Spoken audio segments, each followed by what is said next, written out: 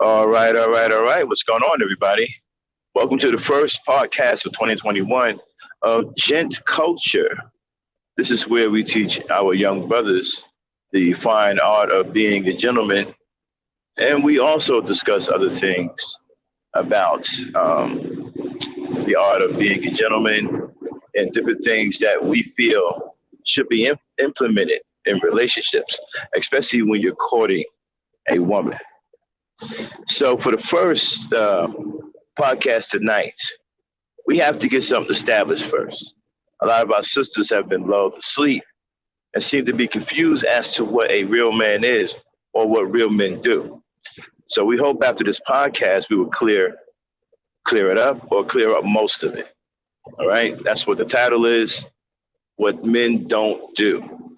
And before I get started, let me introduce my co-host for the night. She's my partner in crime. She's always rolling with the Black Knight. What's up, Miss Dane? I got Hello. the lady with me tonight. Mm-hmm. Uh-huh. Well, then, you ready for this podcast of Gen Culture? You might get curious about a lot of things I say. You ready? Ready? All right, let's kick it. Who's in the chat? I can't see the chat right now. Yvette. Yvette All right, all W. right. All right, shout out to you, Ed. Thanks for showing up at Gen Culture. This is a different type of show. This is where we teach our young brothers respect, courtesy, how to court women, and how to be gentlemen. Something that's been lost over the years. The teachings have been lost, and we're trying to um, put those teachings back into our young brothers. All right. All right. So let's get to it. What men don't do. All right, ladies. The first thing. All right. Men do not, under no circumstances. I don't care if it's playing. We don't play like that. We don't talk about another man's Johnson. We just don't. We don't make any references to another man's Johnson. We don't. We don't talk about, we don't fantasize about other men sexually. We don't talk about how good men look. We don't do these things. We don't say these things. Now, a lot of you hear brothers out here talking about their Johnson, talking about other men's Johnsons and stuff like that.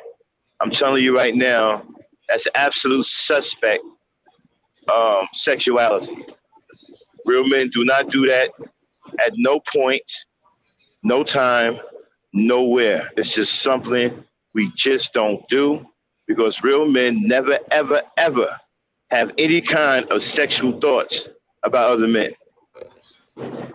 So talking about another man's Johnson is not even in our makeup. We don't do that. If you got guys doing that, you need to check their sexuality. All right? Because a real man doesn't do that. And I'm here to tell you as a man, that's something we just simply do not do. Okay? We don't make any sexual references towards other men. Now, I know some of y'all hear this all the time, and you don't think nothing of it. Because there's so many gay dudes out there now, there's so many effeminate dudes out there, you think it's the norm. Well, I'm here to tell you, as a real man, it is not the norm. Okay? Men do not refer to other men's private parts for no reason. Okay? Not even joking. No reason whatsoever. All right. Dan, you got something you want to say about that? No. Well, yeah. Well, that's usually a woman's conversation. We're talking about dudes, Right. other dudes stuff, and that's usually privately among us when we having, ladies discussion. Sometimes we get into Exactly. that area. Exactly. That's my point exactly. Mm-hmm. That's a woman's conversation. That's why I say, if you got guys doing that, you hear guys doing that, you need to check their sexuality because that's something that women do. Men do not do that. Under no circumstances do men have any sexual thoughts about other men. Now, number two, arguing with women. Men do not argue with women except for in the home, and your privacy of your home. You may have a little verbal sparring with your lady, okay, because you're home. But it's nothing vicious, okay? You might fuss a little bit about something because you're home, you're cranky, you probably need a beer or something like that. But out in public, no. A classy man does not argue with a woman in public. A gentleman does not argue with a woman in public. Does not argue with a woman, period. Like I said, if you argue with a woman, you're in the privacy of your own home, and it's not some kind of vicious argument because y'all are in a committed relationship. So it's a whole different ballgame. We don't look at it as argument. We look at it as communication. All right, you're in a committed relationship, so that's a whole different ball game. And men do not argue with women out in public, or especially on social media. So when you see these guys trapping women and just to get into a fight with them, just to argue with them, again, that's some suspect behavior. That's suspect behavior. That's not something that a man does. Men don't do these things. Now, I know many of you women have seen this a lot, especially on social media, to the point that where you think it's normal. No, it's not. It's not normal for men to come 8, 9 deep and jump on one woman on a panel. That's not even, we don't even see that as, that's not even something that's, we don't, real men don't respect that. That's not something honorable that men do. You know, that's actually a disgrace to manhood. I've seen these male hen houses where you had 8, 9 guys on the panel and they can barely handle one woman. I mean, some of them sound like they're about to cry. And they don't want the woman to talk. They jump on the woman. I mean, it's the most embarrassing display of manhood I have ever seen. And I'm here to tell you, as a real man, that is not manhood. Okay? Now, no one is saying that we all have to be perfect, okay? There's some things you just simply don't do. Okay, men, there's no mistaking a man talking about another man's private part. That's not a mistake. All right? Now, as far as arguing with your woman, sometimes it can happen.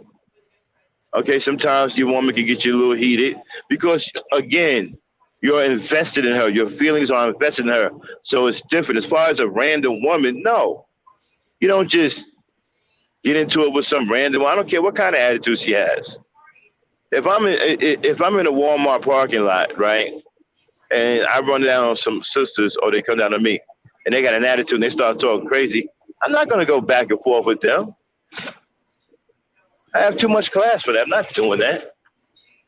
I'm going to continue. I'm going to walk away and remain silent. Not going to see me arguing back and forth, cackling like a hen. It's not what men do, man. We keep our cool. See, being a man is a lot about keeping your cool, strength, calm. Keep yourself in control, self-control. You know, don't let yourself get out of control. Don't let people see you become uncouth. That's not what classy men do, right? So no, we don't argue with women in the public. First of all, you don't argue with women anyway because you can't win an argument. You got guys up here trying to beat a woman at an argument. It's not gonna happen.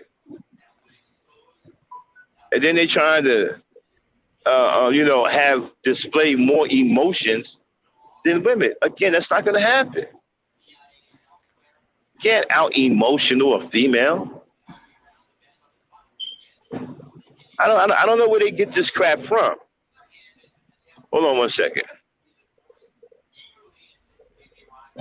So Dan, Lady Dame, are you there? Well, yeah. Have you Well, I don't ever had a guy try to out emotional you? out emotional me. Yeah, try to be more emotional than you. Yeah, for manipulation. And Um, you know what? And some of these guys on the panel too, right? I can tell, right, that they just want a woman to bow down. They want to slay because of the way they talk to women. They want the woman to shut up. Okay, they want the woman to only speak when she's spoken to. They want the woman to jump at their commands. These guys got like childhood issues. You know, many of them think that many of them fantasize about being kings and comic book superheroes. You know what I mean? And so they think that they can like bring women to heel by being disrespectful. They think masculinity It's about being disrespectful. They think manhood is about being disrespectful. Well, brothers, let me tell you something. Young brothers, manhood has nothing to do with respect. Well, actually, it does. I'm sorry. With disrespect. Being disrespectful to your woman, right, doesn't have anything to do with manhood. But it has to do with your character, poor character. Yeah. Being disrespectful to your woman shows absolute poor character. And you should always strive to have integrity as a young man. Build character. There's no need to disrespect your woman and put on some kind of shouting match display where everyone can see. Because I'm gonna tell you something. When you do things like that in public, right, you get other people involved because now you're in public. Your business is no longer your business. You don't got other people involved. They can hear your arguments. And since you're in public, they are going to jump in. Why? Because you're doing it in public. Uh-huh. And that's another reason why you don't do these things in public. Dave?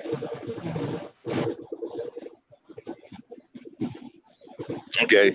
Apparently Dave is doing the Watusi somewhere.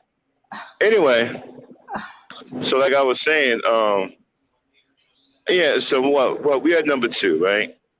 We're saying that men do not argue with women. Okay. All right. Number 3. Men do not constantly talk about sex. And I mean raunchy sex. I mean when you hear these guys, all they can do is talk about sex. All they can do is talk about getting some vagina. That's not a man. That's some kind of oversexed man child. Some kind of sexual deviant. To where he can't have a conversation with you without asking you to sleep with him or asking to do you or whatever, and cursing at you all the time. I'll tell you something else too, right? A lot of these guys can't control their mouths. They curse all the time. They curse all the time. So you have to understand something. If you have children, especially young boys, they're going to do what you do. If they see you cursing at mommy and talking crazy to mommy, they're going to do the same thing because you're doing it. You know? It's just like my man Dame Dash said. Shout out to Dame Dash for bringing this up. Whatever you do as a father, your son is going to want to follow in your footsteps. So if you have a job, your son is going to want to have a job too. If you own a business, your son is going to want to own the business. So it depends on the influence that you have over your son. And so when your son here, you calling women hoes, bees, every time you turn around, there's a cuss word coming out of your mouth. Your son is going to inspire to talk the same way. Why? Because daddy's doing it. This goes back to what I was saying about leadership. This is why I take the blame off the black woman, because the black men are the leaders. And when you lead your environment, the people in your environment will follow your lead. If your lead is bad and piss poor, and the people become corrupted from your bad leadership, then the blame lies squarely on your shoulders. And then this is something that they don't seem to understand. No matter how many times it's explained and how self-explanatory it is, they seem to think that the woman has a part to play in it. But you see, when a guy is telling you, well, we got to clean up shit on both sides. No, we don't. We just got to clean up shit on one side. The other side will take care of itself once we clean up the side that needs to be cleaned up. Dang, remember the podcast I did back a while back called Follow the Leader? The woman is following the leader. Yes. Mm-hmm. Remember that one? So if we clean up our area, the woman will follow. She will make an adjustment. You don't need to have her jump through hoops. You just simply need to get your act together. Now, yeah, brothers out here talking about, well, we did that already. Where at? Where you did that at? A lot of these guys like to make up stories. Uh-huh. You know, where has this been done at? But not to get too far off of the topic, Uh-huh. we're talking about what men don't do. Now, where we at? We're at the cursing and carrying on, right? Dane? Yeah. Mm-hmm. And so, yeah, and the disrespect now, men, brothers, young brothers, you don't need to address a woman as a whole or anything derogative, right? You don't need to do that. Be respectful. Being respectful to a woman isn't weakness. I'm sure you've heard that. I'm sure you've heard that from losers, guys who can't get women, guys who are awkward and don't know how to talk to women. And all they know how to do is disrespect women because many of them read books that teach them how to womanize women and hate women and disrespect women, such as Mac books, books written by pimps. If you notice, a lot of the brothers glorify these books, but these books are what's basically turning them into homosexuals because it's teaching them the very mentality that most male homosexuals have towards women. They hate women. Mm-hmm. And so these books teach men how to womanize, teach men how to brutalize, teach men how to disrespect, put in check. And when you start doing that, you develop a disdain for the opposite sex. Next thing you know, you're doing it with men because you hate women. That's what comes from other people. Look at some of the guys who wrote these books. Many of them are gay. Seriously, do your homework. Many of them are flamboyant and gay. Mm-hmm. Okay? You can't tell me that Iceberg Slim wasn't gay. The dude dressed like a woman, he looked like a skinny old ass woman, dressed like a woman. You couldn't tell me he wasn't gay. So you gotta understand something, right? All this flamboyant shit. How does a man get away with wearing a pink suit? How do you get away with that? Mm-hmm. A pink suit, a big ass brim hat that looked like one of those Easter bonnets. Is that what it's called, Dane? Yeah. That big old hat that women wear. It's an Easter bonnet, right? Is that what it's called? What is that hat called? Some of it call them a church hat. Yeah, man, that big old church hat look like it got fruit in it, like pineapples and peaches and whatnot. How do you get away with wearing that as a man? A pink suit, high heel platform shoes with goldfish in them, and some big old giant church hat that look like it should have fruit around it. How do you get away with wearing something like that and still be called a man? A real man don't walk around in no flamboyant crap like that. He don't. Like I said, look at some of these. See, I'm about to get into the pimp thing. Look at some of these pimps. Look at the way they dress. Getting their hair done like females. You can't put two and two together. And these are the ones that are writing these books that these guys are reading, and it's affecting their behavior. It teaches men to hate women. Mm-hmm. And so, brothers, I'm here to tell you, right? It's not about disrespecting women. As a matter of fact, you become more of a man when you talk to women correctly, address them correctly, and show that you have class, so that you have integrity. Mm-hmm. Okay? Yeah. That's impressive to women. All right, not impressed with you coming out acting like a drag queen. 'Cause that's pretty much what these pimps are. Yeah. Drag queens. Mhm. Uh-huh. Don't want to have to worry about him wearing your your clothes, your underwear, your jewelry. Well, let me ask you something, Dan. Mhm. If a guy approached you, he wearing a two-piece suit that's the color of a banana, right?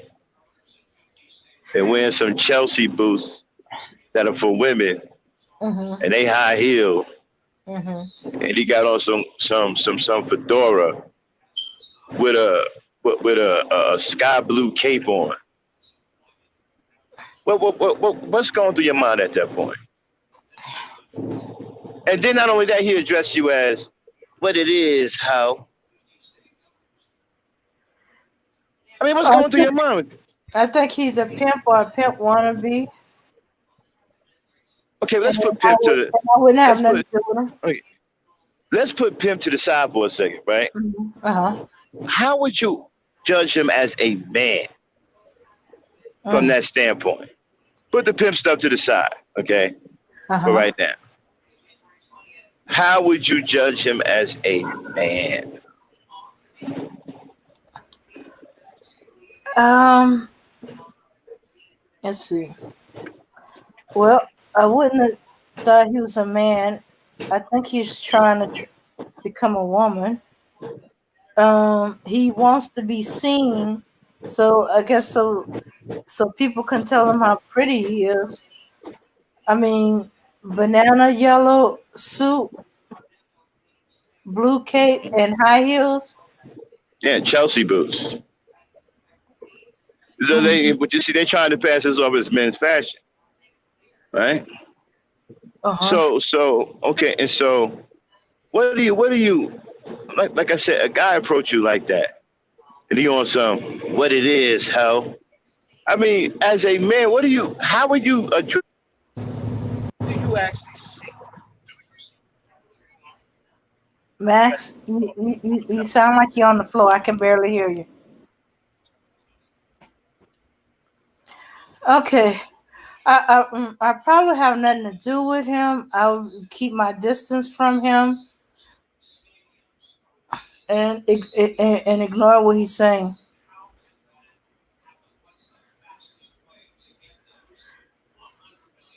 And maybe laugh a little bit because that's gonna look ridiculous.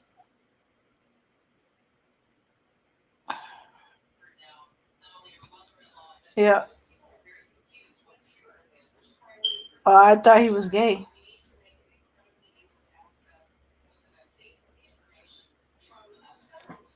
Yeah. Mhm. Yeah. Yeah.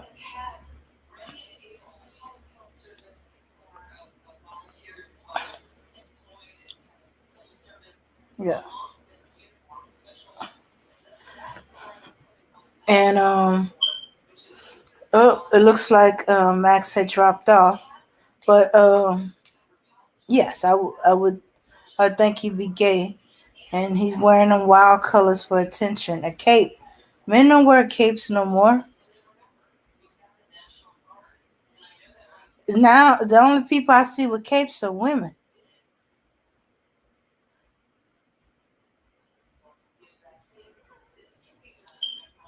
Yeah, and I'm sorry, I've seen the bunny buckle boots. They are definitely women's. One set is is actually more like little girls. You know who has shoes that shape like a rabbit? And so yeah, I'd be thinking little girl. Not only is he trying to be female, he's trying to be a little girl.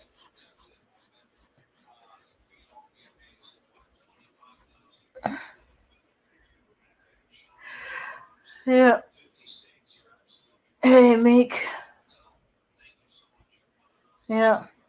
And that's the point of the cape. He ain't wearing it to keep warm in the wintertime. Uh-huh. Uh, and yeah, and yeah. So yeah, so he's trying to show up. That's as close as he gonna get to a dress and still be a man. Wear a suit, wear a cape, so he can twirl in it like little girl. Twirl in her dress. Show show off her show off her dress and stuff like that, and how pretty, and get the hair and nails done.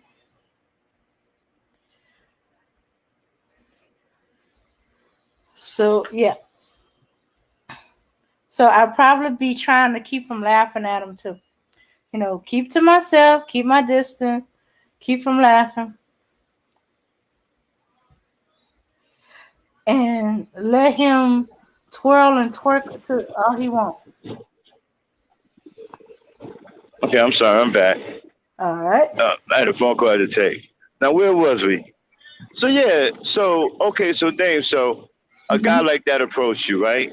Now, Mhm. as a woman, how would you judging this guy as a man? I mean, look at the way he's dressed. Is there anything there that tells you that this is a masculine brothers? And see, brothers, I hope you listen, young brothers. We teaching here on Gen Culture. This is where you come to learn how to be young men, upstanding young men, to grow into strong and powerful men. And I'm not going to be the only one teaching. We're going to have some other teachers come through.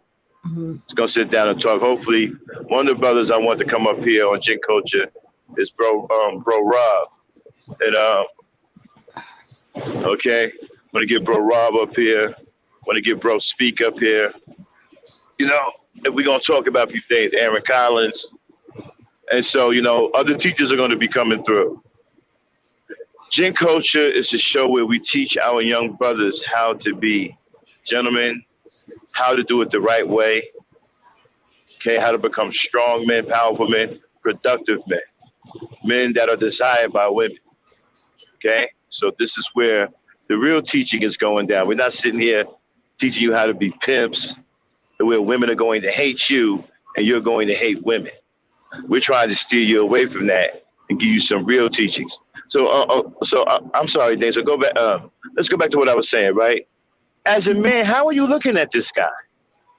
This guy, he got a two-piece banana suit on, loud as I don't know what, Chelsea boots, high heels, something that women would wear, and some stupid ass hat and a sky blue cape. What's going on there with the manhood? No manhood. Manhood is suspect not there. I would think that he's, as I said earlier, like he's showing off like a little girl, because if the banana color suit don't get you out of the blue cape will, and men don't wear capes no more. It's I women that I wear I I, capes. don't, I seen your man's with one on, My man's. Kay Samuels, Oh, okay, okay.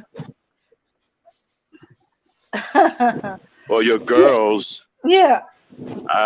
Maybe not your men, your girls.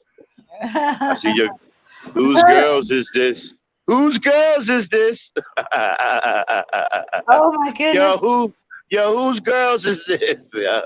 Oh, Anyway, born yeah, eternal, Lord, uh, Lord Allah, says Marvel Comics, LOL. yeah. I said, yeah, but that cape is different. That cape is usually All right, so let's smaller. get yeah, but let's not get all into that. Let's get back into what we're trying to teach you in Gen Culture. This Okay, this is anyway, very important, I think he's trying to show off his outfit like a little right? But girl. I don't want to get into the A. Okay. I don't want to get into the story thing. I need to let's stay focused. This is important. Okay, Mm-hmm. let's stay focused on teaching these young brothers. Okay. Okay. Okay. Now, okay, so at that point, I don't think any manhood exists. Now, Mm-hmm. as a woman, what's going through your mind? that he's trying to get attention, that he's showing off, that he's acting like a little girl.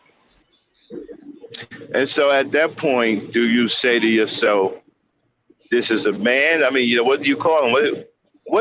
When women see guys like this, ultimately in your mind, what is the final decision that you make on these types of guys?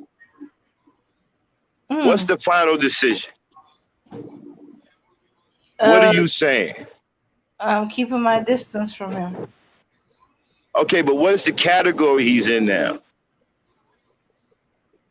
Are you putting him in the category of a real rough and tumble masculine male? What No, category are you putting him in?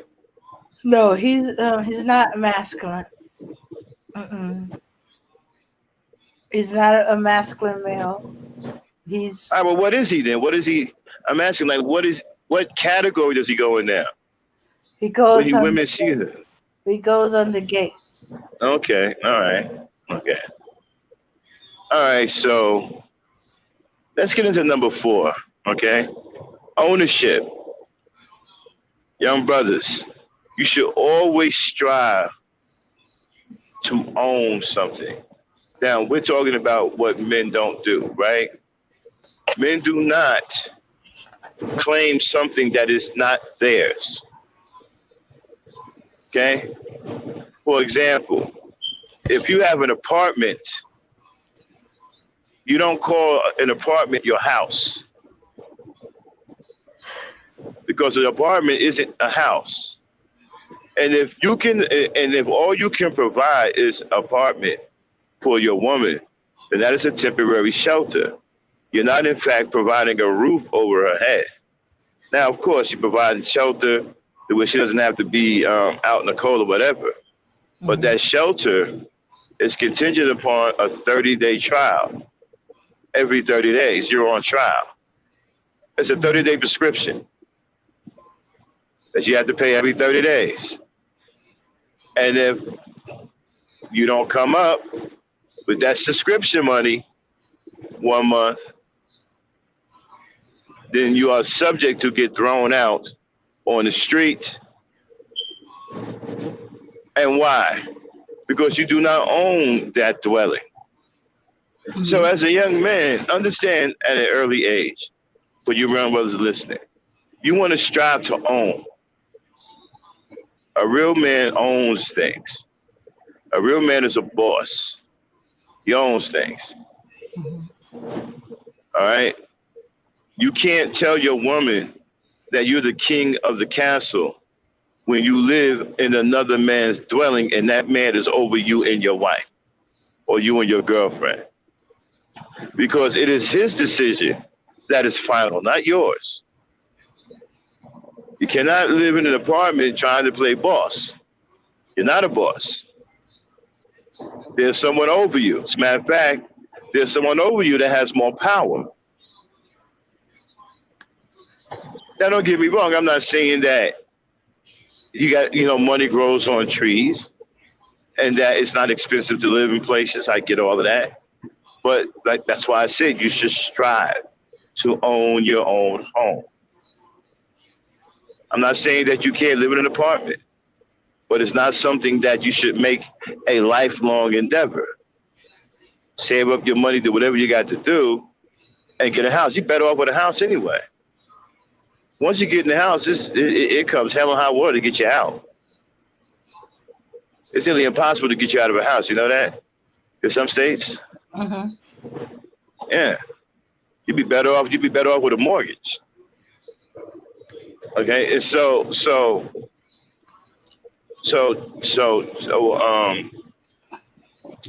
strive to own.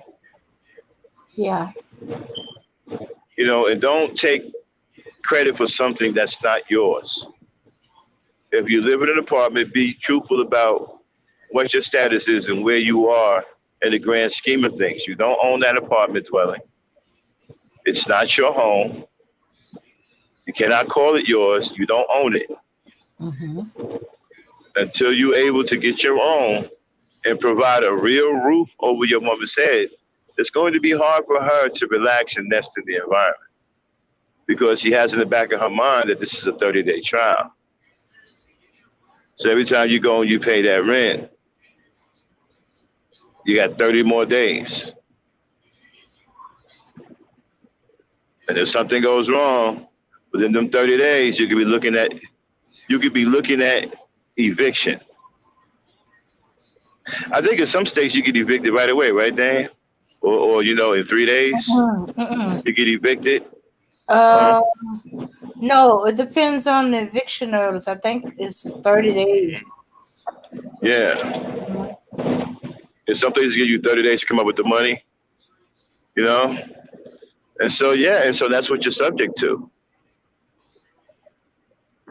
So you have to first provide, a real roof over your woman's head first. Okay? Before you go around here talk about you are the man. Okay? Some Yeah. of you probably some of you probably believe because I know you've seen some of these so-called king YouTubers in nice apartments, Mhm. but they're apartments. They aren't home. They are not homes. They are apartments, places that they don't own.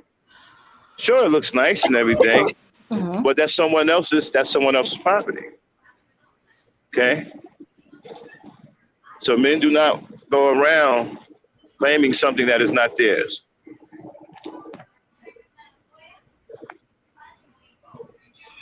What do you think so far, Dan? Um, I think you're right. Because there's that constant worry. You know, uh, for the next 30 days, and it don't matter if you do 3 months, 6 months, a year. You know, at least she's still Mm-hmm. not gonna be able to really settle in like she. No, yeah, Mhm. yeah, talk. Yeah. Because Or, now you're getting a woman. yeah, See, people, you're getting the woman's point of view now. and then she's watching your water even harder. So Mm-hmm. every time you spend money that seem unnecessary or you waste it like gambling, um, Mm-hmm. playing craps, making bets on the game, that's money that's like, okay, does that mean we're gonna be short on the rent this month if he loses Mm-hmm. and stuff like that? That's probably another reason why women will work while the man is working too, because hey, if something happened or he gets hurt or if um he's reckless with the money, I'm not gonna have a place to stay. Mm-hmm. Yeah, in fact, that's one of the reasons why the biggest thing for divorce is money, because it goes to staying, and you find the highest one is with people who live probably in apartments, because that's month to month. Hmm. And fellas, it's already tough being homeless by yourself, Hmm. but try being homeless with a child. That's doubly tough. Okay, and dangerous. Okay, so here's another thing: what men don't do. Now, this is going to be controversial. I know what some guys are going to say, and when I say this, many guys are going to try to use their sons as an excuse.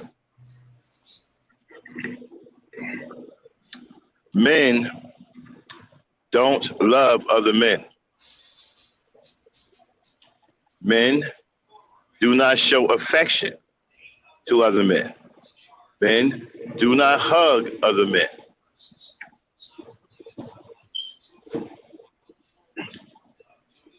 Imagine what they're saying, right, Dan? Right now?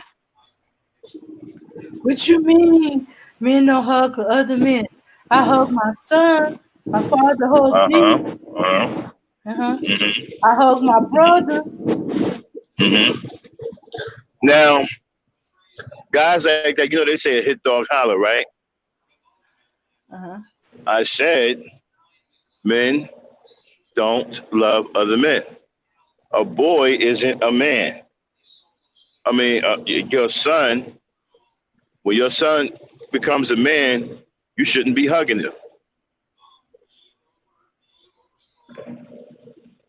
You shouldn't teach your son to have affection for other males. The only person your son should be hugging is his mother, his sisters, or other women.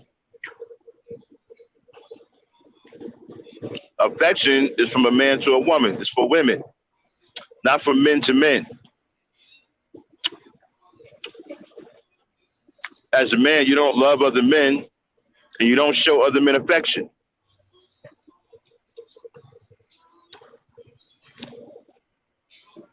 The most you should do is a fist bump or a dap. That's it. No hugging. No saying, "Oh, I love you, man." None of that. Now that might come as a shock or a surprise to a lot of you, right? Mhm. What do you think, Dane? What do you think they're saying right now? It's surprising, especially if they receive those kind of affection from their fathers, their brothers, the men in their life. But they gotta remember, that was when you were a little boy, you were a baby. But after a certain point, that stops. Even you, I've seen boys who are boys, they start feeling uncomfortable. Dad, Mm-hmm. it'd be like, Mm-hmm. in fact, sometimes they're initiated and stuff like that. If the father don't, be like Mm-hmm. weirded out. And when they Uh-huh. go for affection, or need consoling, or affection or love, they go to their mama, their grandmother, Mm-hmm. even sister. I seen one, he was hurting, and his mama couldn't be there, so he went to his older sister for the Mm-hmm. comfort he needed. He didn't go to his grandfather. He didn't go to his father. Nope. I seen him walk all the way from his father's house, which was 5 blocks, to get the affection and comfort he needed from his mama. The dad, any of that coming from dad is weird. You know, Mm-hmm. He'd be like, uh but he's like, I love my son, but you gotta remember, at a certain point, he ain't no baby no more. He ain't no toddler. He's not no child. It should By the time he gets close to preteen, he should have been easing away from you, and y'all be less affectionate. And then it becomes more about respect, you know, because you manning them up. But you still trying to show hugs and affection like you would when he was a baby. You either forcing him into a child position when he's supposed to be maturing into a man, or going to expect him to have affection from men. Mm-hmm. And if he's getting affection from men, um, where there's not going to be any affection for the woman. Nope. So then he started treating his mothers and sisters and grandma and female relatives like they men, and he started treating men like he would his sister's mother's grandmother. It Yep. gets mixed up because Yep. Because the why? natural order will be the withdrawing. Y'all be got his wires crossed. Uh-huh. See, that's why you don't hug your boys. After a certain age, you stop doing that Uh-huh. because you're Yeah. teaching them Uh-huh. to have affection for other men, for men. And he shouldn't have affection for men. That's why you got these little effeminate dudes running around here now, slapping each other on the booty, hugging each other. I'm talking about full body hugs. Hmm. Yeah. Men don't do that. Or they turn into babies. They Yeah. don't grow up. Hmm. And now some of them are going to say, "What are you talking about, Max? I love my father." You don't love your father? No, I don't. I respect my father. I love my mother and respect my father. I said it before. Love is for women. Respect is for men. Okay? And no man should be showing another man affection. And no man should be telling another man that he loves him.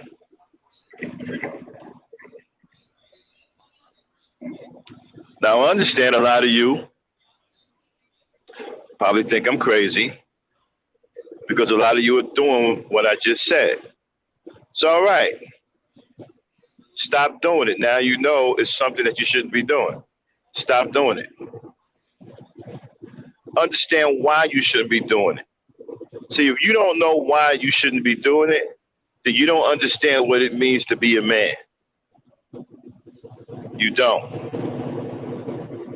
You lack the true understanding of what it means to be male. If you don't know why you're not doing that. What are they saying in the chat, Dame? I can't see the chat. They hadn't said anything in a while. It's just like Kendall came in and me and Uh-huh. Anthony said hi to him. Hassan came in. Uh, let me see. Um, and Chef Disaster came in. Chief Somebody disaster. new. No. Chef. Uh-huh. And a new person, Born Eternal, Love Uh-huh. Allah came in, and he All right, all right. he was laughing about the cape thing. He's like Marvel Comics. Because I said, who wears, men don't wear capes no more. Right. And so, like Like, I said, guys, this love thing that men have for other men, you got to stop that. You got to stop that. You shouldn't have that. Especially grown ass men. Excuse me. All you're doing is opening yourself up to homosexuality. That's all you're doing. You don't show other men affection. Then what is the woman going to get? This is the reason why you have a large number of men now who hate women because they love each other. They have no love for the woman because they love men. And or because are they open to trying things of the gay persuasion? yeah, pretty much. But they don't. I'm sorry. They have no love for the women because they're giving it to men. And be mindful of people you hear talk about Kundalini energy. Be very mindful of that. Okay. And so, like I was saying, right? Men don't do these things. I know that's a tough one for a lot of people to grab hold of because you've been doing this all your life, right? Mm-hmm. You've been, many of you have been. Listen, you can't help the way you was taught. Somebody didn't give you the proper knowledge. Now, okay, but now you understand it's something you shouldn't be doing. Stop doing it. Stop doing it. Mm-hmm. Yeah, that's why I know it seemed kind of weird that when the boy gets hurt, the dad tell him walk it off because the child wants the comfort he gets when he gets hurt that he gets from his mama, but you're not supposed to be getting that from his dad. So he'd be like, "Boy, you're all right. Walk it off," you know, or stop that whining because if he got to be prepared for the knocks he's going to be dealing with in life because he's the man. and he gotta go forward no matter how hurt he gets. But he can still, if he wants affection, he can get that from the women in his life, and it'll have him want to seek a woman just to get that affection. You know. Right. Mhm. And and the thing about it is, again, we're talking about what men don't do, and that's a very, very, very important part of the conversation. Men do not hug other men. Now, I know we're gonna have some brothers gonna say, "Well, you talking about hug my brother? Stop doing it. Stop doing it. You're not supposed to be doing that. Your brother's a man. He doesn't need affection. Women need affection.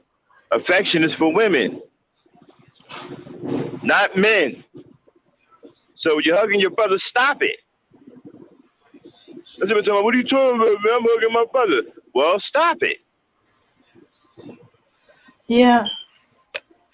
It makes me worry about these guys that I actually heard a guy said that he loved his brother more than he loved his woman. And I'm like, that's a See, little that's that. suspect. Yeah, but no. It's not suspect. It's what happens when men show each other affection, something they shouldn't be doing. Somebody gets their wires crossed.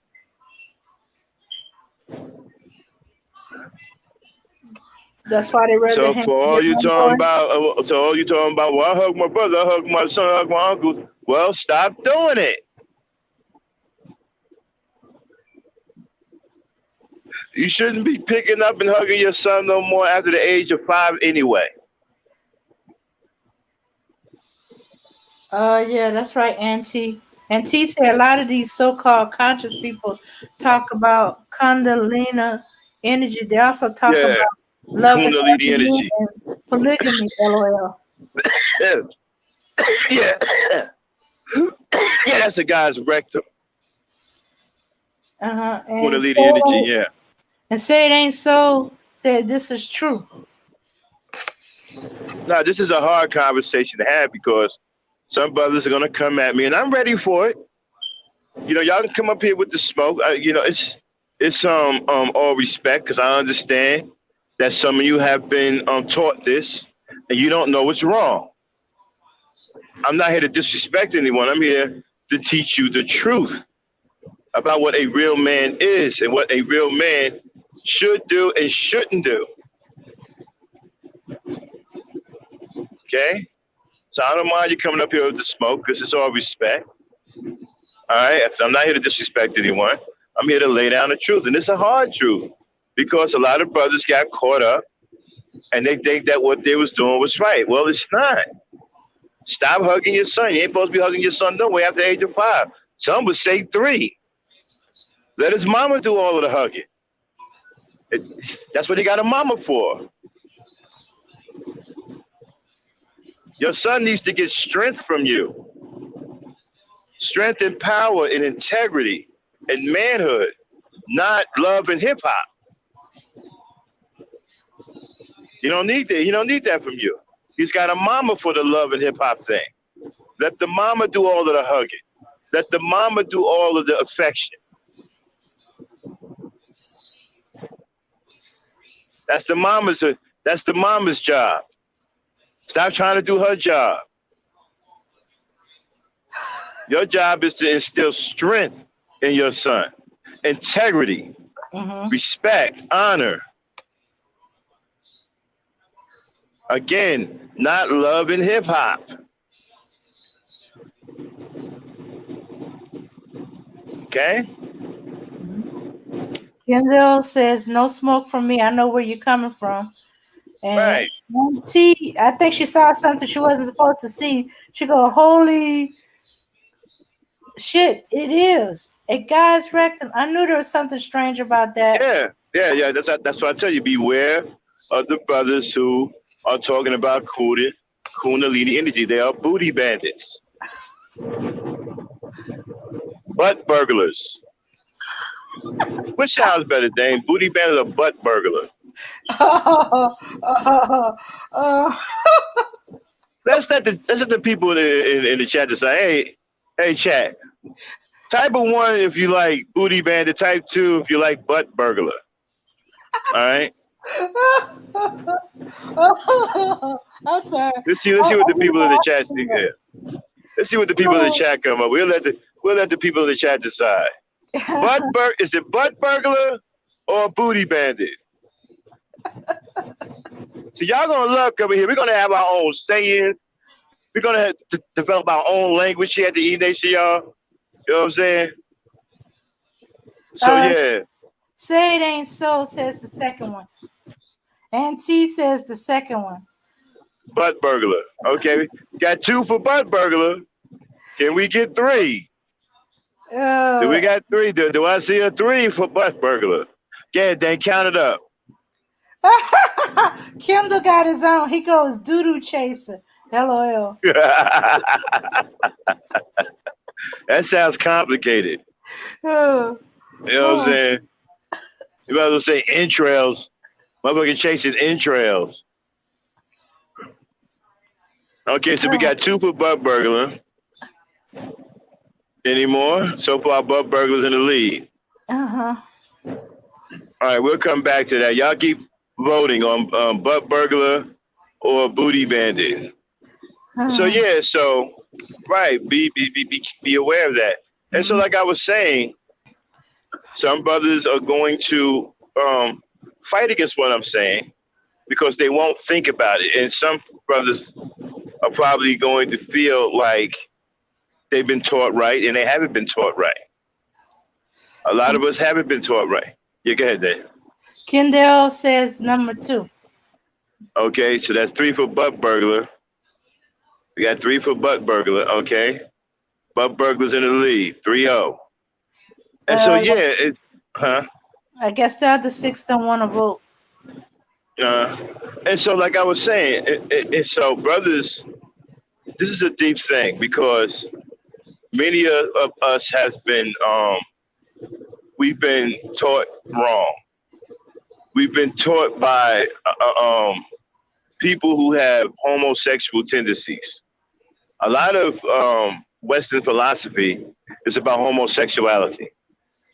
Once you start peeling back the layers, Mhm. okay, need we go back to George Washington with the leotards and the big buckle boots. I mean the big buckle shoes. Did you see what he looked like? Did anyone ever seen a picture of George Washington in them tight leotard pants, right? Yeah. And Mhm. then the big black shoe, pointy shoes with the buckles on them, and then had Mhm. on a white wig. Is that not cross dressing? Come on, people. This has been around for a long time. Did you see Um, them wearing? Huh? well, I think that was the style of the time. What did I tell you about that, Dane? All right, I'm sorry. You just stop But doing yeah, that. it does look like cross dressing because they wore a wig. Oh, they even wore makeup. Yes, makeup, Someone wore makeup. wigs, wigs. I mean, don't even get me started on the pharaohs. Mhm. All right, don't even get me started on them.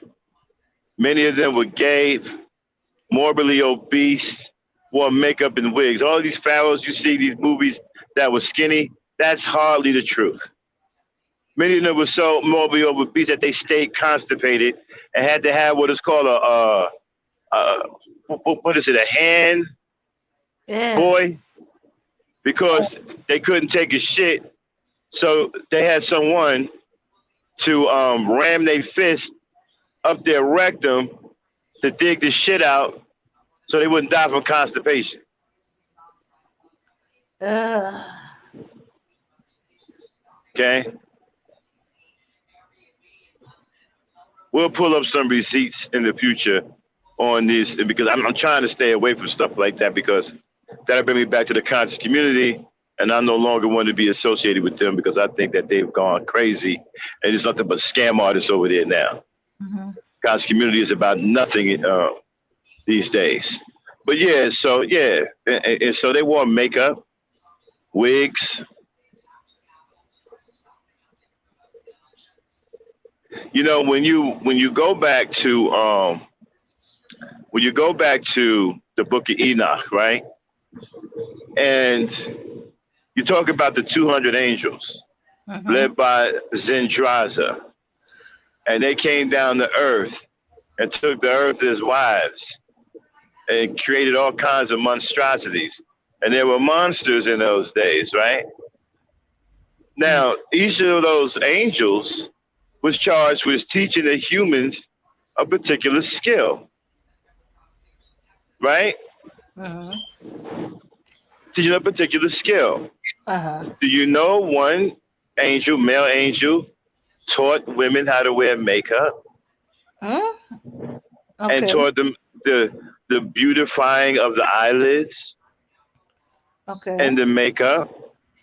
Okay. Yeah, a male angel taught them that. What is a male angel doing teaching them that?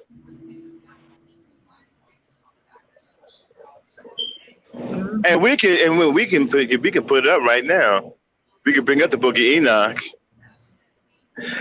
and play the audio part where the angels came down and they corrupted everything on earth, and then how they all taught man how to fight and taught them how to make armor, and also taught makeup, the doing of the hair, the beautifying of the eyelids, makeup. So, according to the Book of Enoch, male angels taught women how to wear makeup.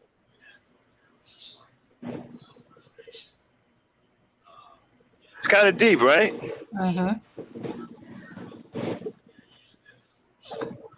So this thing goes back a long way, people. It goes back a very, very, very, very, very long way. This is not anything new. Uh-huh. Anything new under the sun. This stuff goes back a very long way. Hold on one second. Okay.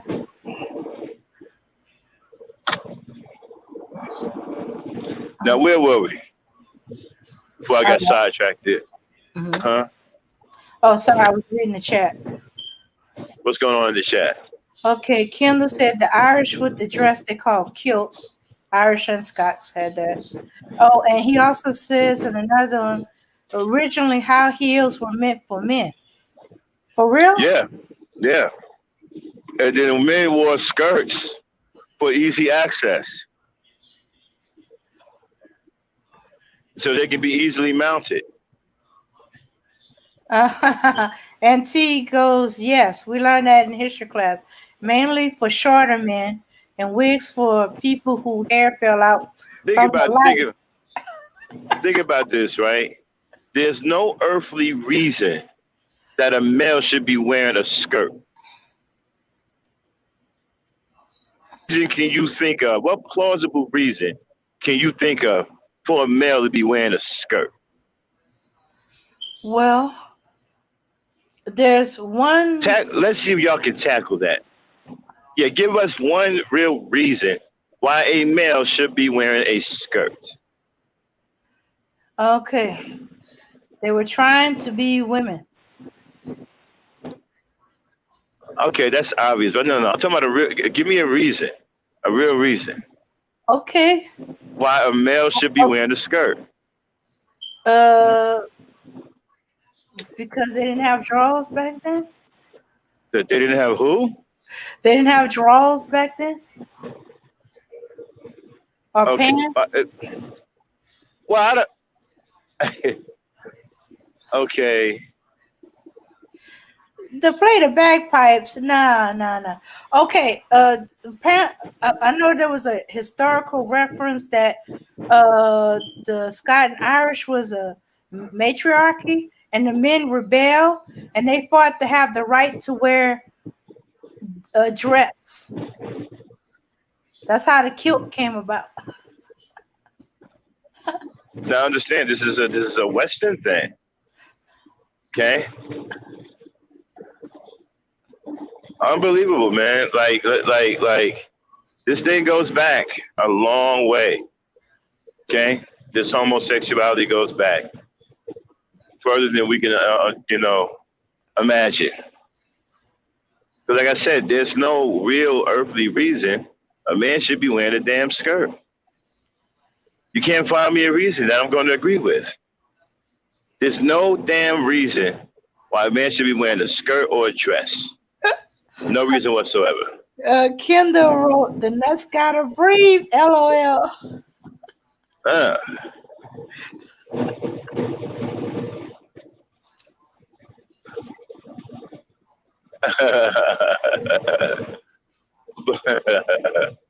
But man, so one of these days we'll get into it, the island of Lesbos and all that. All that good stuff. Let's finish up about what men don't do. Okay, we talked about what men don't do. The final one is that men don't make excuses. They make things happen.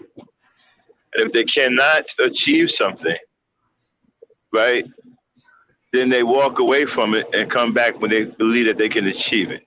Mm-hmm. Real men don't believe in taking L's. So if you don't, and real men are self-motivated. Man is supposed to be self-motivated.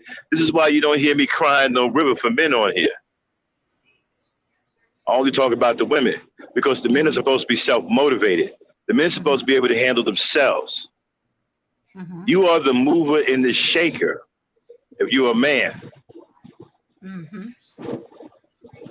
Right. You don't need to be protected. You can protect yourself. Our women and children need to be protected. I don't need to protect any of the brothers in here. They're men. They can protect themselves. And so, and men don't make excuses. Men, simply don't blame other people for their misfortunes and failures, like a lot of these brothers do now. They want to blame the woman for everything. Well, she won't let me leave. She won't let me do this. She won't let me. She won't let me. She won't let me. Well, if that's the case, then you're not a man. Because a woman isn't going to let a male who's not a man do anything. If she has no respect for you as a man, then no, she's not going to let you do anything. Mm-hmm. And what you going to do about it? Nothing. But sit there and complain and whine like a little girl. That's the reason why she won't let you do nothing. Because she already peeped your card. You're a punk. A coward. Women don't do well with cowards. They don't like cowards. They're not attracted to cowards. Mm-hmm. Cowards cannot protect them. Mm-hmm. Cowards won't protect them. So they can smell cowardice a mile away. So if that's you, no, they're not going to let you do anything. Mm-hmm. Okay? Because if you were a man, you wouldn't need her permission.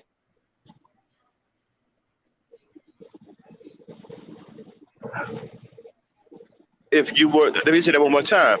If you were a man, you wouldn't need or seek her approval. Mm-hmm. She wants to follow you. Mm-hmm. You're following her. Mm-hmm. She needs somebody strong to look up to. Somebody that's going to handle business. Cowards don't qualify.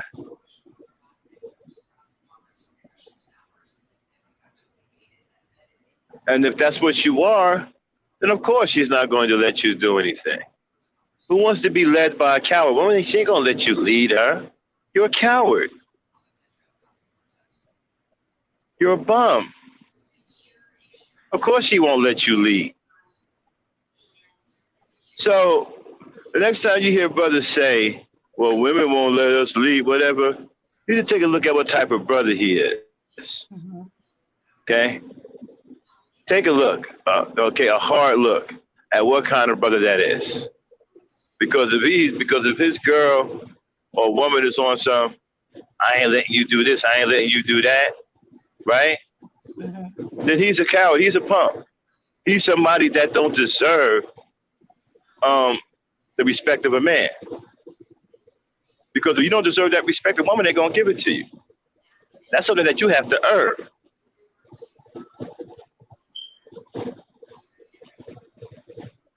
You got to earn that respect. Mhm.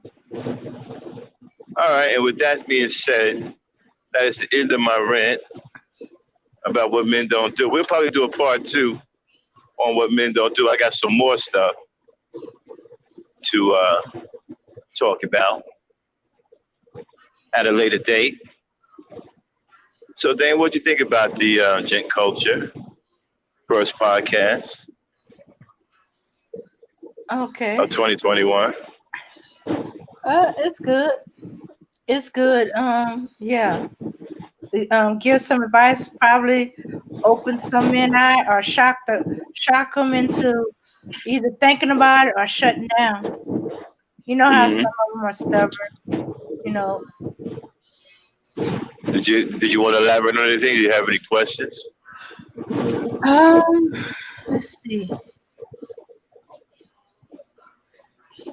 Mm, no, just make me gonna listen very closely the next time these dudes are talking. Some of it I had picked up on it, but there's others, that slip because we thinking, oh yeah, it is nice, to see, man hugging his son and trying to No. the child. But when you start thinking about it, no, no, no, no, no. Usually that kind of stops after a certain age. Yeah. The child naturally pull away, or the father, or both. Hmm. You know. Hmm. I could be telling the boy, you too big. You're not no baby no more. I ain't nobody carrying. Get off your mama Hmm. and stuff like that, or walking Think off. about this, right? At certain ages, boys don't even want to be touched by girls. They don't even want girls to kiss on them or hug on them. They pull away. Mhm. You know what I'm saying? Because that should tell you something right there about affection when it comes down to men. Men aren't affectionate like that. Mhm. They're not supposed to be. Mhm. So if you got your boys hugging each other, you need to stop that. That's not nice. It's not cute. So if you allowed that to go on up to this point, you need to go and start correcting that. Okay? Mhm. If it isn't already too late. It may be a homosexual by now. Or he'll be fluid. Yeah. And I got his wires crossed. Associating affection and love with men, something that you don't want. That also kills your warrior class because your warrior class has been neutralized. They all play NFL football and basketball and stuff now. That's your warrior class. They've been neutralized. So what you have left is slim pickings. And if you're allowing them to get their wires crossed, then you're talking about slim to none here. Then do me a favor, take over for a few minutes. I gotta get off. I'll be right back. Okay. All right. So I'm putting the link in the chat. So Oop. Oh shucks. All right. I gotta correct something here. Kind of put it down twice. But yeah, yeah. Think about it. I'm thinking about with my cousins and my uncles and stuff like that. Even the the boys in my church, they don't. Once they reach a certain age, they don't be hugging on their dad. Their dad don't be hugging on them. It'd be like go to your mama. If they looking to get all overly affectionate, go father, grandfather, go to your mama. Go to your mama. Oh boy, you ain't hurt. Something like that. Hmm. So yeah, and I remember certain boys, after certain age, nah,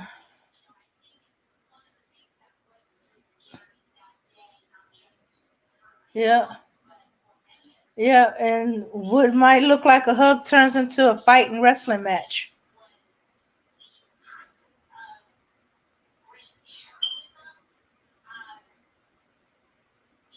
So yeah, yeah, because even boys that are close friends, they don't really hug each other. I've seen them on a four wheeler. Very dangerous, as far as I'm concerned. One of them is driving in the front, the other one's sitting in the back. He's not holding his buddy around the waist. No, he's holding on to the rack on the back of the four wheeler. I'm like, boy, if you fall off, But that's how they weren't into touching each other. They were they were rough and tumble little boys. You know, uh that sounded weird to them. You know, cause so you can imagine what a hug was like. If you're not gonna hold on to your friend around the waist on a four wheeler, you rather grab onto the rack on the back of it. Then that shows naturally that they do not hug after a certain time. And these are like 8, 9-year-old little boys. And they both short for their age. What are you But talking about, Dan? I was talking about how even it's naturally that boys do not hug each other because I was saying how the two little boys on a four wheeler. One is sitting behind the other, but the one in the back, he ain't trying to put his arm around his buddy's waist. He's grabbing on to the back of the rack of the four wheeler. Well, see, I talked about the poor parenting. You should Mm-hmm. never have your sons on the same bike where one has to sit behind the other. You should never have that. Mm-hmm. Okay, that's promoting homosexuality. You shouldn't have your boys sitting like that at no point. Mm-hmm. You know, Yeah. there's another thing too. Be very careful of how you teach your sons wrestling. Be very careful of that too. Of course, you want your son to be able to defend themselves, but be mindful of that too. Okay, be mindful. Mm-hmm. Mm-hmm. Teach your son how to box. Wrestle when necessary. Yeah. Yeah. So, So so, uh-huh. so that's how much these are friends. These are boys that are friends. They're not siblings. Um, and they're close friends. But shoot, I ain't hugging my friend. That's weird. They'll tell you that's weird, and And they'll you look know what? People think that we're preaching like hatred or something. No, at. we're telling you the truth about how boys are supposed to be. Mm-hmm. And I understand that we live in a culture now that has gone crazy with sexuality. I mean, you got people trying to create a whole nother sex now. All right. And so I'm going to stick with the two sexes in the known world, which is male and female. They're the only ones I'm going to acknowledge. I'm not acknowledging any other sex. But anyway, um, no, this is the truth. Mm-hmm. Now you're going to have some women Mm-hmm. are going to say, no, it's okay for boys. No, it's not. Don't encourage boys hugging each other. Don't do that. Mm-hmm. You want your boys to be strong. You don't want them to be weak-minded and weak emotionally, to where they take getting, violated by men who are sexual deviant and predators. You don't want that. Another thing, right? Give you like, okay. Here's another thing, ladies. I understand you like your boys to look cute and all, but you may be hurting him by doing that. Okay, you don't want your boys looking cute like having shiny haircuts that can look feminine. Get your boy some rough and rugged stuff. Give him a real uh, male haircut, something that's gonna look rough like a male. Don't do the cute shit. Don't do the sideburns, pointy, and all that. Don't do the cute stuff. But what's gonna happen is you end up attracting pedophiles. If he gets to the point where he can also pass for a female or look cute like a female, you're gonna attract pedophiles like that. And then you're gonna start accusing the boy, confusing the boy. You're gonna start thinking he looks pretty. Okay? Yeah. Throw some rugged shit on him, some boots, Timbs or something. Throw some rugged shit on. Give him a rugged haircut. Like a flat top or something, or just a round off. But don't do the cute stuff, especially when he's young. I understand y'all wanna, y'all women, and my boy's cute. I get all of that, but think about your boy and how he has to go outside and interact with other people. That's what you're not thinking about. Okay, he can he can be enticing pedophiles by looking cute. Okay, so you don't want that. You want your boys looking like boys, like rough tumble boys. Yeah, Dang. Yeah, that's why this year. Oh, hey, bro, speak. This year, I am so glad the moms are finally listening to the teachers. The year before, I seen so many boys with girl-like hairstyles, and Yeah. Please stop doing that, ladies. Don't. Okay, and I know some of you mean well. Hey, bro, speak. What's going on? Nothing much. How y'all doing? Ain't nothing, man. We over here talking about the gent culture, pretty much teaching. Now we on the face where we're telling sisters and mothers what not to do with their boys, because a lot of stuff that they do, they don't realize how they put the boy in jeopardy. Go ahead, bro. Yeah, especially about those haircuts. I agree with you wholeheartedly. I've been seeing some. Yes. I'm like, why would you make your son look like a girl? Yeah. Yeah.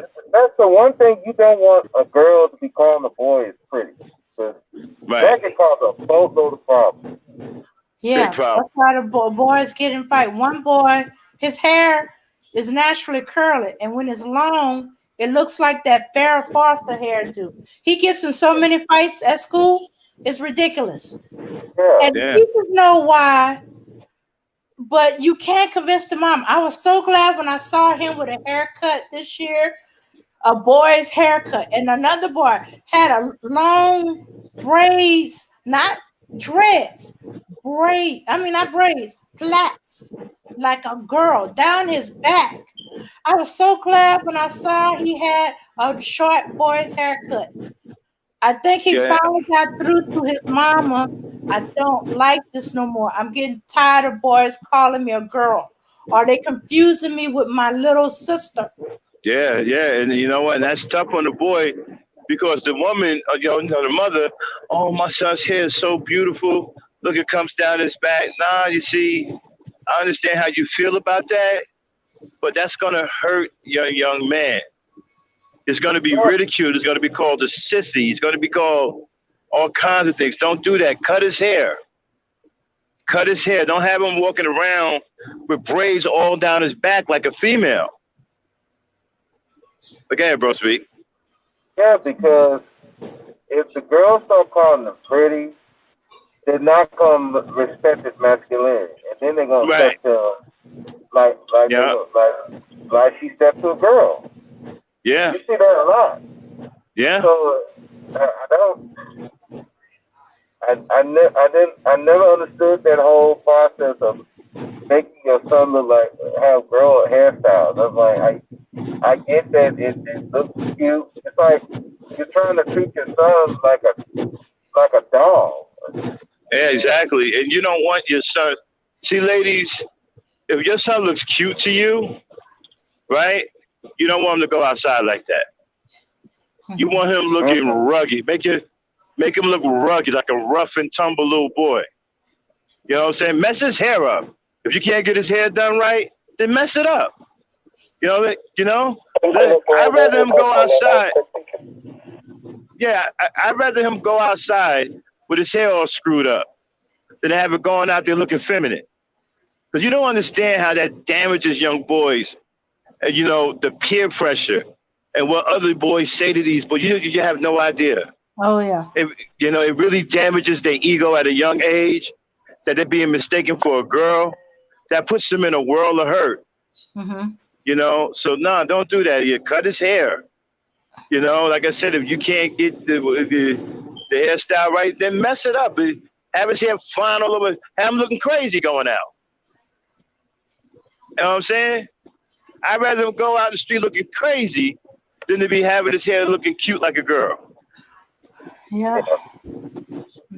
I had to shock one friend of mine. I told her she was wrong. Not only did he was really young. He was like maybe 1 year old. Had not only the plaits like a girl, but the little click clacks and the borets and the bolos. The women know what that is. And I was like, when I saw I was at a family event, so I thought she had somebody else's child. I thought she had a boy. He is a boy. And I told her she was wrong. What would you do when a child comes to you and tell you he's gay? Then she got upset that I said that. I said, well, you dressing him like a girl, you gonna confuse him? I mean, you got his hair done. It was just that her wanting a girl so bad that because he had cute and soft curly hair, she started in her. She wasn't realizing what she was doing until I said that to her. Yeah, I mean, one of the worst. Out of it. And one of the worst things that could happen to a young boy is when other boys start calling him a pretty boy. Oh yeah. That's bad. Oh, that's when the fight starts to happen. Yeah, that's bad. Yeah, that's bad. You don't want that. His own hair. Yeah, you don't want that.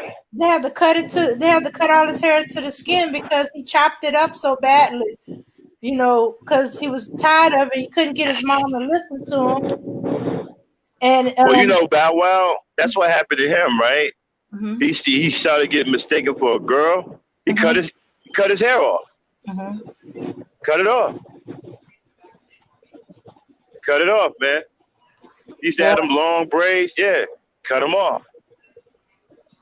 Yeah. Yeah, I mean, that's not cute, isn't it? No.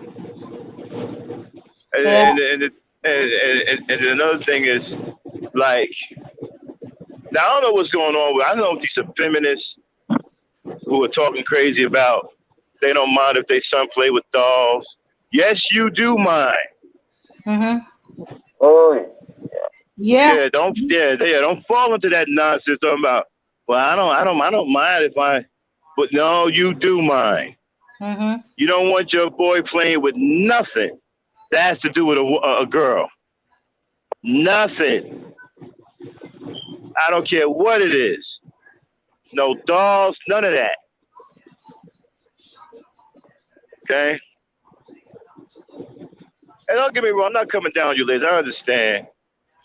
Your nature is loving, and I get that.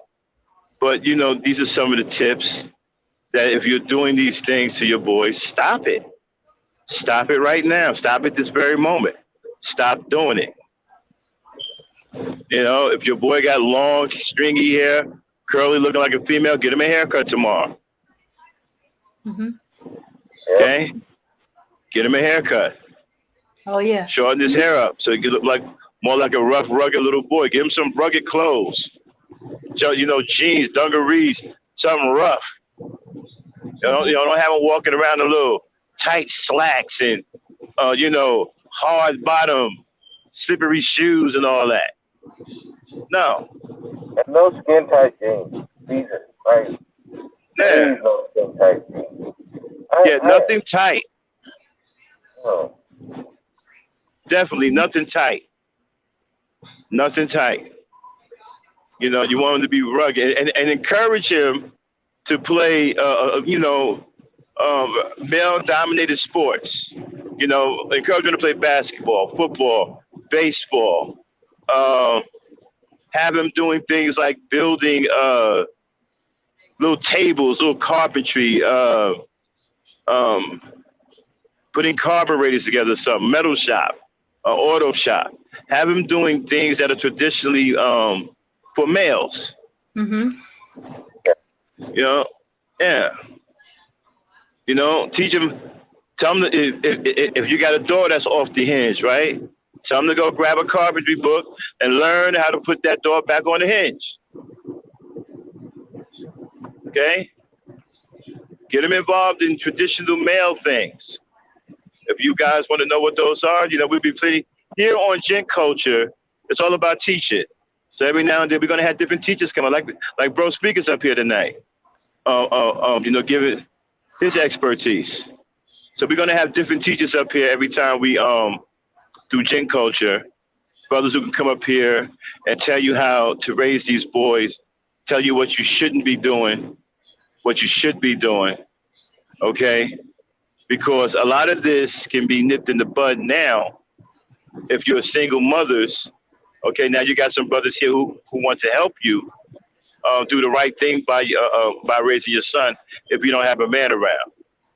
So, we're going to use GentCulture for that too, to help out the single mothers and the do's and the don'ts, as well as teach our young boys to be, respectable men of honor and integrity. So we got big plans for GentCulture. Yeah, go ahead, Dane. Oh, and if you got them cute pink tool kits, if you got boys, don't give them those pink tools. Get them a set of tools for that don't associate with women. Or the color keep it pink. in the room saying this is your toolkit.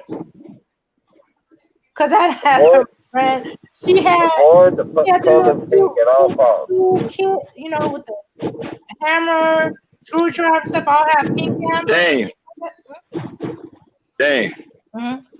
You over talking, bro? Speak. He was trying to say something. Go ahead, bro. Oh, okay. No, I apologize. But anyway, ladies, avoid the color pink for boys. Please, for the love of all. I don't care what these people say. Oh, that's not feminine. Yes, the fuck it is. Absolutely feminine. All these soft ass psychedelic colors now. You got that nutcase out there. Was it Tekashi 6ix9ine? That fool Future. Mm-hmm. Don't pay no attention to them. They're crazy. They're agents. They're here to confuse these young boys. But like Bro Speak said, no pink. Avoid all of these feminine colors at all costs. You can put your boy in some dark color clothes, solid colors. Okay, solid colors represent strength. When you got your son wearing a paisley shirt with all this shit in it, that represents weakness. And a man that can't make his mind up, whether he want to be male or female. Get your boy some strong, solid colors. Don't have him walking around with this flamboyant shit, flower shirts, and fucking high-heel Chelsea boots and shit.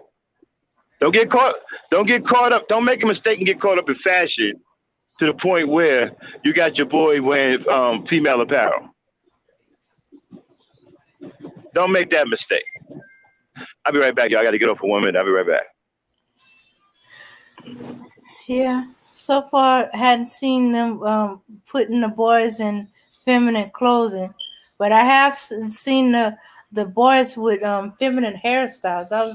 I was so glad when I saw these boys this year with short boy haircut.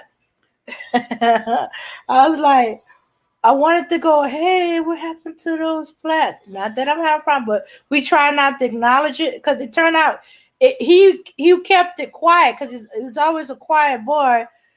He really didn't like it. He couldn't stand it, but he just couldn't get his mom to to hear him. I don't know why she did it.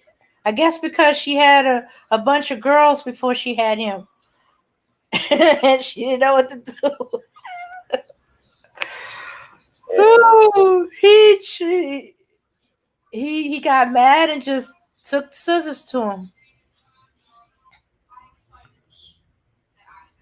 And Yeah, I finally that's got a the fact. point. Yeah, that's I sad. know It another sounds one. like Another one talked to his dad. He said, "Look, I love mom, but I can't take it anymore. I'm going to hurt somebody." Because he was getting into fights every day. well, I'm trying to understand that. I mean, Mm-hmm. where the fathers in all this? I mean, if I mean, do the dads of these boys Well, see this? And I know one. I know I know one of them, father's not in the household. I know in the other one, he keeps trying to work with try to talk to his wife, but she went through that with the postpartum because these were her last children, and none of them. She had all boys, and she wanted a girl so bad. Okay, I stopped her from doing the girl hairstyle with the plaits and the boy rest and the bolo because I said that. So she just changed it to a more masculine hairstyle. But with one of them, even with the masculine hairstyle, it looked feminine from behind. And if somebody didn't see him in the front, they thought he was a girl, and he would get into a fight. yeah, well, I Mm-hmm. guess in that case, I guess that's just genetics. It's just that's just the way it happens. So But so I'm he. just trying to. Mm-hmm. I think in that situation, that the husband had to put his foot down. I mean, I'm sorry. Mm-hmm. Look, I understand that your wife may like this, but at some point, man, you gotta put your foot down on some of this stuff. Yeah. And, I mean, it's just like you gotta protect your boys Mm-hmm. because they are. I mean, as much as I like to say, yeah, the girls are not protected. These boys are not protected as well. Mm-hmm. And there's too many goddamn pedophiles. There's too many people who wants to turn your boy into uh, uh, at the least a metrosexual, at the worst, they're gonna turn him into a goddamn transsexual. I mean, damn, we gotta. So, if anything, man, cut, cut, stop doing the feminine hairstyles. If you see them wearing, don't put them on Facebook wearing heels and stuff like that. Oh no. That that that that shit was that bothers me a lot. I About the closest I came to seeing that was this little boy who wanted some gators, not the dress shoes, the boots. what the who? We live in the country, cowboy boots. Okay, cowboy boots I can understand, Mhm. but you know, I luckily hadn't seen them dressing the boys like girls. I don't think that would have fly. Nah, nah, nah, nah. We can't do nothing about the hair. Because but the clothes, no, no, no, no, no, no, no, no, no. Although we did have one, I could have sworn it looked like he was wearing a skirt, but no, he was wearing some shorts. It's just that he's so skinny, they couldn't find any in his size. So they got as close as they got and they tightened the belt.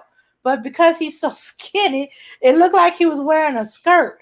And it didn't help. Like if he wore his shirt outside his pants, like when he go to the bathroom, he'll forget to tuck the shirt back in. You think you're looking at a girl wearing a skirt because he also had long hair, but that was a little white boy. And I was like, who's this girl? That's so and so. I thought that was a boy. It is. Why is he wearing a skirt? He's not wearing a skirt. Don't say that. It's like, well, that's what it looks like. Nah, his shorts are too big. And you know, you tighten the belt on it and it didn't help. I said, boy, tuck in that shirt. And then you can see that he's wearing shorts. Wow, that's crazy.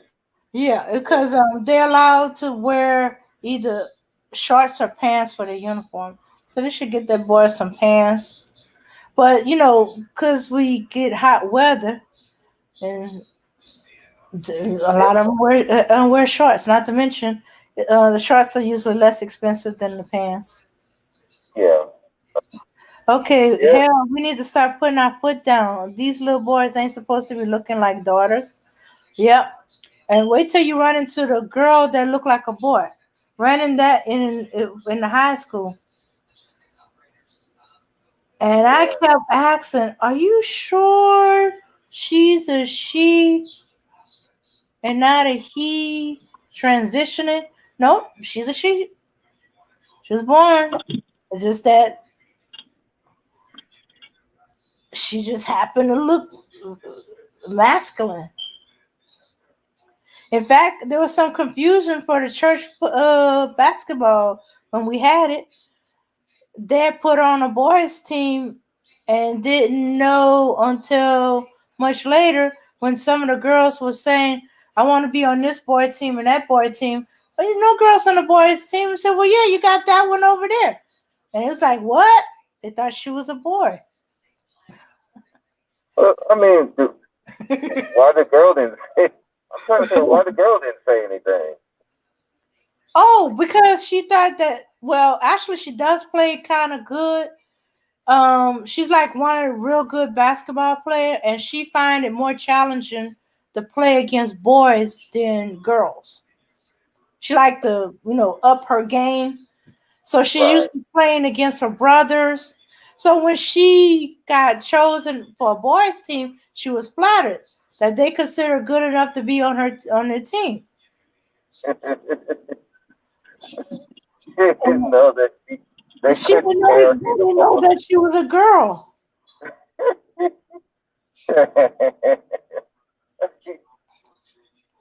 I think that So might cause us some problems later in life. No. so it just so happened one of the teams had an uneven amount of girls.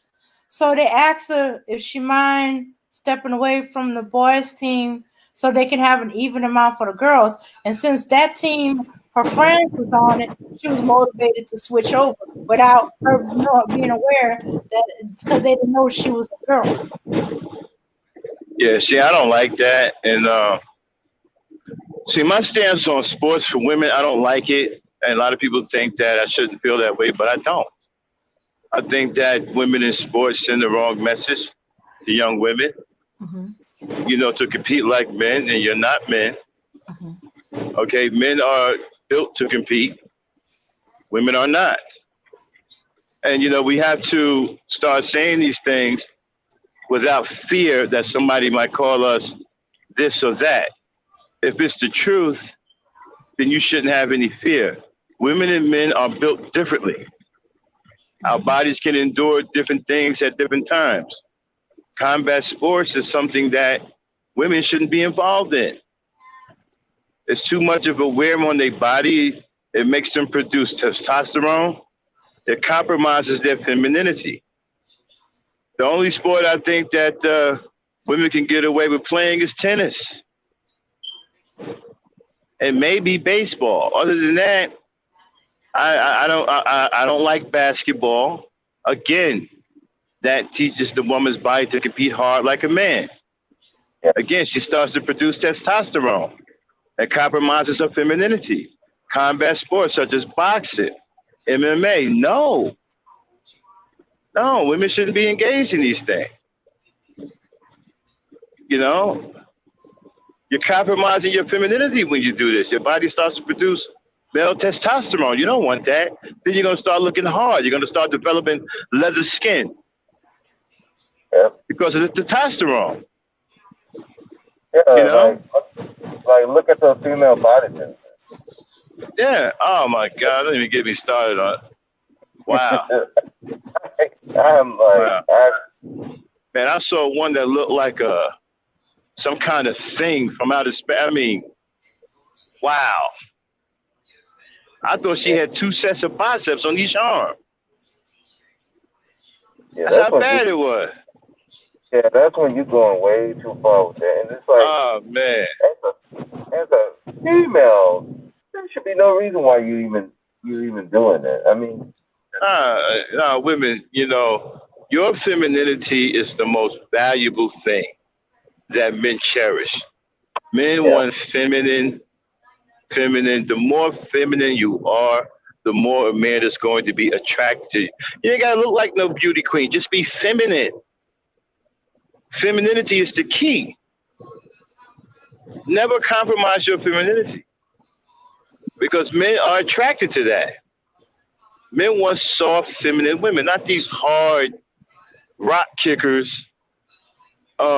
That are doing super uppercuts. You know what I'm saying? And like when it comes down to it, like a woman wants a man with a hard body or whatever, right? A, a muscular body. Well, men want women with soft bodies, soft feminine bodies. And you don't want to hug a woman if she's hard rock, because that's gonna screw with the man's thinking. You know what I'm saying? It's gonna screw with this thing. Well, wait a minute, am I hugging a woman or a guy or huh? What was that? What happened? Bro, speak. Oh, he must be dealing with something.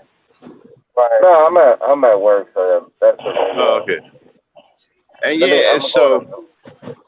right, and so this is why I'm dead set against women in combat sports. Anything that makes women produce testosterone, I'm strongly against. Women don't need male testosterone. Your femininity is enough. That's all you need. Men cannot resist femininity. I'm telling you that right now. The more feminine you are, the more a man is going to be attracted.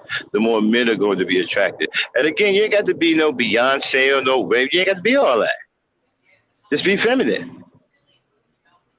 Yeah, and I think what was sad that a lot of women confuse, dressing, um, uh, showing a lot of skin as being feminine, and that's not the case. Mm, You you can just dress normally and be feminine. that's right. That's right. You can dress in a normal outfit and be feminine, and a guy will be attracted. Yeah, because Mm-hmm. I mean, when you're showing too much, so it, you know, yeah, that kind of excites some dudes. But after a while, you see that enough. You just like now you just some guys. It's like now you're just begging for attention, and nobody, a real man is not be impressed with a chick that's just begging for attention. And the ones that are going to use that, they're going to use, uh, they're going to try to use you, get over on you. So yeah, that's Yeah, important. Just be feminine. Just act like a lady. That's that's pretty it. much all you So, can do. so you got to do. You don't have to do nothing extra. I know you got these guys out here trying to make you jump through hoops because they got mommy issues and they want to see you do a song and dance routine. But in the grand scheme of things, you don't have to do none of that. Just be feminine. That's all you got to be. You ain't got to come out here and try to be something you're not. Just be feminine. That's something you know that you can do. Just be feminine, and you won't have any issues. And you definitely don't need to vie for attention because if you're just being a feminine woman, oh, you're gonna get the attention. You could be sitting somewhere in Starbucks, just dressed casual, but the way you are, the way you present yourself, very feminine. A man is going to see you, and he's going to be attracted to you. Yeah, he's going to see you. The more ladylike you act, the more men will. Oh, the more men will catch. I'm sorry. The more you will catch the attention of men.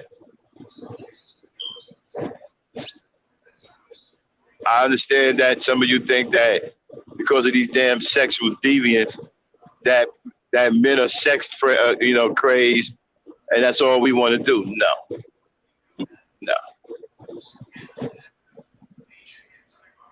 that's not who we are. No, if anything, that turns. If you showing too much skin, that turns a lot of dudes off. Like I said, it just screams, I need attention. I remember there was one chick I was talking to, and we were talking, and then I get these pictures on my phone, and I'm just seeing like naked pictures everywhere. I'm like, what is this? Did somebody mess with my phone? And it turns out it's her. And I'm like, why are you sending me all this stuff?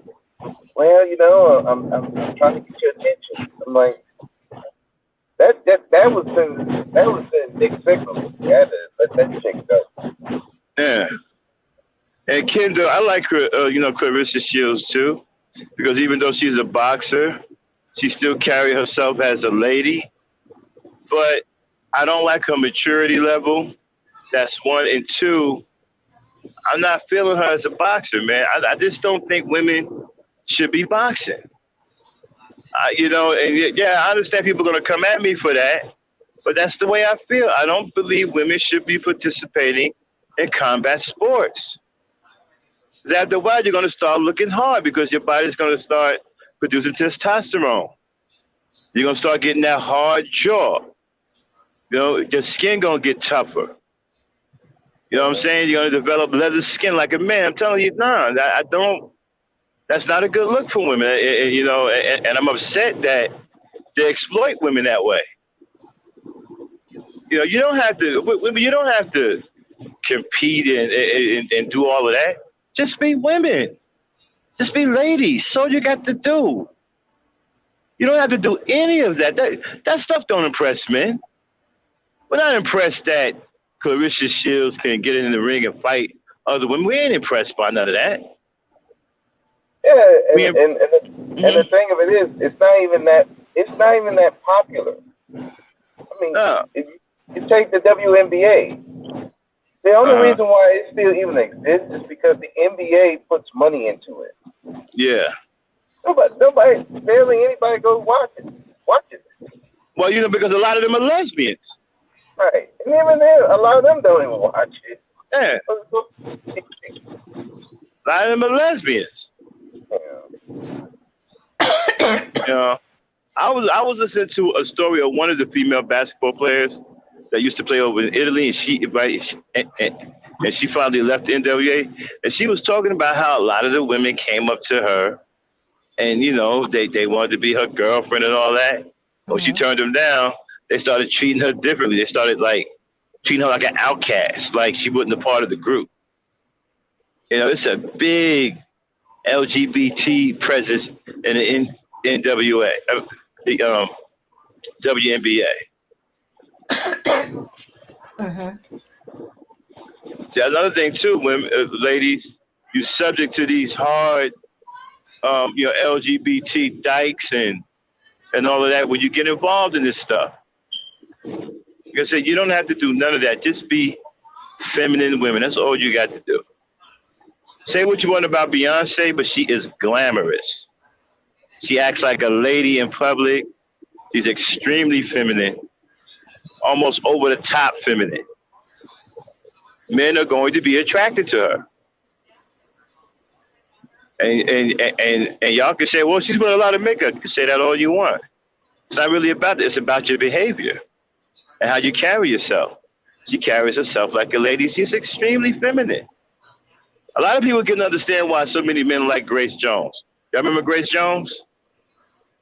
Yeah. Remember Grace Jones? Right? He used to say, "Oh, she ugly," right?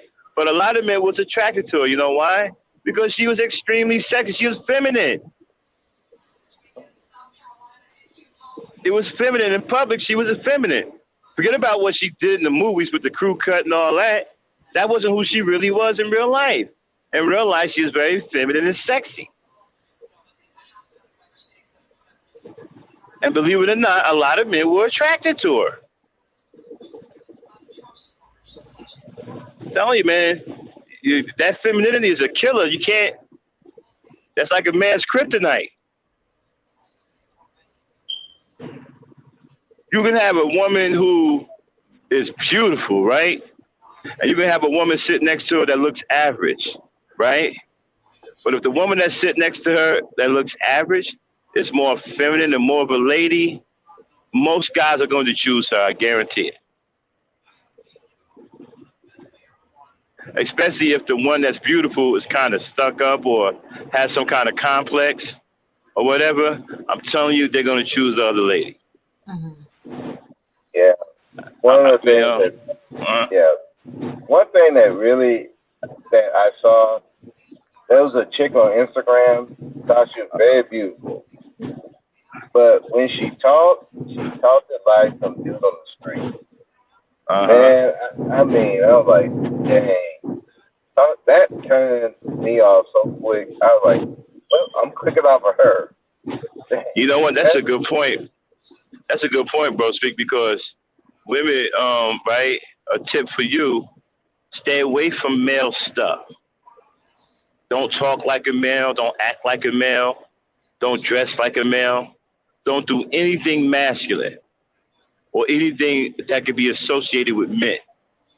If you see niggas out here talking crazy in the street, don't you talk crazy in the street like them.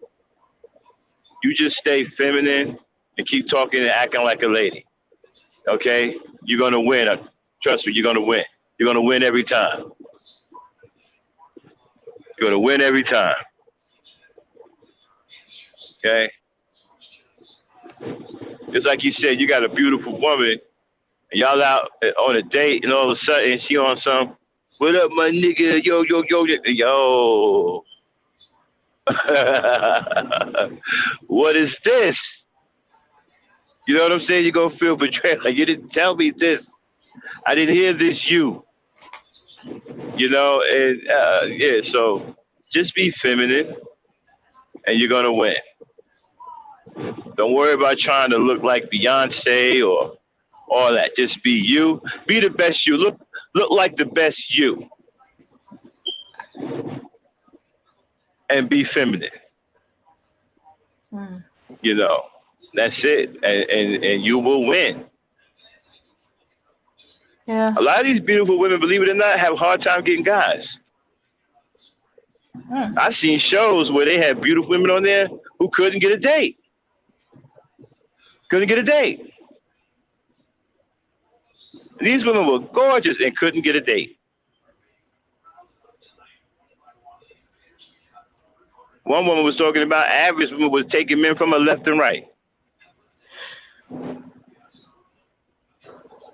Whoa. Couldn't get a date. All that beauty and can't get a date. Yeah. So you got to be careful. Sometimes that beauty will work against you. Dame? Yeah. Yeah. Okay. Let me see. Well, Kendall was saying that he agreed with you about the combat sport, but he don't have a problem with track and field sisters. A lot of these sisters are sexy and feminine. Okay, well, yeah, running is something natural. Yeah, that's fine. Track and field is fine. Track and field, tennis, where the woman is doing something that comes natural to her, like running, you know, that's fine. I'm talking about the hard combat stuff that produces testosterone. That is what you want them to stay out of. You know, because who was the fastest woman at one point? Flojo. Flojo was fine. Ran like a gazelle. but as sexy, as feminine as she want to be. Okay, so running is natural. So, I'm not worried about that. Natural things ain't worried about. Okay? It's the unnatural shit, the hard combat stuff. That's not something the woman should be engaged in. Combat shit is for men, not for women. I know these feminists done came and fucked everybody's head up, talking about a woman could do everything a man could do. No, you cannot. Let's stop. Let's cut it out. Now let's be real. Let's be realistic. Okay? Men and women are different. You cannot do everything we can do, and we cannot do everything you can do. There's things that you can do that we can't do. And there's things that we can do that you can't do, and other things that you shouldn't try to do. We're built differently. Jackie Joyner. Melanated Misfit was saying Jackie Joyner, Max, and she had asthma. Yes. Jackie Joyner Kersey. But you know one thing about Jackie Joyner Kersey? A lot of people say that she was unattractive, right? But she was very feminine. She carried herself like a lady at all times. You never once heard her talk raunchy or crazy or act unbecoming of a lady. Mm-hmm. And she ended up attracting a husband. That I believe she's still married to. A lot of people thought that she was very unattractive. Yo, man, I don't want to mess with her. But her femininity got her a husband. Telling you, that femininity is a killer, ladies. It's an absolute killer, I'm telling you. Men can't resist that. The more of a lady you are, the more a man is going to be attracted. He's going to want to know what's going on with you. He's going to be curious. Like, hey, what's going on with that lady over there? He's going to want to see about you. He's going to want to know more. He's interested. What's going on with that lady over there in the corner? There could be a bunch of women in there. They could be acting crazy, right? And you could be the only lady in there, and the man will spot you in the middle of the crowd. Mm-hmm. He will spot you in the middle of the crowd. You could be in a whole bunch of other women bugging out. If you acting more like a lady, he's going to find you. Because when guys come into a club, right, the first thing they do is they scan.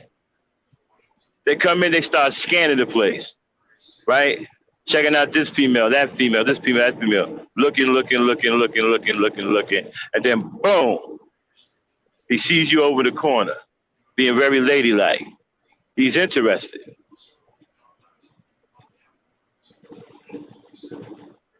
But it's that femininity that attracted him.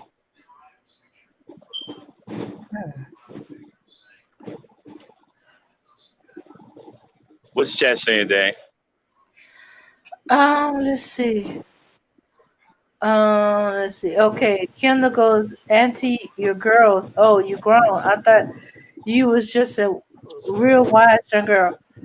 LOL pieces. Because she said earlier that she couldn't see how women could be boxing because once her girls came in, she stopped getting into fights because she had to guard her girls. So she can't see how they do it while boxing. You ever see Ann Wolf's daughter?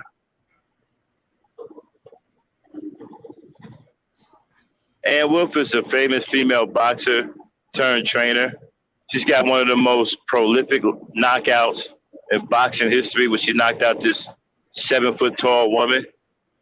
She got a daughter. You ought to see her daughter, right?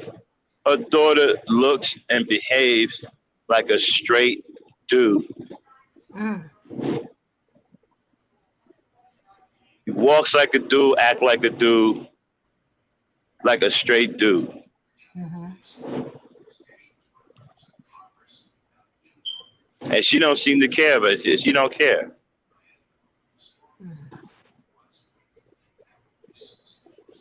She don't care. And her daughter's a heavyweight boxer. Yeah. Box like a man too. Got to stance like a man. All of it. Nothing feminine. Nothing feminine about her anymore. Okay. Who's Simone Biles? Oh, Tell me about her. she's a super elite gymnast. Oh, okay. Very beautiful girl. Yeah, she Everybody goes with. avoid Ann Wolf. Okay. Yeah, Ann Wolf is. First of all, Ann Wolf built like GI Joe. Oh. Okay. Oh, and don't forget, there's a female wrestler. I'm trying to remember because she was in a Medea movie, but her jawline keeps making me think she looks a little See, masculine. what we have to do as men and women, right? We have to stop accepting this garbage about each other that society is trying to force feed us. Women, don't you accept men being feminine. Don't accept that, Uh-huh. right? And guys, don't accept women being manly. Don't accept that. Uh-huh. Yes, absolutely. Don't stop. Don't. And it's a sad thing when you see you see guys who act very feminine, and you got girls hugging up on them. I'm like, Mm-hmm. it's like, man, it's messed Right. up. Yeah. So yeah, we definitely got to stop that. That's Got to stop that. yeah. We got to stop telling them that it's okay. It's not okay because they're destroying your very nature. When they make you act masculine as a female and have you engage in things that produce male testosterone, they are destroying the very essence of who you are. And that's not okay. You're not a man, you're a woman. Uh-huh. You're a beautiful woman. They're trying to destroy that by having you compete in male dominated combat sports. So you can end up developing like a man to destroy your femininity. No. Yeah. I think the wrestler you talking about, Dane, that's China.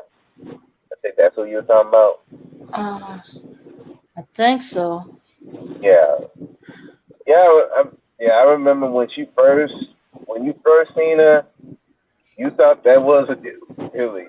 But then, she got out of surgery, trying to look more feminine as she got more popular. She even had her in Playboy. But then once she left the WWE, yeah, she took a long time, started going in the porn and all that stuff. Like just that thing that just destroyed her mind because look, she getting into a male dominant sport and was trying to do all the surgery to be a woman, and then once that company let her go, then she just got lost. Uh-huh. Who y'all talking about? The wrestler China, remember from the WWE? Oh, China. Yeah. That's a dude, right? No, that's a woman. No, that's a woman. That was a woman. I think what you said about her, about being in a male dominant sport where you build up muscles to compensate, you start to look more masculine. Yeah. Start building. Yeah. I think that was the case with her. But she wanted. Once you start producing testosterone, that is the beginning of the end of your femininity. Yeah. That is the beginning of the end. But Melanie pointed out Layla Ali was muscular, but she was still feminine. Very feminine. You know why? Because her trainer kept her away from. He never trained her like a male. He trained her like a female. He had her doing natural things that women would do. She actually did push-ups on her knees. Oh, she didn't do male push-ups. Oh, okay. She did a lot of cardiovascular. She didn't lift weights. Okay, she didn't lift weights. Yeah, that He was kept smart. her right. He kept her away from the testosterone building shit. Okay. You know what I'm saying? And plus, she didn't stay in it very long. She got out of it. You know, and now she's very, very ladylike, very feminine, Mm-hmm. right? And then also, ladies, testosterone fucks with your voice too. You know, you get that soft, feminine voice. You fuck around and get these combat sports and shit. Next thing you know, you start sounding raspy and whatnot. That's Yeah, I do. testosterone doing that. Mm-hmm. And all of a sudden, that soft, dainty voice of yours start turning into some, hey, what's going on? Let's get. Come on, you don't want that. You don't want that. You know? What happens is you become a fetish now instead of Right. being liked for your natural self. No, now you're being liked as a fetish. Right. And so we have to stop giving into society's pressure that's trying to push this bullshit with each gender. No, it's not okay for boys to act like girls and boys to be effeminate.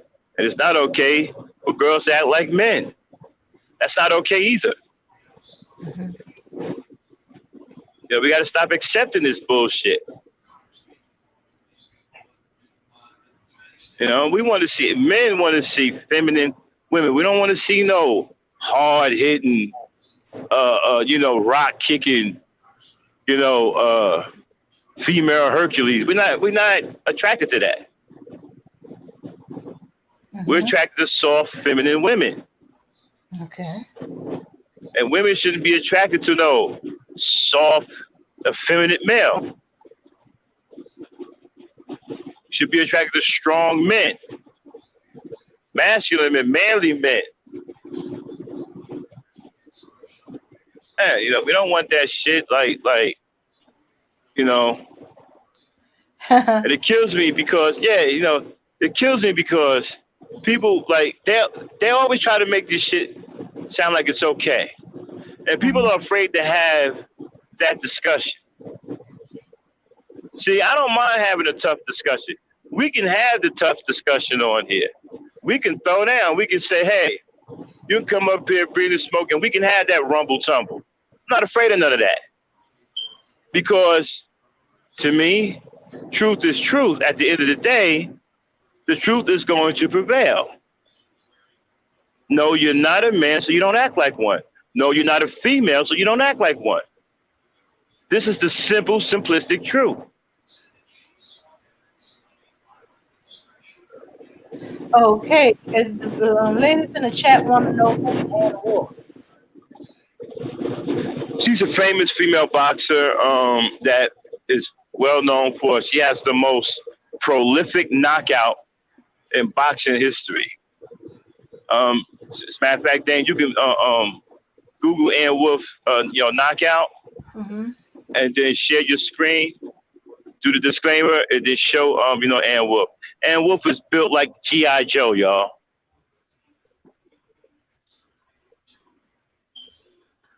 Built like absolute G.I. She built like G.I. Joe.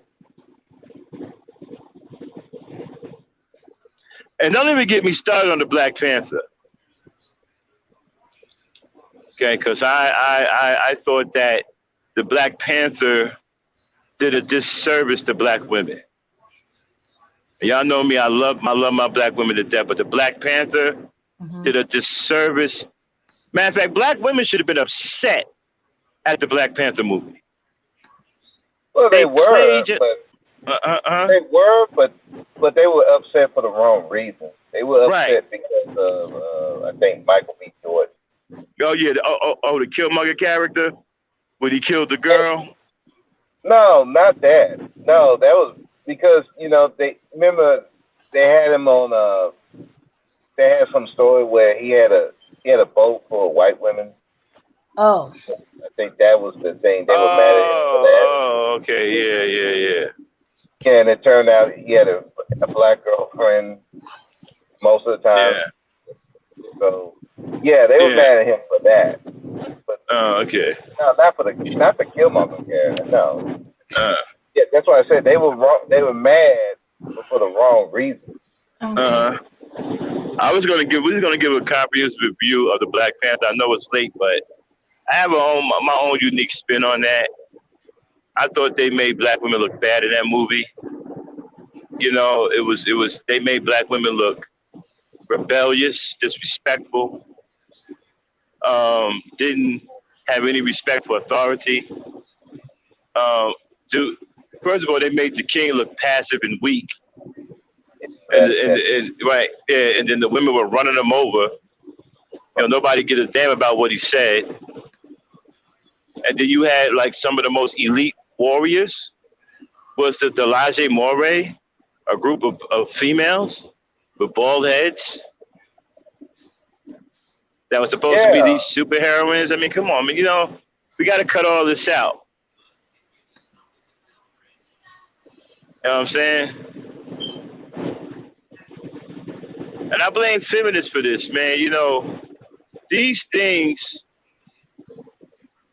that you got now, here's my problem with the whole thing, right? Okay, they had the women in there fighting and all of that. Okay, I get it. But we see if you look at the movies with the white women in it, right? When they got the white women playing these heroines, they still look feminine. Like, you're not going to look at the Black Widow and say she's a man. Natasha Romanoff, right? Who plays her? What's the girl's name? Saint something. The ex-model or whatever. The one that says has a black girl body. Who plays the Black Widow in the Avengers? Scarlett Johansson. Yeah, Scarlett Johansson, right? Nobody's gonna say she's masculine, and she's kicking ass in the movies, right? You look at when they put the black women in there, right? They all look like fucking, GI Joes. Mm-hmm. Masculine as I don't know what. Something wrong with a woman with a bald head, but when you put a woman with a bald head in a role that's traditionally for a male, it don't look right.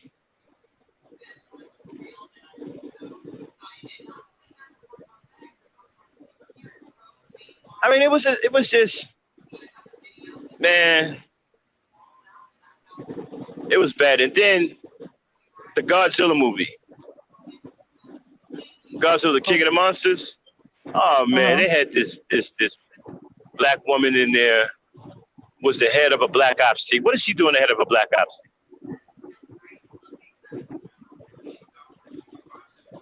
Some old crew cut looking dyke, the head of a black ops team, an elite team like that. Come on now. Has never ever successfully completed black ops training.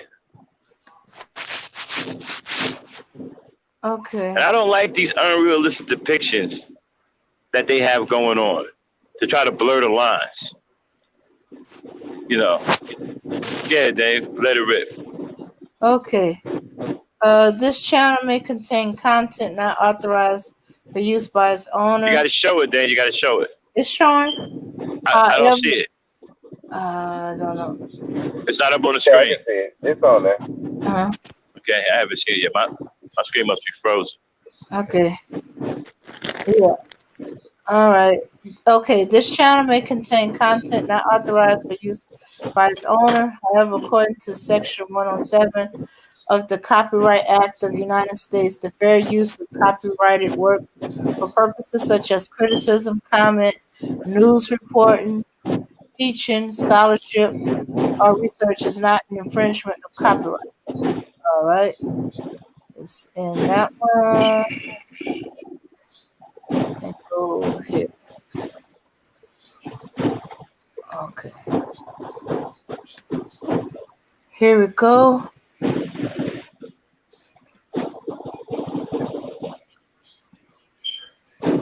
Okay. That's Ann Wolf right there. Or not the white chick. Yeah. Though she does look kind of masculine. Oh yeah, then get to the fight part. They're gonna Ann Wolf right there, y'all. Introducing first, fighting out of the red corner. She weighed in at 170 pounds and wears tonight the trunks of red, white, and blue. Her record, unblemished in 8. Dang, skip to the fight. Oh, okay. I thought it was about to go into that. Yeah, I don't want to get into all of the introductions. Black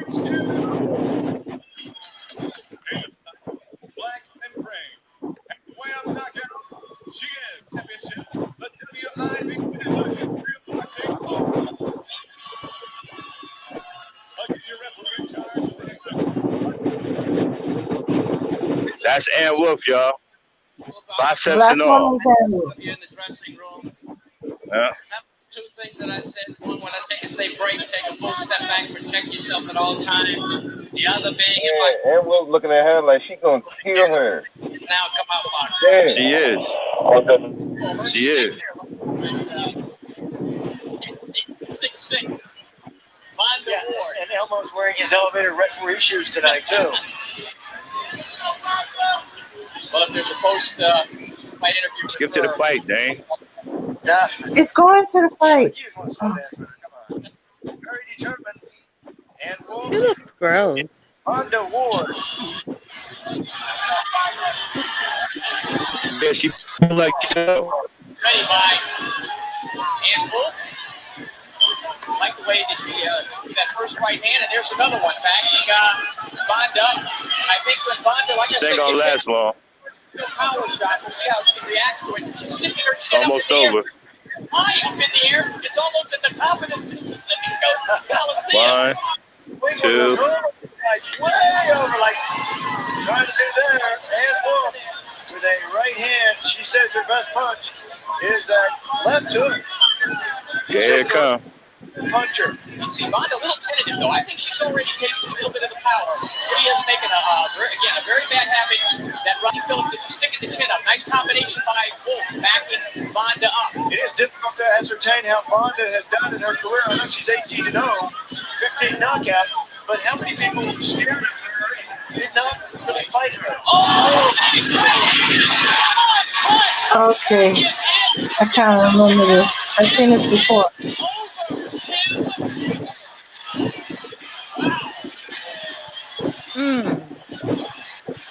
There you go, folks. Owner of the most prolific knockout in boxing history. A jubilant. And that is probably the best knockout. Okay. Yeah, she put that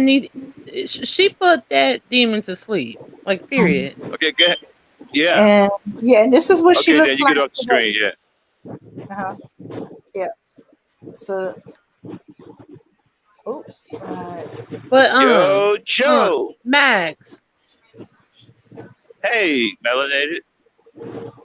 Hey, brother. you Remember doing? like our What's old going I'm great. Remember like our old horror movies, like when we first started getting on the big screen, and like our old horror movies from like the excuse me, like from the 70s. Yeah. You remember Blackula? Yeah, like when Blackula, Blackula would only kill like dark skinned women, and then only the light skinned women would be, surviving and stuff. That really like resonated with me because like I mean, of course you all know I'm into black horror. So like a couple weeks before Halloween, I had watched Blackula for the first time, and I noticed that when he had first came out of like his coffin, like the first person he killed was like a brown skin, a dark skinned black woman. Right. But like the light skinned black woman was his love interest and all that stuff. But yeah, they always do this kind of shit to us. They always make it seem like, like our dark skinned sisters are the warriors, and then our light skinned sisters are like, the soft maidens or whatever. But yeah, that's all I want. I don't even know. You know what? Did they even have any light skinned sisters in the Black Panther movie? Yeah, they were there. Remember. Yeah, one of them was the the female. Yeah, because I don't even remember. She was the one that was killed. The warrior. Oh, See, that's what I'm saying. Like they always make it seem like, like we're super duper soft, and like our brown skin sisters like this. Max, remember like a couple months ago when we were telling you to watch Get Out? I think you ended up falling asleep. Yeah. Yeah, but do you remember when Chris was in the house with the dark skinned sister and she was crying and she was telling him like, brother, Well, I you need haven't. to get out of here, whatever. Yeah. Well, I haven't You know, seen it's it like yet. yeah, But Max, you was tripping because you said you was gonna watch it that night and then you ended up falling asleep. yeah, I ended up falling asleep. But yeah, like you gotta really watch it because there's always this scenario to where, okay, dark skin, brown skin black woman, you either get killed or you're like the warrior, and you give the message to our brothers, and then the light skinned woman is the, like the victim, and Or the love yeah, they interest. always do that to us. Yeah. But like I said, we got to start loving our women better, and we got to not accept what society is trying to do to our women. We got to fight against that. Same thing with the women, with the guys. Don't accept that shit. They got black women right now are the ones who are the most accepting of homosexuality. And you know what? And black women got to stop doing that. And black men got to stop start getting on people who are depicting our women as masculine. We got to stop standing for that. We got to start standing up for our women. No, our women aren't masculine. We don't want to see our women masculine. Don't make our women masculine. We don't want to see that. Yeah, well, it's hard when like you as a woman, like I'm not an advocate for like these people, but like as a Uh, woman, like you will fall out. Like Max, you're a man, so I mean, of course you're not, what I'm saying, you are an authentic black man, so of course you're not going to fall out with people about this, but like as a black woman, if you say something to other black women about advocating for this, they will drag you to hell. Like black women do not like as a black woman, I could never say like, oh, I don't advocate for this. I don't like this. I'm tired of these people trying to take my place. I want you to get out of my spaces. I don't want to be an advocate for you. Black women are going to drag you. See, this is I've seen it why too many times.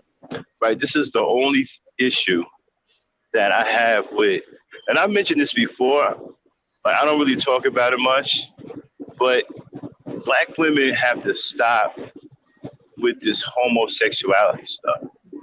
They're just too accepting of it. Every time you turn around, it's a sister talking about it's okay for him to wear a dress. It's okay. No, it's not. You got to stop doing it. Because what they'll do is they'll turn around. What I don't like about it, okay, fuck the fact that you're, advocating for something that's unnatural and that'll hurt your sons. Right. Okay, exactly. Fuck the fact that, I mean, this is literally hurting your sons. This is hurting your children. But then you'll turn around and advocate for these people, and then they make fun of you. Gay males call us fish. Yeah. They call us names and stuff, and you'll be like, oh, I'm not saying that I'm against them, but I just wish that you would stop doing this and you would stop doing that. Why are you asking them to respect you when they shouldn't even be around or like in your spaces? They don't even respect us at all. They don't have first of all, they don't have no grounds at all anyway. They're not women. Do. Max, they do, because black women, this is the thing. I guarantee you, if Dame, Ann, Mika, Yvonne, all of our sisters, highly favored, all of our sisters came in the space one day and was like, well, I'm not your ally. Like, I don't want you in my spaces. Like, I'm a real black woman. I'm not your quote unquote sis. Right. I'm not fish, and I don't want you calling me this. Do you realize the way that they would drag us? And then other black women would come behind them and be like, oh, who the fuck are you? And you don't treat them like this. And what if your son was like this? Max, I don't think you get it. Like, you as a black woman, you can't even say that you don't like this. because they'll just start talking shit and saying, like, well, fuck you. You better do it, or because you're the same as a white supremacist. It's not right. I can tell you one story. My mother, friend was like, I don't know how the conversation got to that, but my mother was like, look, nah, I don't deal with gay men like that. I don't like gay people like that. Her friend they got into an argument over it, and her friend stopped talking to her for a couple of weeks. Over a gay dude. Yeah. I'm like, yeah, and there was one thing that happened that, I mean, it was just like, it bothered me. There was this one guy, that was talking about, he don't like, he dates Hispanic women, and he was kind of explaining why he deals with Hispanic women over black women. So the other guy up there, what he did, he took some water, or I think it was water or alcohol, whatever it is, threw it in the guy's face. And there were women was cheering that, and I was looking at that like, that's not a masculine thing to do. That's a feminine thing. That's women do that. Not men. Men don't just throw water in dudes' faces. But that's the problem. Like, that's what they do. Like, when you, like, as a man, like, when you and to me, like, I was listening to a group chat the other day, and they were breaking it down to misogyny, and I didn't think that it was misogynist, but when they broke it down, it was really what it was, because even as a man, you still, like, even though, like, you're feminine and you wish you were a woman and you hate women or whatever, your testosterone is taking over, and you're still trying to ingratiate yourselves in women's spaces, and you're trying to abuse them. Like, you're using your testosterone. Like, that's just like if you're gay. And, like, Lord forbid I start letting you be around me and my friends for whatever reason, even though I would never do that. But if I were, like, you would feel like, okay, I'm a woman too. So I can throw a drink in your face because I'm a woman and I have sex with men. Like, fuck you. See, that's how somebody gonna get killed. See, now we talking across some lines now. Right. Yeah, and then when you say you don't like this, you have all these other black women that are like, oh, you can't do that. Like, how would you feel if your son was like this? And I'm like, no, I've taught masculinity to my sons, so my sons are not gonna, I've taught my sons what it is to be a black man, so my sons are not gonna be like this. I don't think so. Right, we was just talking about that earlier, about how you shouldn't show your boys affection. Only the mother is allowed to get away with that. The father should never show his sons any affection, because you don't want your sons to mistake affection for guys. You know what I'm saying? Oh wow, you don't want I never him to thought start about thinking, it like yeah. You don't want him to start thinking that it's okay for him to hug other guys. that another man should be doing that. Yeah, exactly. Oh wow, I you only never, need that to the because mother. I used to jump on, like, my ex-husband, like, you never hug the boys, you never. No. Your ex-husband was right. A man don't show boys affection like that. Okay. I mean, I didn't expect him to kiss them, but at least a nice hug every now and then would be great. But he didn't. I know, and and I understand it, because women, y'all are so loving. You got a natural nurturing spirit. You're very loving, and I get it. You understand what I'm saying? So it's kind of hard for y'all to understand how we treat boys. It look like we're treating them harsh, right? It looks like we're being too tough on them, but we're not. Trust me, they're a lot stronger than you think. Oh wow. Yeah. Yeah. Boys are a lot stronger than you think. And it looks like we're being tough on them. It looks like we're being harsh on them, but we're not. Because Max, I don't know if you listen to Dr. Phil, but Mm-hmm. like he says stuff like it's always healthy for like like every child to feel a healthy relationship from both sexes. Like, so a little girl should always feel a healthy relationship between her mother and her father, and a boy should always feel a healthy relationship from his mother and his father. So I just felt like, don't get me wrong, I never expected for my ex-husband to love up on my boys the way that I love up on them. But like I was saying, a nice hug here and there would be nice. But he never did it. Like once they turned 2, like he never hugged my No, boys, like ever. no. I Like was saying 5. he just I pats them was, on the head and gives them yeah. money. Like he doesn't, like he never hugs them or anything No. ever. So that's what he got a mama for. You see, I was saying 5, right? Some dudes at 3, it's over. Once a child turns 3, that's it. You don't pick him up no more. You don't. No. That's what they got a Yeah, mama for. like Let his mama do all that. oh No. wow. Yeah. I feel like Yeah. You I don't done want. You don't fucked want your up. boy. Yeah. You don't want your boys getting their wires crossed. That's why you got a lot of effeminate dudes now running around here hugging other men and loving other women, and they don't know. I'm sorry, loving men and don't know how to love women because they associate love with men and they hate women. They But like, associate okay, affection with men. well Max, as a man, like excuse me, like wouldn't you be able to differentiate it? Like, okay, like I hug my dad, but like I don't hug like other niggas on the street. Like I don't hug my friends. Like I don't know, like there was like I don't know, like after 3 or 4, there were no hugs ever again. Like No, when your I don't dad, n- talking about from your with dad. my boy, no, with my boy's father. Like Oh yeah, yeah, there were no hugs like yeah. Nah, ever again.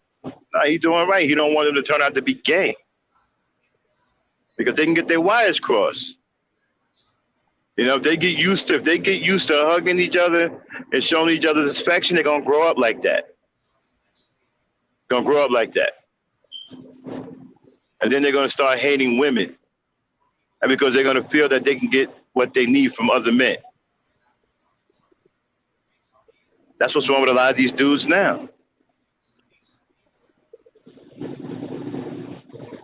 Like you Oh talking about, wow. oh, well, the woman, well, the mother hugged him tonight. It ain't the mother.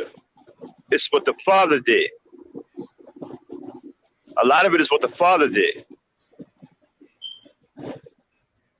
You know, So you think like healthy love, and I don't know, like I do agree, partially agree with you. So you think like healthy love is a man, like once like a boy child, grows up out of babyhood, that a man should not be showing like an overabundance of like physical affection, to his no, son, because it's too absolutely much not. at that point. Right, absolutely not. You should be teaching his son how to be strong, teaching his son how to have integrity, honor, and respect. Love is for women, respect is for men. Men don't love each other. Men don't tell each other that they love each other. Men do not hug. Men do not show each other affection. Men do not Yeah, have like that's sexual crazy thoughts about because other men. I had got pissed off at my ex-husband because like he only tells like my boys that he loves them in birthday cards, like cuz he and I are no longer together, so when he stops by, like he just pats them on the head and he shakes their hand. Yeah, And I'm like, like this is not okay. Like they need you. And he's like, what the no, fuck you mean they need me? Like I'm taking care of them, yeah. like like and like Well, they would read me the birthday card, and he would be like, daddy loves you, boy, like keep your head up, I'm always here for you. And and as a mother, I'm like, this is not good enough. Like what the fuck are you doing? right, right, right, right. Well, they should know how to take care of themselves at that point, at a certain age, if the father taught them right. You see what I'm saying? So the father, after a while, is supposed to become like a consultant. Once his boys hit a certain age, they can finish raising themselves. And the Right, father, like if you need love and comfort and nurturing, go to your mom. Like if you go need to your somebody to mom or talk go to to your you, then right, you come to me. right.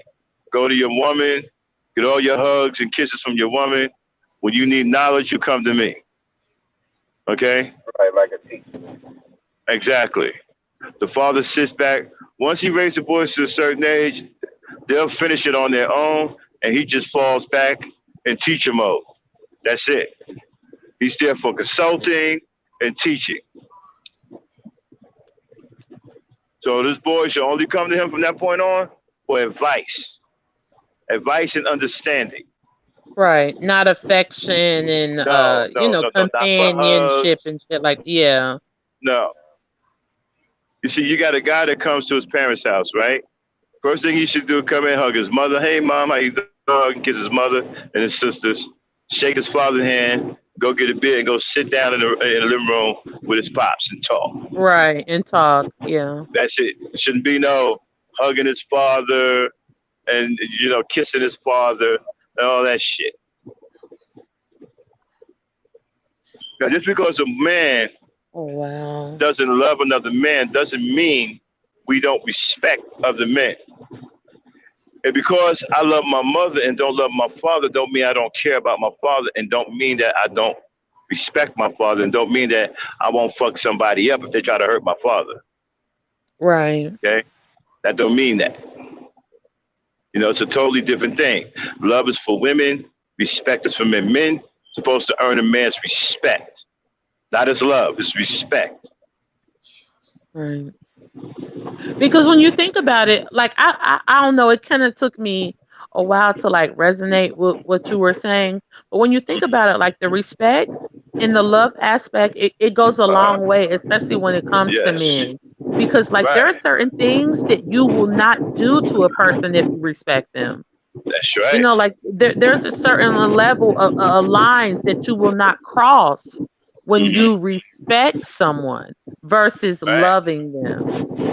And So respect is also a form of protection. Okay, because if men respect your husband, right, then they won't bother you. They won't bother your children. They'll stay clear of you. It's also a form of protection because they respect and revere your husband, and they know if they disrespect your husband, what's going to go down. So it's also a wall of protection.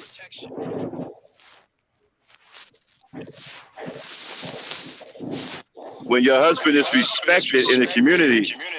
Okay, wait a minute. Hold on. What's that? Hey.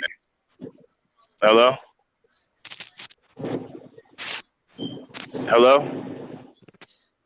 Can y'all hear me? I'm here, Max. Sorry. Yeah. And when your husband or your boyfriend is well respected in the community, then the people in the community know who you are because they know who your husband is, right?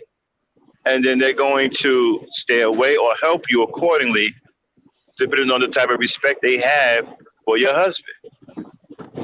That's true. And some men have big respect. Ain't nobody gonna do nothing to you in that whole community because of your husband. You know what I'm saying? It depends on the respect level that your husband has. It's also a form of protection. Other people will protect you because they respect your husband. If they see you out And somewhere, it's a level of fear and protection as right, well. You're right. right. Because if you out somewhere and they know your husband, say your husband named Levi, they don't see Levi around, but they know Levi. They know what Levi is about and how you get down. So they'll protect you just to stay in Levi's good graces because they respect him. They won't let nothing happen to you. So, respect is very powerful amongst men. Extremely powerful.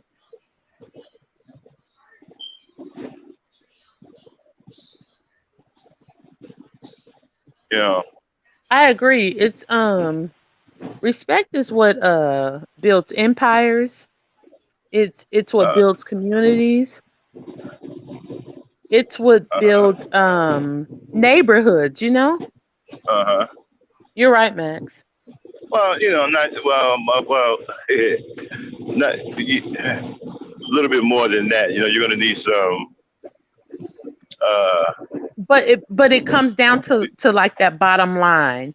You know, right, like right. remember in the movie Goodfellas when he Uh-huh, had first got inducted into the mob, and they were like uh-huh. and he was like the people around the neighborhood started carrying my mother's groceries, Right, yeah, exactly. because they Out of respected her. respect, right? Out Yeah, of there was respect. a level of fear there. Like, okay, we Right. respect these people. We know that we can't, do anything to them. So Hmm. yeah, you're Hmm. right. I don't know. I guess me as a mom, I just I mean, I guess you're right because like as a woman, I'm like, how come you're not hugging our children? And that's But fine. but that's my job, like you Right. said, or whatever. But that's fine. It's okay for a woman to feel that way because you're gonna feel that way. You're a nurturer. You know, you're loved by default. So of course you're going to feel this way and say these kinds of things. But it's up to the man to say, okay, honey, I understand what you're saying, but men are wired a little differently. Boys are wired a little differently. You know, so it's up to the man to break that down, and and explain these things. Because, like I said, sometimes the way my father treated us, my mother thought that he was at times he was a tyrant, right? Because of the way he treated his boys.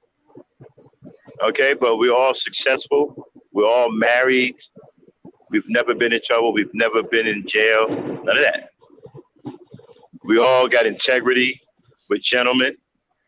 We're respectful of black women. Okay, we love our black women. We don't hate them. All of us are builders. Father raised 5 strong men.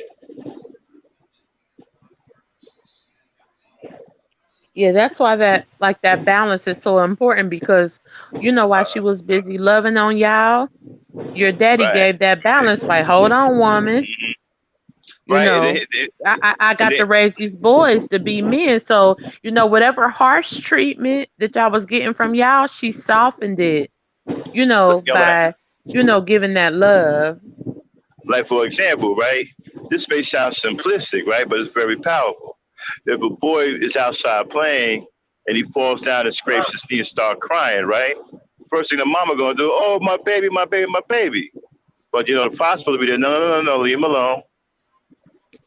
Let him stay there. He'll get up. Yeah. But no, my baby, it hurt. Leave him alone. Now, at the time, it may sound harsh because he scraped his knee, he crying and stuff like that, right? But I'm telling you, at that moment, right, that's a very important moment because the child is going to develop mental toughness after that, Yeah, it's pivotal. right? Yeah. But if you It's go in it's there and it's a interrupt pivotal that, and crucial moment. Yep. right? But if you go in there with the, oh, my baby, come here, hug me, you're going to interrupt his development of mental toughness. Absolutely. And I've seen it Right. firsthand. Right. Um, can we just revisit like the way that we've seen children in third world countries? Do do do we see how tough those children are? Yeah. Like Hey, those well, children endure shit that us as people we'll be like, hell no, I will never let my child go through that shit. Like and those some of them, children are tough as nails. are running around with rifles at the age of 6. And they'll kill your ass too. Yeah, They're not already know how to afraid of shoot. you. Already know how to shoot and everything. But no, but it's like I was telling guys before, right? You can't blame women for being women. Stop blaming women for being women. You be a man. You do what the man is supposed to do, and you don't have to worry about Yeah, a like this woman. imbalance. Exactly. Let them be women. Don't get mad at them for being women. Okay? You be a man. See, the problem is We got too many women being women and not enough men being men. Got too many crybabies, too many whiners. Don't want to be men. We Right. got a And now lot of you want women to being women. blame, you know what I'm saying? Right. Like a woman like Yeah. me that stuck around, or, any woman that stuck around. All I know how to do is love, feed, nurture, and make sure somebody get a bath every day and go to school. Like, Hmm. I mean, I can teach somebody how to be tough, to the best of my ability. But, I'm still a woman. I pushed this child out of my You, womb. you know You know what what? I When mean? I I was, don't know how to look at my baby hurt and be like, oh, he gonna be all right. Like, I don't know how to do that. I tell you, man, I swear to God, I love y'all so much. You know, when I was about, let me see, I was about, I think it was like 13, and I was getting jumped one time coming from school, and they was beating my ass all the way down the street, right? And none of my brothers was there at the time, right? I mean, Oh, these yeah, you guys, told us your sister yeah, jumped literally, in. yup, with a big old butcher knife. And I get off my brother, leave my brother, chase him down the street. Small and frail, this big kitchen butcher knife chasing these boys down the street. You know, Mhm. so I'll be right back. I Y'all got done to get off bucked for up 1 minute. as so many men talking shit to my children. I don't even know what to do. And you know what? It should be. Ready for war, ready to die. Like, you said what to my Uh-huh. baby? Like, like what the fuck you want to do with my baby? Hey, hey, hey, what's going on, Aaron? I ain't see you down there. The real Aaron Hey. Collins is in the building. Mm-hmm. Yeah. Yeah, we real nurturing. Like, y'all remember in the movie Roots? Mm-hmm. Like, I don't know, I don't watch Roots that much.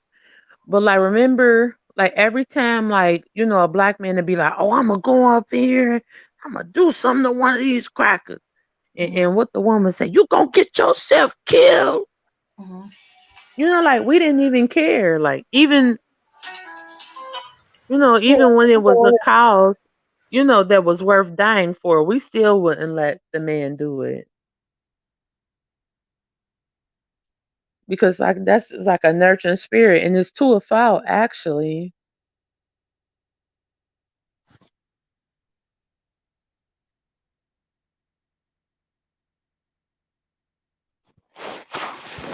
Okay. Sorry about that. Okay. Now I'm sorry. I missed part of what you said. You were saying melanated. Max will be Like, you back. know how like on the movie Roots, like every time, like, like one of our men tried to, fight back and do something, we'd be like, you gonna get yourself killed. Yeah. Mm-hmm. Like, that's just like, we wouldn't let him do it because it's Yeah. like our that nurturing spirit. Like, I don't know, like, Mm-hmm. Yeah. Oh.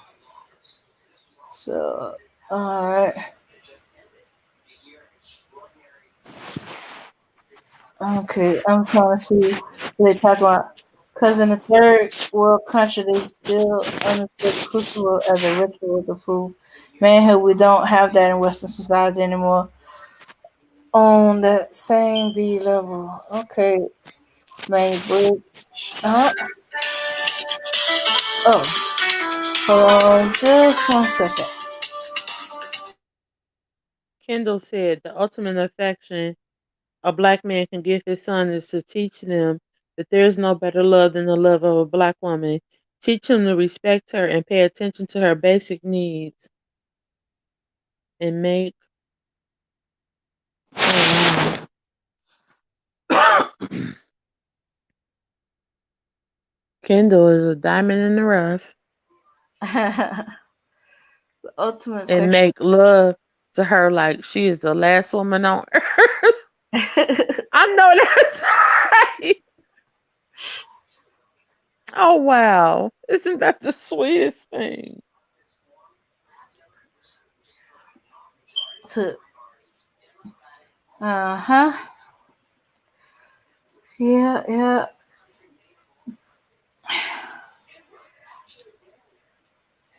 Yeah, I teach my son because he's with his girlfriend. I'm like, look, I'm not telling you to, you know, to worship her and make her your end all or be all. I Uh, said, but at the end of the day, you are gonna love her. You're gonna respect her. You're gonna show her what she shows you. And if mhm, you have a level of loyalty to her, you better show her as such. Give her the love and respect that she deserves. And I will not tolerate, you being a deadbeat dad in here or nothing. mhm, Either you're gonna love her and you're gonna be with her or you're not. mhm. Yeah. So hey, melanated. I meant to ask you. Hey, are you? Would you like to co-host with me the next time we do a smash or pass? Sure. When are you guys doing it? Oh, let's see. Um, I'm hoping to get it all together.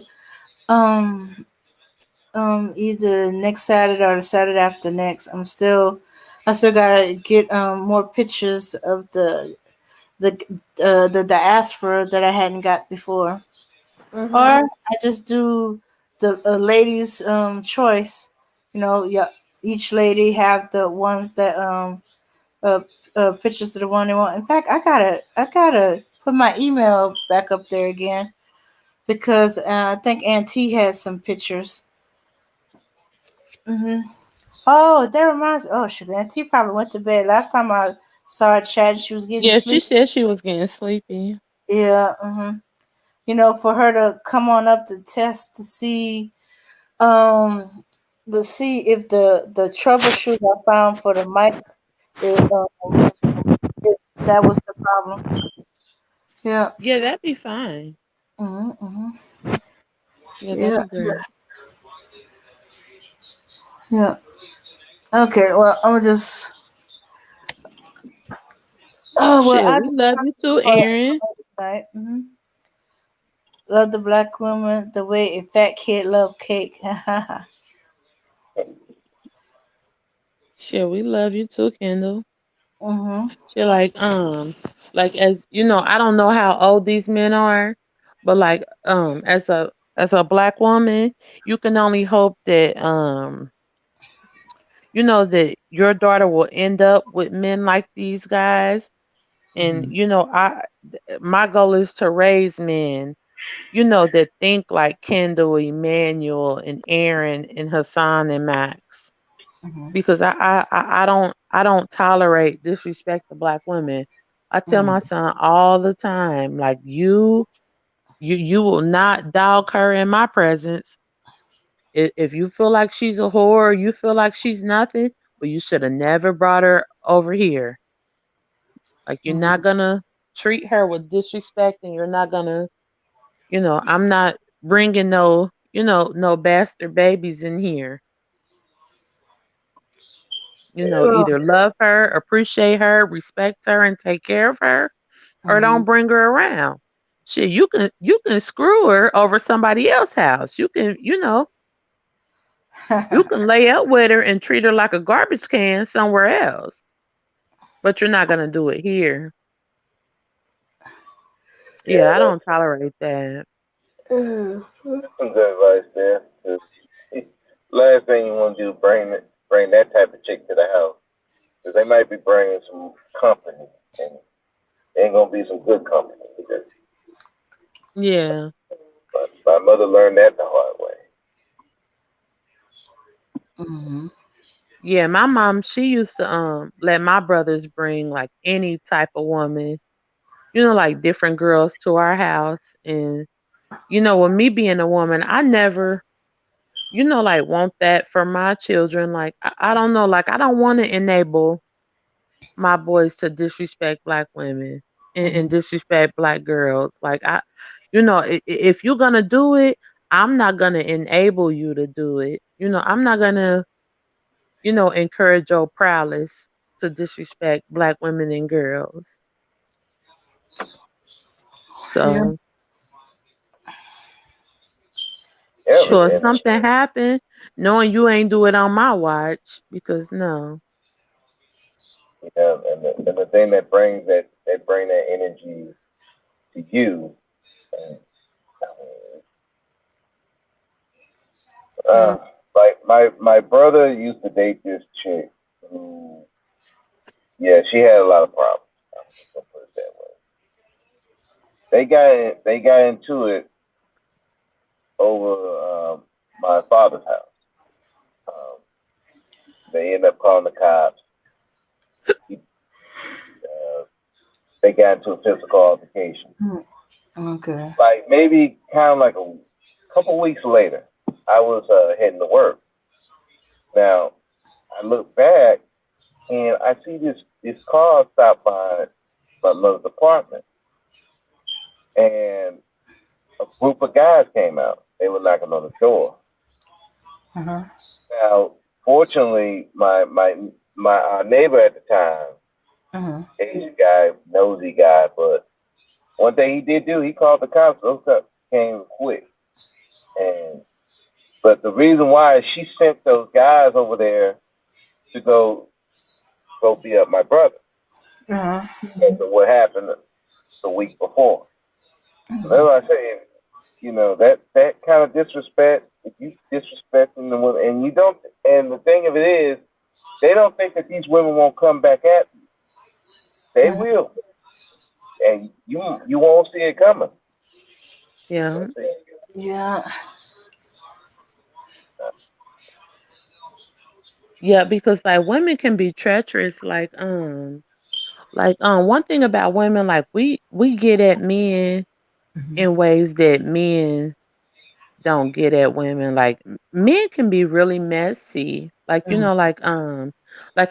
a woman says she's gonna leave a man, or even if a man just gets tired of his current life and his current wife and children, Uh-huh. especially if he's white, he'll just kill everybody because he's tired of his current situation. Well, women do vindictive shit like we poison people and we Yeah, send other people to kill you. Like every gender, both genders do things that are very vindictive and malicious. Like, you know, um I've watched many episodes where if a woman is just tired of a man, she'll just slowly poison him. And she'll just slowly turn his family and his children against him, and then eventually he'll just die, and he'll just die alone. Uh-huh. And then but like men are hyper emotional. Like once a woman gets but one thing about women, like we get tired of getting treated bad.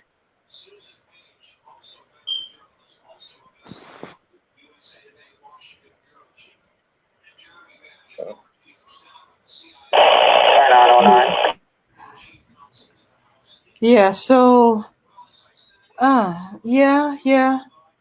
I've heard of that. That's why they said the woman that gets quiet and she's doing you wrong and she's being very helpful.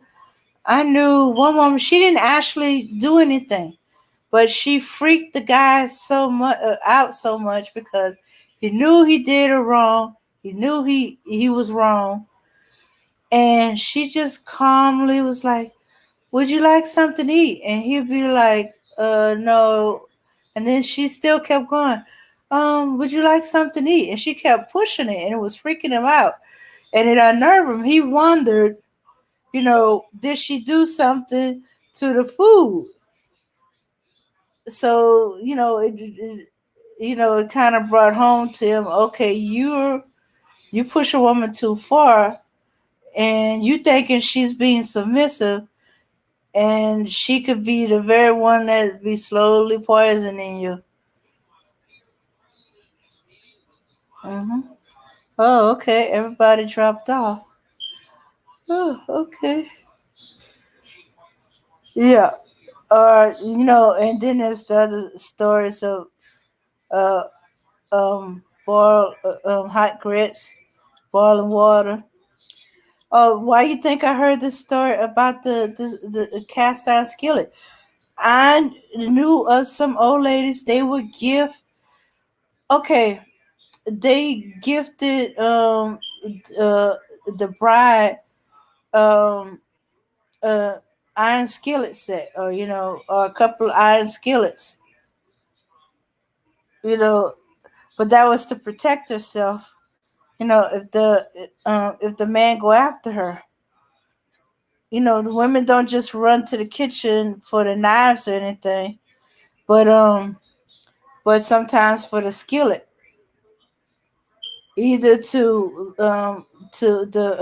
fight him off, protect yourself if he's coming at you with something, uh, like a knife or whatever.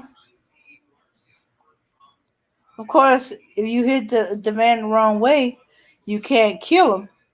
But if he's beat up on you, yeah, you need that skillet to protect yourself, because men are always physically stronger than the women, or they were.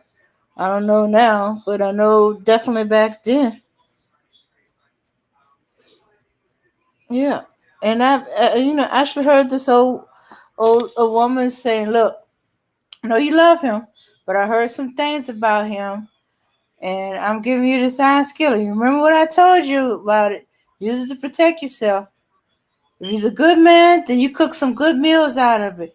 If he's a not so good man like I think he is, you're gonna need that iron to protect yourself with." Hmm.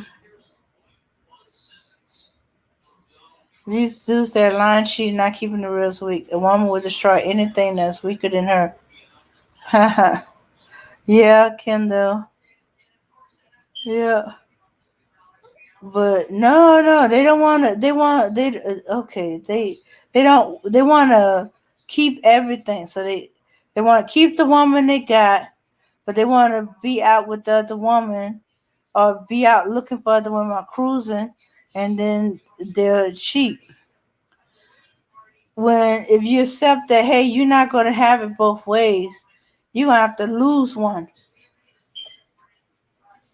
Uh, have uncles and cousins that hey, they outright tell the woman, say, look, I'm leaving, and I found someone else I'm interested in, and yeah, she's gonna be mad, but and she's not gonna be happy about it. But I think she rather you tell her, look, I'm not interested anymore. I see someone else that I'm interested in, and I don't want to lie to you, by trying to keep this going when my interest went elsewhere. So, I'm packing my stuff and I'm leaving. Now, in my uncle case, he never got married. He never planned on getting married. He wasn't going to get married. As far as still to this day, he's not married. He, you know, he just couldn't see himself with just one woman for the rest of his life. Now, he's told the women up front, and they still went with him and said it's fine as long as you understand. I'm never getting married and stuff like that. We get along fine as long as you don't bring up the N word. A lot of them didn't believe him, till thinking, oh, I'll change his mind. They living with him. He's living with them, and he's pretty much he's the head of the household. Uh, I started laughing because he was the first time he was living with a woman. He started sounding like my grandfather. He was complaining about all the lights out because of the light bill and stuff like that. But he was honest with her. But she the one that kept not believing him when he said, "I'm not getting married." I can't promise you that I'll be with you and only you for the rest of my life. I just can't see it. Hmm.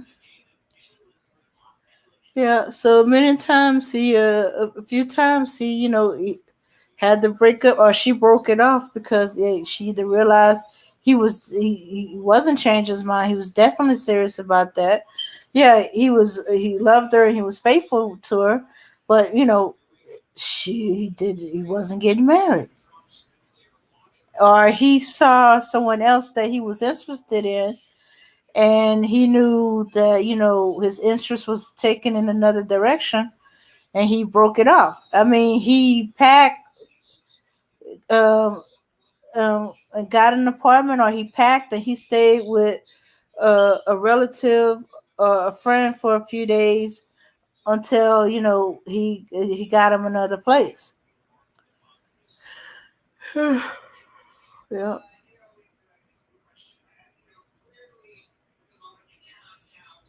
Okay, y'all. It's okay. Getting late. Lost my peoples. Is there anything else I want to talk about? Let's see. See what's going on. Yeah, especially a woman scorn, but it's mainly being lied to, or being abused or used. Uh huh.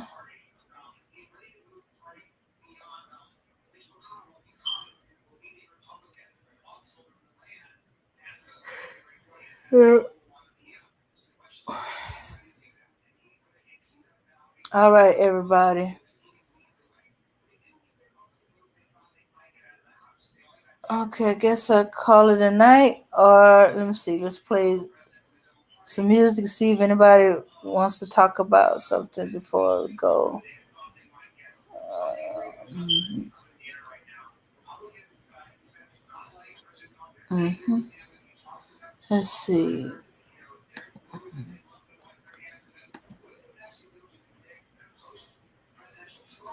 Okay. Okay, let me see.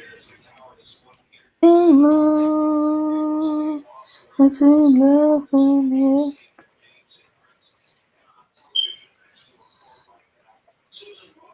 Okay.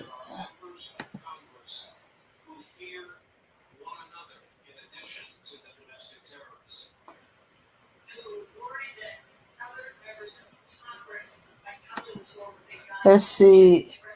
I'm trying to see. Make sure we don't get banned if I play that one.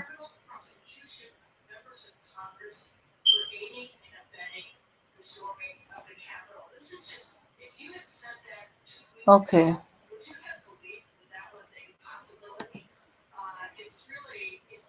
I can't even consider dude who disrespect women and men. Okay.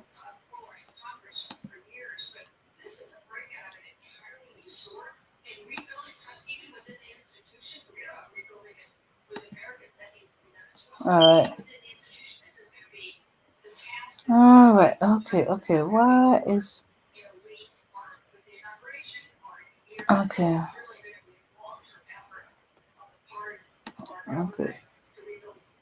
Okay. Alright, there we go.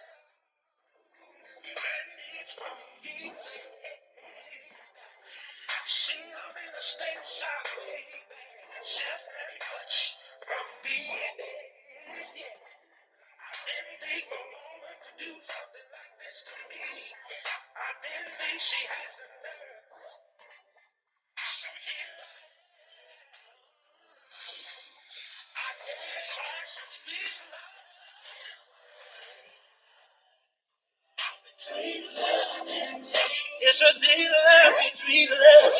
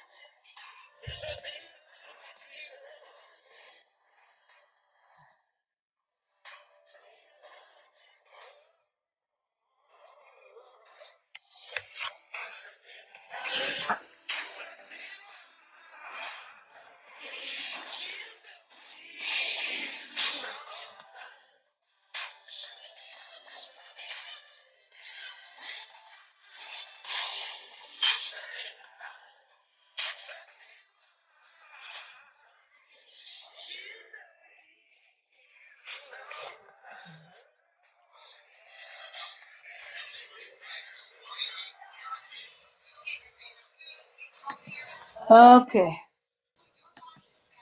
Yeah. A thin line between love and hate. But I feel that song fit the sentiment of the what we was talking about a little while ago. Yeah. Uh the part where she keeps on being quiet, keeping something inside, and she kept asking how he's doing. Did he eat well? And he's coming in the middle of the night. Any other woman have been going in on him. But no, she's being quiet and she's asking if he ate and all that other stuff. Man, better not eat that food.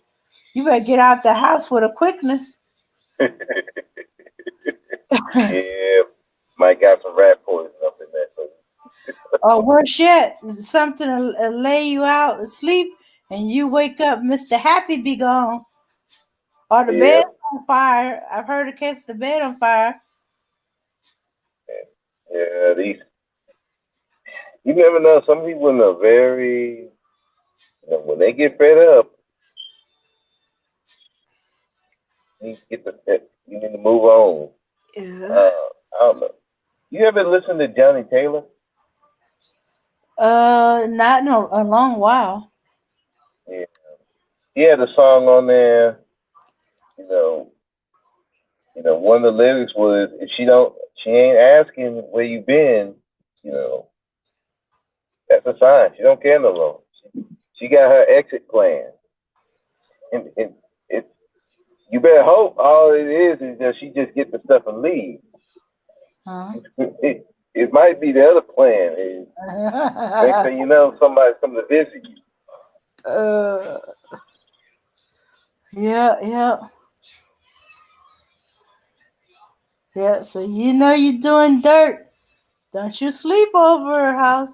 Don't you do anything wrong. You just better just plan to find your own place.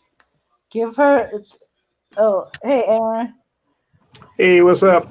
I was just listening to what Bro Speak said that she might have an exit plan.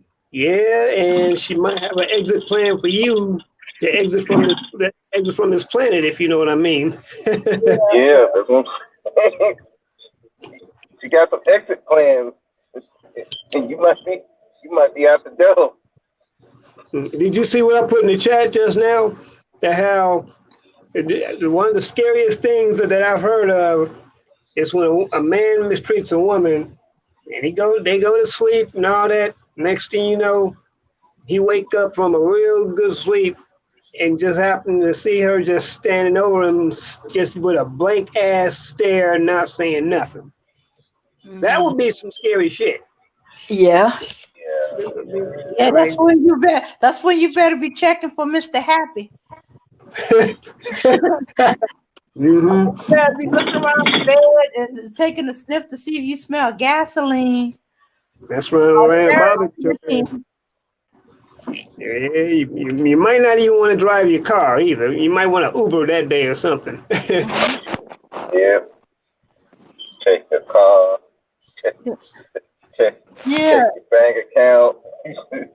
Better call your insurance. Somebody been inquiring about my insurance lately. Yeah, that's why I could never understand how a man could beat up on a woman, abuse her, whether physically, emotionally, and then he goes to sleep like there's no care in the world. And I'm like, okay, either you think you got the woman really cowed. That alone speaks to a level of arrogance. Like, do you realize how arrogant you have to be to treat somebody like a punching bag and then go to sleep in front of them? As I if agree. I agree. as if you totally just believe like you have so much control over this person. Like, even if this person is afraid of you, okay, well, you're vulnerable now. So how are you that arrogant to where you're like, yeah, I got so much power over this bitch. She ain't even gonna beat on me while I'm asleep. Like, like you have to be a nutcase. You have to be a total narcissist. You have to be completely arrogant.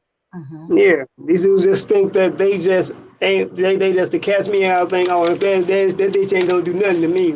You really believe that he's not gonna do you it. have this much power even when you're asleep. Like, what? The next thing you know, I'm getting that call. Aaron, you might want to come and collect your friend. What you mean collect him? He's in assorted pieces. That's all. Something. I'm like, I don't want to collect him. You better call the morgue or something. Yeah, like that Lorena Bobbitt woman. I mean, I don't know if And that's if a white I would have girl. did that. Yeah. No, But that was a white girl. I mean, she probably didn't hung around. I think she didn't have some sisters as friends because that's some straight up. No, she's Lorena Bobbitt's a Latina. Oh, okay, but she's still white. She's a white Latina. But she's Italian. Okay, she's a white Italian. Her husband is Italian. I think she's Italian. Yeah, her husband's Italian. She's not. She's Latina. Okay. Well, either way. But still, something inside her, like, you gotta really, because women are compassionate. Yeah, she might be one from one mafia families. Then if she Italian. Yeah, but women are compassionate. Like, we'll literally, like, a man will do something wrong, and we'll still be like, "Oh no, don't do that to him." So from what, like, I remember watching their story on Dateline and shit. I was like 19, 20, 21 years old. And I remember she said that she asked him like, like, do you want to make love or whatever? Like, cause he always like verbally and physically abused her. And he was like, no, you're disgusting to me. I'm tired of you. But baby, I love you. So she just got tired of him and his bullshit. Like, I can't, like, the only way I can justify, like, cutting off a man's organ, like if he hurt one of my children. Like, I don't even think I could justify cutting it off if he did something to me. But like, if he did it to my children, like if he used that organ to hurt one of my children, then yeah, I would do it. But if he only used it to hurt me, like, I don't know, maybe I'm just weird, but I don't think that I could just, like, you would really have to do something totally heinous. Mm-hmm. For me to like, I can't picture myself.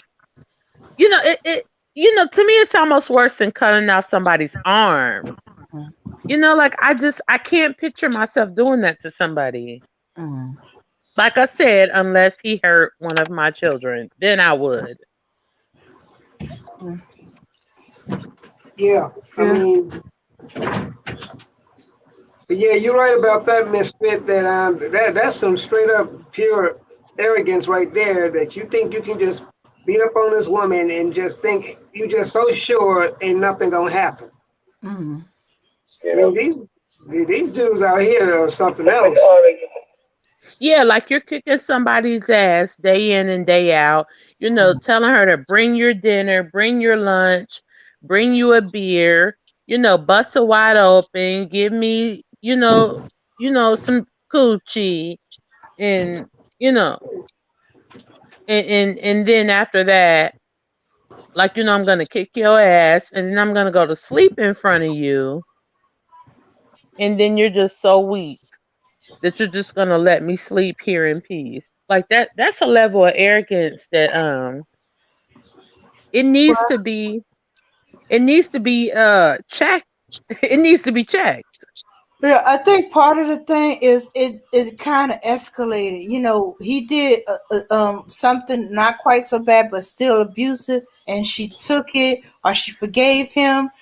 I'm glad my mom was not one of those that let it escalate. Because although he didn't beat her, I don't know what was going on. I know my mom was upset about something.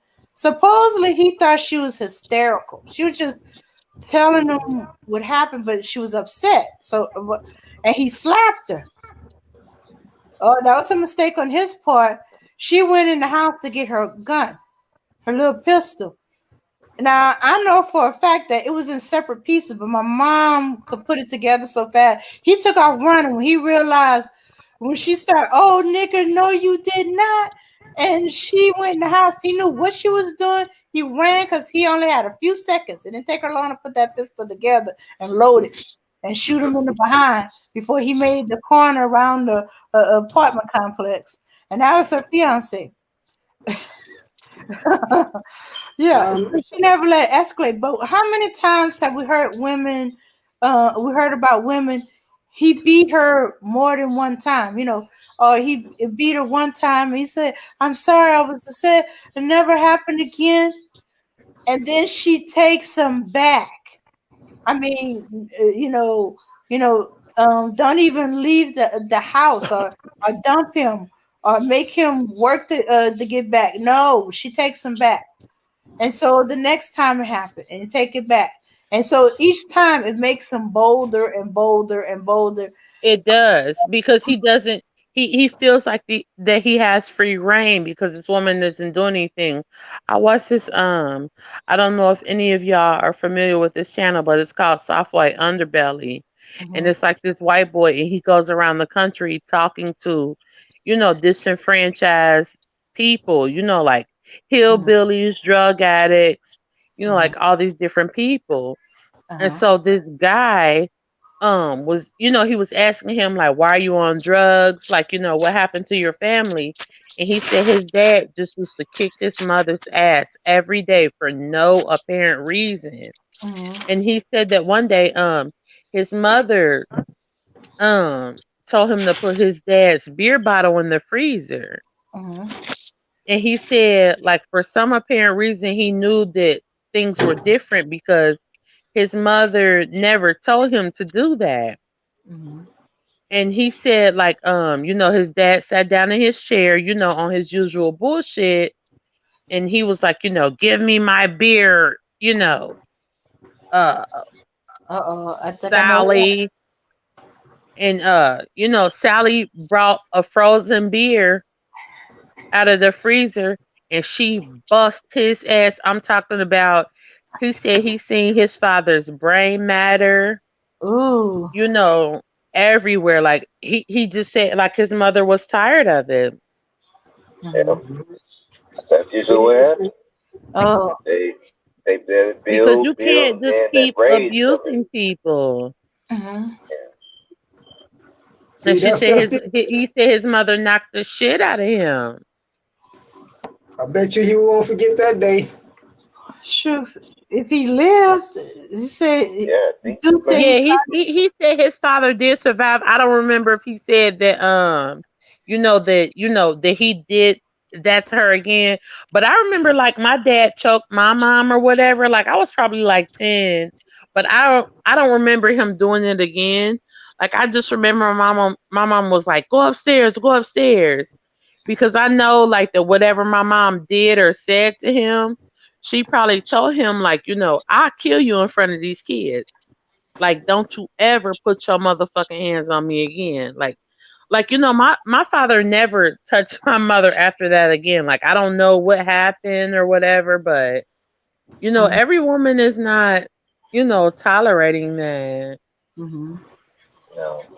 Someone better, someone better tell these manosphere dudes that real quick, because they think it's a joke. They honestly think that women are just meant to be nothing but spittoons and throw rugs. Yeah, well, a lot of those guys, I'm gonna keep. those I'm gonna guys keep. are tall. I'm just be honest. A lot of those guys are talking. They ain't gonna do half. Half of them don't even have the balls to do the stuff that they say they would. To be honest with I'm you, I'm gonna keep. like these are the same dudes that threaten each other every week, catch a flight, all that kind of stuff. They're not gonna do none of that stuff. He's right. Mm-hmm. He's right because like I man, don't take what they say seriously. So the ones that really are they're really about that life. They're not gonna talk about it. They're gonna do it, and then you find out later on. Yeah, but and if the ones who do it, if they do it, they gonna be dealt with. Oh yeah, And but I'm. like what But what anyway, he's saying, like I've hung out with like nerdy guys and street guys, and Mm-hmm. like there's a certain level of men that can always get women. Like I remember like I used to work with this guy, and he was like I can't even honestly say what he was. He was like a hacker, a computer guy. Like I don't even know like what his level of expertise was, but I just know that every week he used to pay me. But like he always had like his girlfriends were always like like top notch like stripper like females. Like I mean, don't get me wrong, like he always said like you look better than them, they're like hookers, street whores, but you know they look good, but you're like a office kind of girl. So like I would always hang out with him, but he never had a problem getting women. Like he was the kind of guy, like he was like nerdy, but Mm-hmm. he never needed to abuse women. You know Mm-hmm. what I mean? Like he never mistreated women. Like, he would just be like, hey, can you do this paperwork? And I'd be like, yeah, that's fine.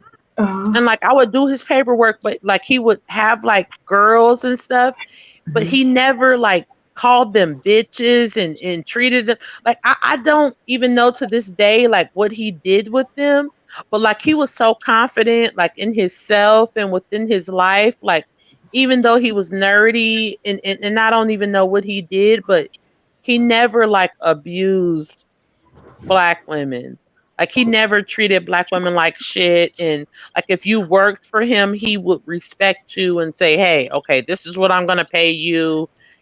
File these papers, call this person, do this, do that, and I'm gonna give you this X amount of dollars. Mm-hmm. Like so, like men that are confident in themselves and like they have money, like they don't feel the need to treat women like shit because he wasn't necessarily attractive. Like he wasn't. I mean, I'm not gonna lie, I can't lie, like I wouldn't have fucked him. I mean I mean that maybe if he wanted to try to have a life with me, I would have probably tried to make it work, but he wasn't the kind of man that I'd be like, oh yeah, I want to fuck with you, and I want you to be my husband. But if he showed me something that that he wanted to have a commitment with me, I would have done it. Like there are men out here who like have something going for themselves, where Mhm. like women in the streets, like they treat them like garbage. Mhm. But then these men, like they have something going for themselves, they don't even care because they know that they have money and they don't need you. You know what I mean? Like Mhm. if like women, certain women, like if they don't want them, they'll just move on to somebody else.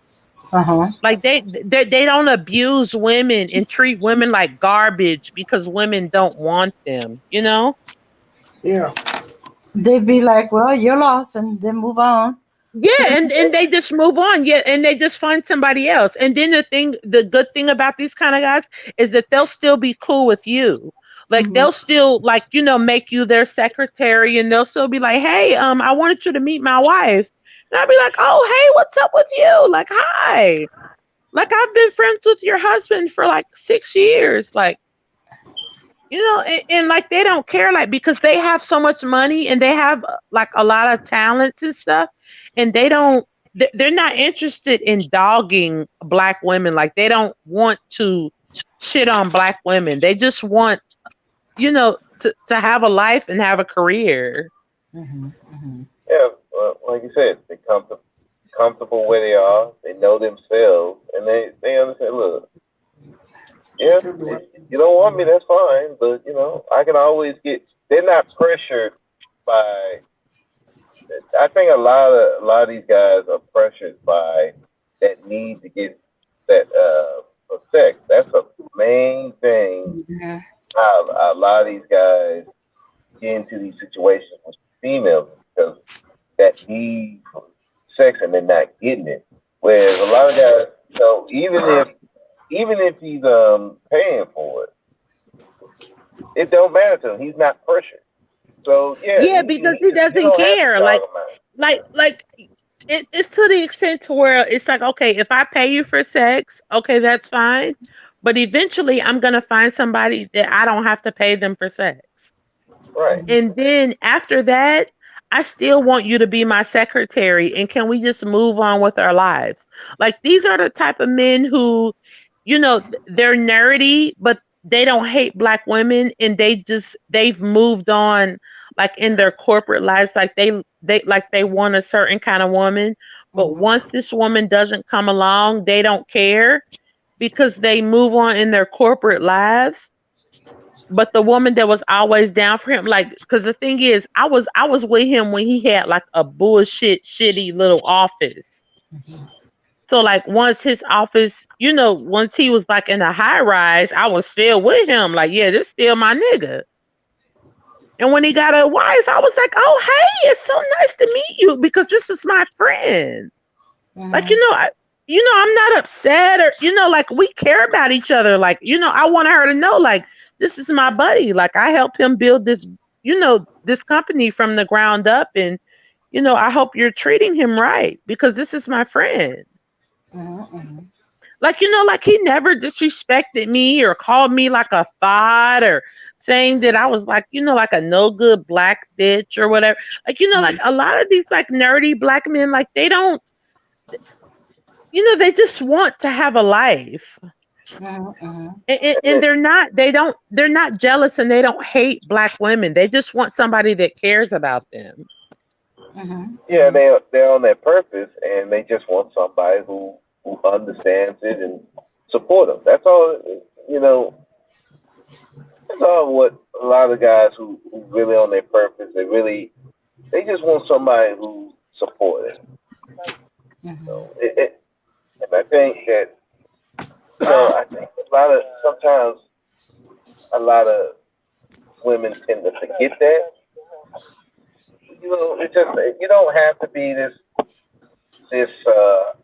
sex goddess and all that kind of stuff. It just most men want women that it's just gonna be a support system for them.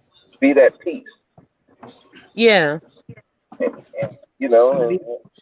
if you can be that peace, if you can be that peace for that guy, trust me, he's gonna move mountains for Yeah, someone If Yeah, not, and that's how it was with me and my friend. Like the only thing that got us, like that kind of someone tampered with can. us, is that I didn't want to be like sexual with him, and like I told him, like it doesn't matter. Like I'm still gonna be there for you. Like find you somebody that's gonna be with you, and I'm still going to be here for you. So when he found someone. I had to let her know, like, baby, you don't understand. This has been my friend for 6 years. Like, I don't want your man, baby. Like, I helped your man build this company. Like, go ahead, and be with your man. Like, I want y'all to be okay because he was my best friend. Like, I've always, like been there for him, and he never, like, he still, it's sad because he would still be like, damn, like, why you just can't be with me? I'm like, no, you need to be with her. Like, that's the woman for you. But like it Basically, worked out fine because I was able to help him, and then he had like that trophy woman on his side that he always wanted. Like even though it wasn't me, it was still okay for him. Like I just wanted him to be happy. another thing too, a good woman is a good sounding board. Also, a sounding board, someone that's gonna hear you out when you're just dealing with stuff. And I mean, a good woman like that, because women are naturally nurturers, and a good woman would be like, "It's gonna be okay, baby." Just that motherly instinct. It's gonna be all right, baby. We're gonna get through this. I like a woman like that.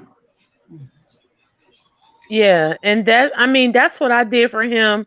Minus the romantic aspect. Like he was my buddy. Like we like I can't lie. Like he basically is a scam artist, but I helped him build up his scam. We were basically just two people. Like I worked at a car shop. He was, promoting the car shop, and I was just there. Like, hey.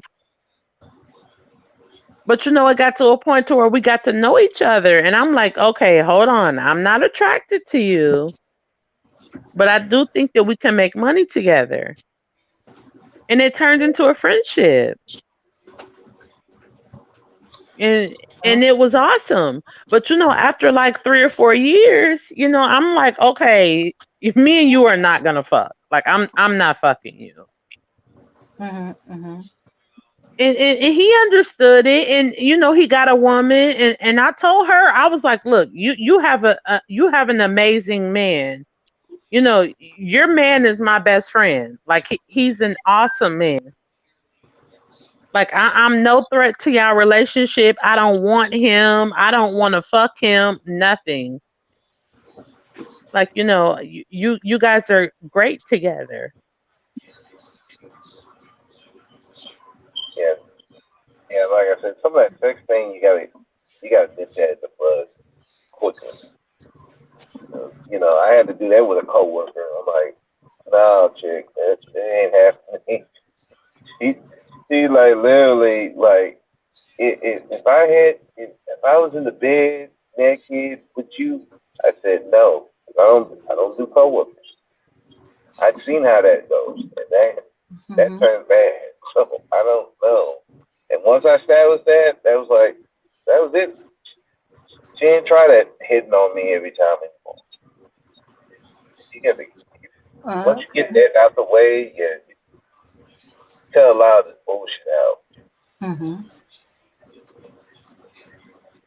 I mean, were you doing that because you weren't attracted to her, or because you felt like this is a co-worker relationship? Because mine was, I was not attracted to this guy, period. Uh,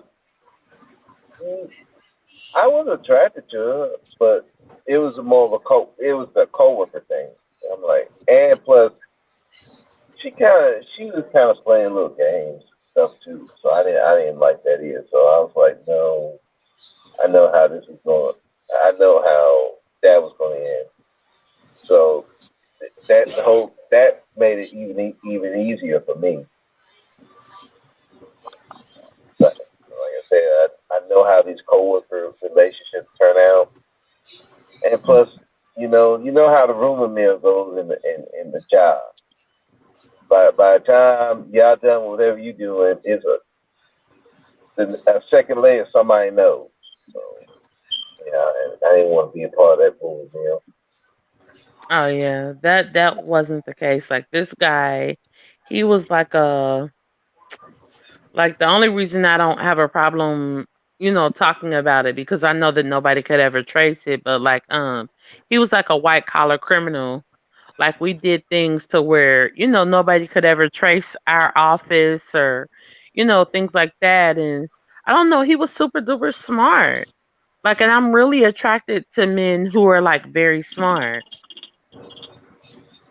So I don't know. That's what attracted me to him, but because he was smart and he knew things that because I'm from the streets. Mm-hmm. So when you know things that street niggas don't know, when you know things about stocks and bonds and businesses, I fuck with people that are from the streets. Mm-hmm. So when you know these type of things, I'm attracted to it. It's a turn on. But even at the end of the day, I still just helped him and he helped me. It's crazy because he helped me get out of the gutter and I helped him expand his business.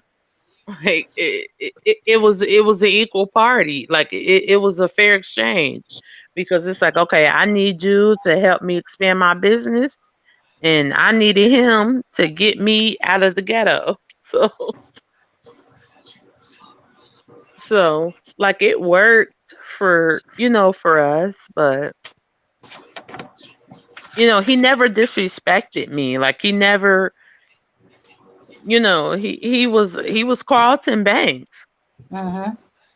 And he never acted like, oh, black women ain't shit, or he never did that. Mm-hmm.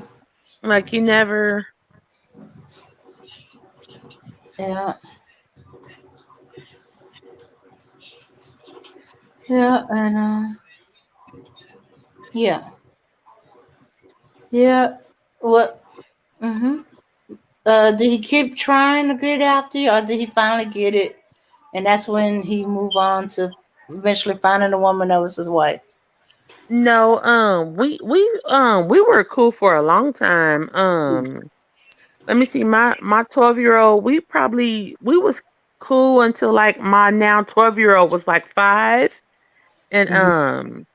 I remember him getting with a girl because she was a stripper, and Mm-hmm. he was like a stripper promoter. Like one thing I can say about him, and like I'm not talking shit about him, but he was like always like a janky promoter. Like he was one of those those black businessmen that always had his hand, like in some shady shit. Like, Uh-huh. like every time you turn around, he'd be like, "Hey, can you help me with this? Like, I'll give you $3,000. Like, just do this. Just call this person." I'll be like, "Okay, I'll do it." And the next thing you know, he'd be like, "Okay, okay, this is the last time. Can you call so and so and, I'll give you $5,000. Just do this. Just call this person." And I would do it. Mm-hmm.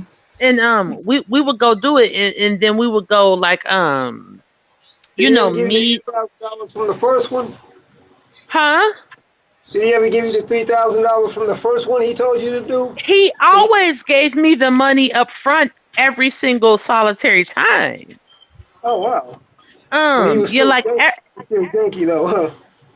yeah, my thing that the reason that I said it was janky because sometimes we would show up certain places and like people would run us out of somewhere.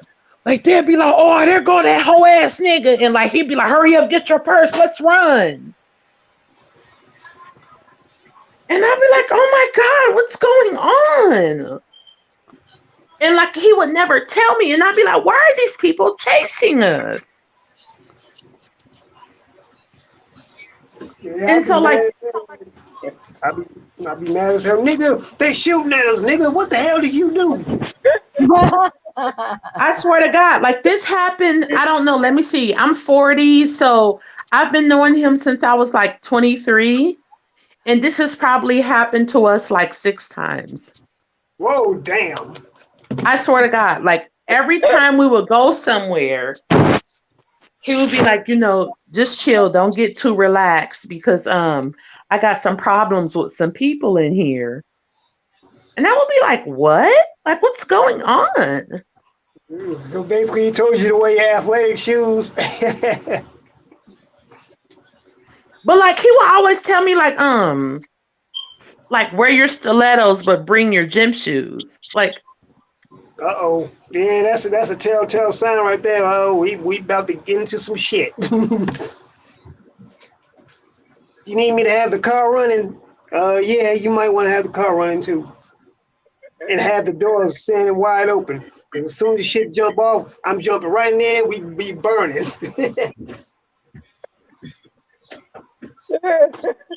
yeah, like he was like a really weird like computer guy or whatever. So like we would go like to these little hole in the walls, but like I'll never ever forget this.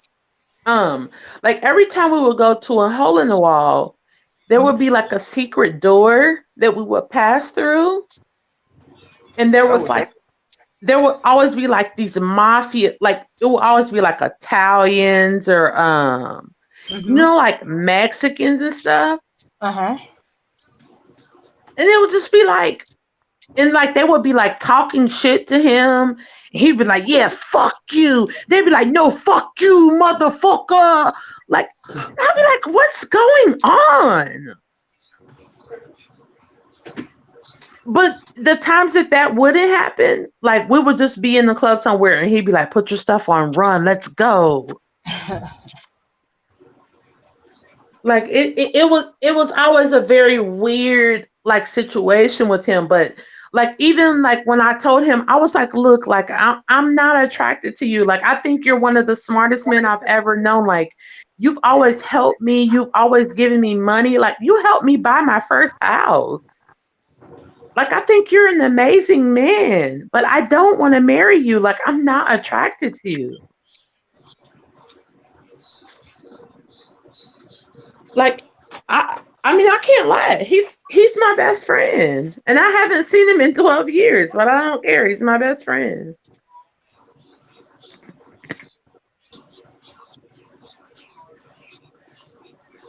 Like it's almost like he's just a weird guy who gets money and then like he does things that he shouldn't do and then he just disappears. And he a street nerd. He is. He is a white collar criminal. Mm-hmm. Oh. He's my buddy. I love him. I miss him. But he, like he just like I remember, yeah, I'm not gonna talk about anything else that he did. But yeah, like he's a very good person. And like he never like talk shit about black women. Like he never be like, oh, you black bitches don't want to get, because he's not like, like the kind of woman that people think that black women like. Like he doesn't mistreat black women because they don't like him.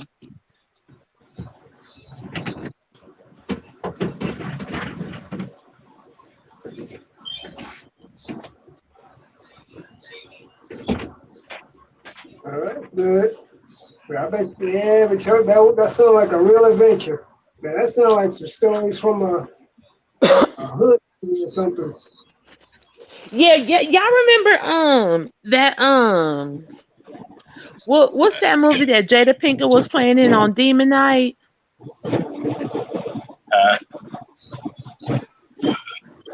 Hey y'all, I'm back.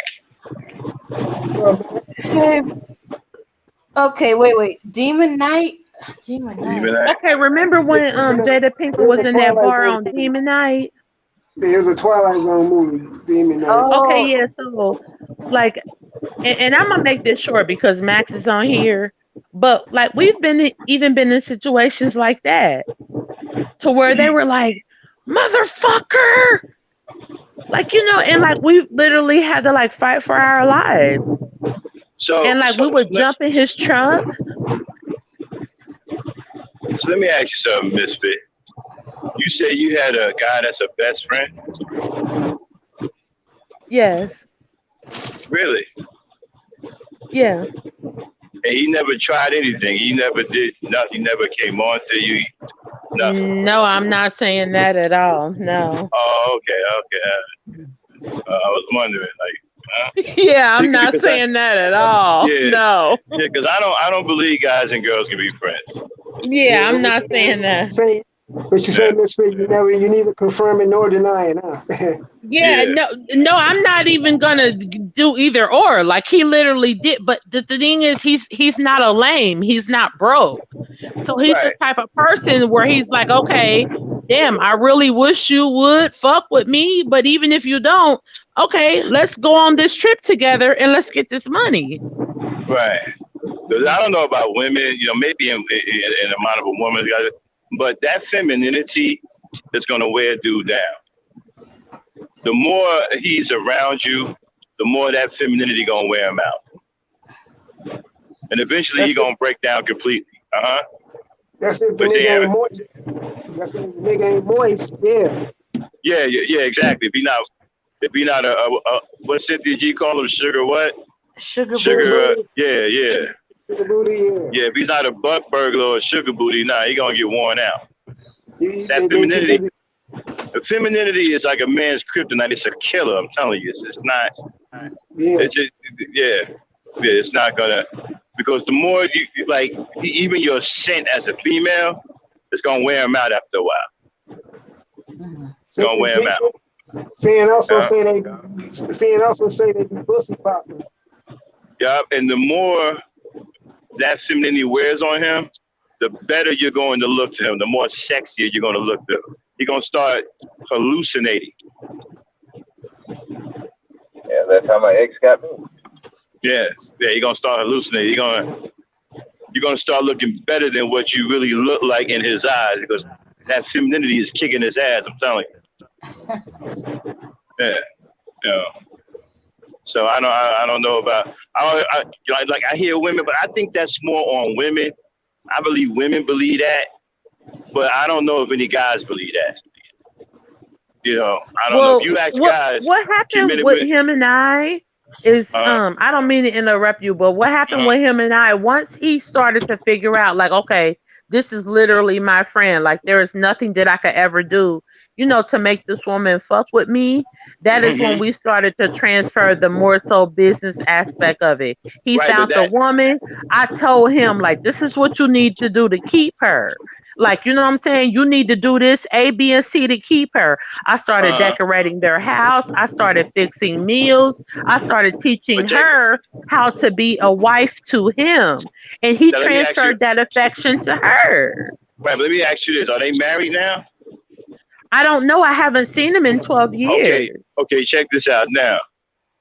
That, what you were saying, I know that may sound like it, but that don't mean anything to a guy, right? Even if he found a girl, right? If you would have gave him some, right, he'd have got it. He'd have got it. You know why? Because he wanted you first. But I didn't want him, and he respected it. I know. But you see, he only did that to appease you, is what I'm saying. He only did that, but trust me, in the back of his mind, if you would have waved it 1 inch, it'd have been one who flew over the cuckoo's nest. No, that's my buddy. Like he, it was almost like we were like, it's like we were, we were white collar criminals, just like living in a world of bullshit. Like once I told him, I told him like, I'm never gonna fuck you. Like, I want you to. We ought to do a big show on that. Can men and women truly be friends? And get a bunch of different opinions up here. I'll tell you right now, I don't believe so. I do believe so, because you know what? Yeah. It can, don't get me wrong, one or more parties won't like it, but eventually either A, both parties are going to accept it, or they're going to move on. Well, it's believe like this, me, I know. Right? If a guy is a gentleman, right, then eventually he going to back off because the woman is saying, look, no. I think women are stronger in that area than guys are. Okay? Women could probably pull that off.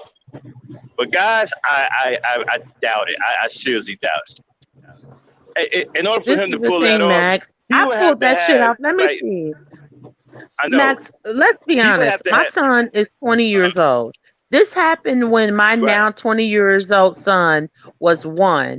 I was cool with him right. until my son was 15 years old. I never touched him. I never fucked him. I never did anything. Yeah, And I told him, we yeah, are not doing this. Let's get this money.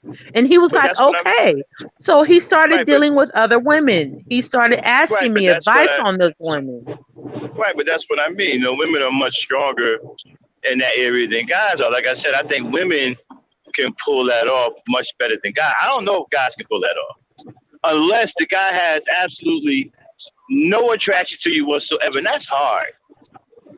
No, I That's think really hard. But if the guy has other girls, the thing that that don't kind that of don't mean anything. withered him away.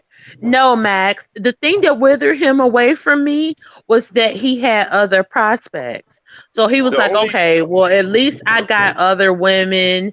right, I am getting tired of not having sex with you, but at but let least me I have other girls.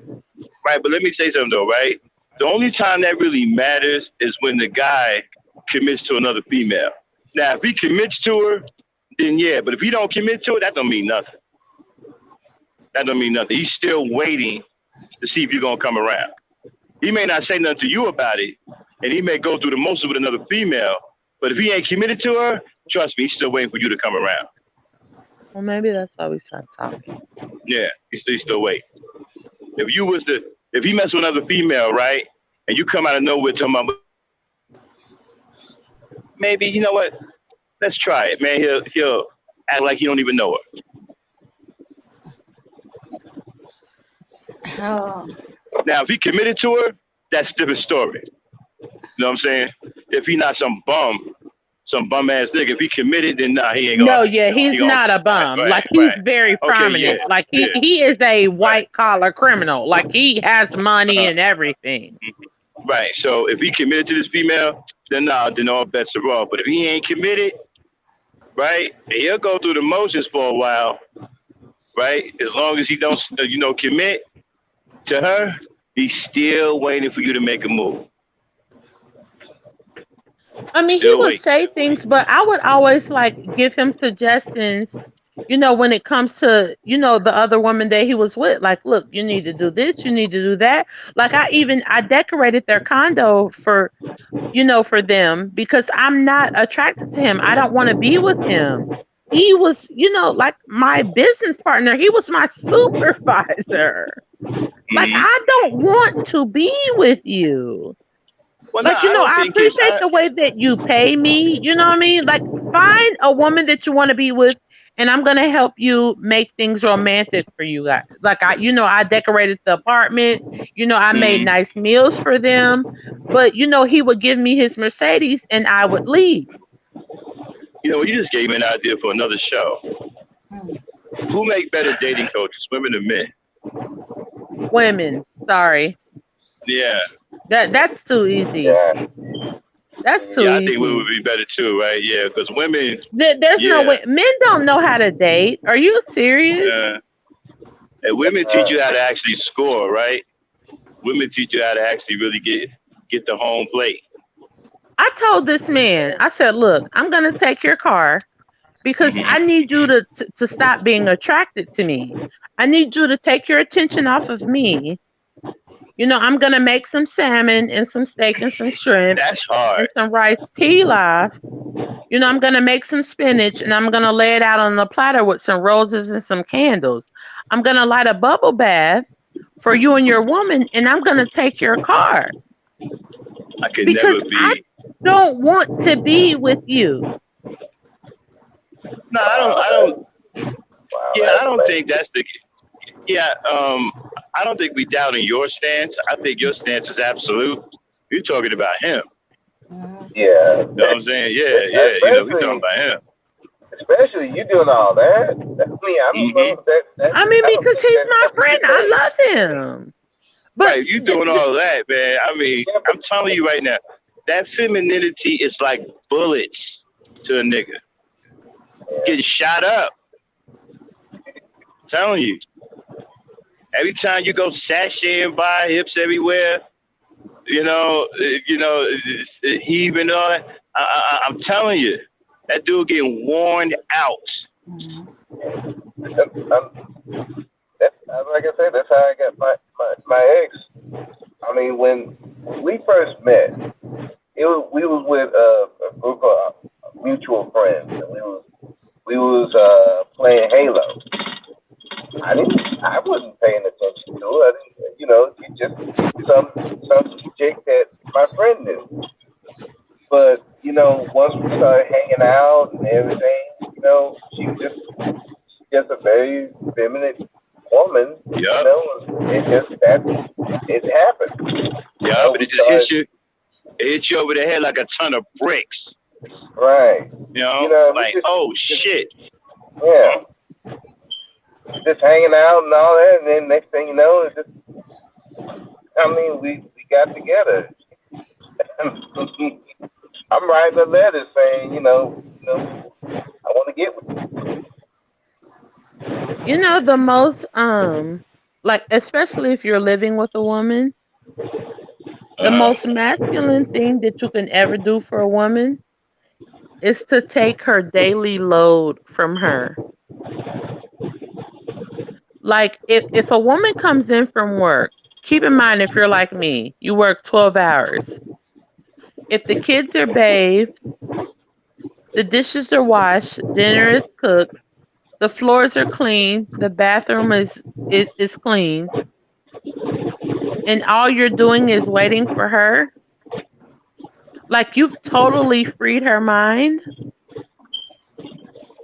That is the most romantic thing that you can ever do for a woman, is to ease her mind. Like, if a woman is like, oh my goodness, I forgot to pay the water. Oh, baby, I paid it. Oh my goodness, I forgot to pay the gas and electric. Oh, baby, I paid it. Oh my goodness, I forgot to pay the guy that cuts our grass. Oh, baby, I paid it. If you do this, wait a minute. You a forgot to pay a woman lot of is stuff. going to cock her legs. Clean. Like, the fact that men don't. Street. No. You forgot to pay everything. You paid nothing. This is the thing. And I told my son this. When I was married, the only thing I had to do was pay my car insurance and the cable and the internet, because those are the things that I wanted. Well, it's hard now to find traditional males now, especially they're trying to destroy traditional manhood everywhere you turn. Yeah. They don't want guys to be masculine no more. They don't want this toxic masculinity. Still don't know what the hell that is. But these dudes are effeminate. They hollering and screaming like girls and fighting with women and jumping women. I saw a stream the other day. They had 9 dudes on the panel, all fighting one woman. Yeah. Probably ripping her ass apart. Now, don't get me wrong. I know this is this 21st century shit. Excuse me. 21st century shit. And women should not, be expected to not pay anything. But like I told my son earlier today, I just caught my son in the other room with him and his girlfriend. And I laughed it off and I pulled them to the side because it was the funniest, most cutest thing I've ever seen. My son and his girlfriend were just caught in an entanglement. And I don't have anything to say about that. But like I told them, I said, you know what? When y'all have a baby, don't come looking at me. I think because you need to make sure that you are providing for her. Go ahead, Max. I think today, man, black people need to go back and learn how to be with each other again, how to be around each other again. When I grew up in the 70s, the quality of black people was super high. They cared about each other. They loved being around each other. They helped each other. You didn't have all this shit going on now that you see right now. stupid niggas talking about asking women what they bring to the table and all kinds of dumb shit like that. You didn't have any of that nonsense back then, Exactly. right? Today, I mean, it's so messed up today. You got people who are so messed up they can't even talk to each other without fighting. You got guys who can't talk without being overly sexual and degenerate. And overly emotional and hyper vigilant about, you know, like they're over talking women and they're getting pissed off. Like I told my son, my son's girlfriend, my daughter-in-law, because I'm claiming it because I know she's a good girl and I want her to be with my son because I told my son, you dog her and you treat her like shit, I'm getting rid of you. Because I'm not letting my son sit up here and dog no black woman. I'm not going to let my son treat nobody's black daughter like shit. So I told my boy, I said, so how you going to look? Okay, so this baby, she about to graduate and now she's going to be a cosmetologist. And you're going to be a mechanic. So you think I'm about to sit here and let you impregnate this girl and walk away? It's not going to happen. Either you're going to be with her or you're fucking not. You know, it's very interesting. You just gave me another idea for a show. Let me ask you a question. Is there a profession that a man or a woman can have that will turn you off? And you can't use stripper, you can't use drug dealer. It's got to be a legitimate profession. I get it. Okay, so I'm going to say this. If you at McDonald's, Burger King, or any fast food joint and you're 25, you have to be the manager. Now, wait a minute. What if he's 35? Oh, you have to be the GM. Fuck that. Fuck that. If you're 35 and motherfucking Burger King, you better be on your way to a motherfucking franchise owner.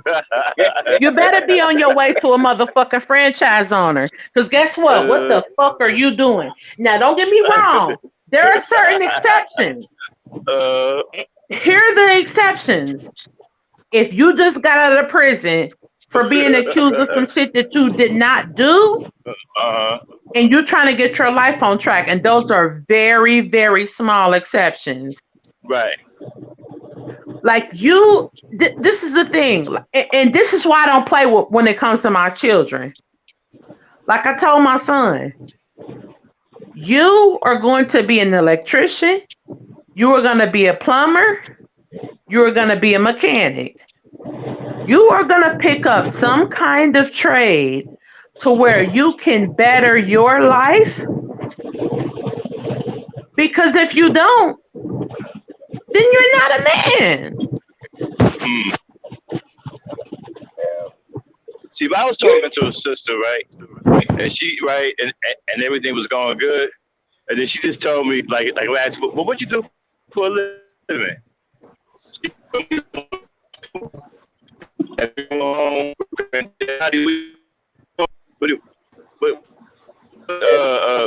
People in the mortuaries. Oh. Yeah. What's the name of that profession? Where they prepare dead bodies and mortician? Mortician? Yeah, she tells me she's mortician. Yeah, I'm gone.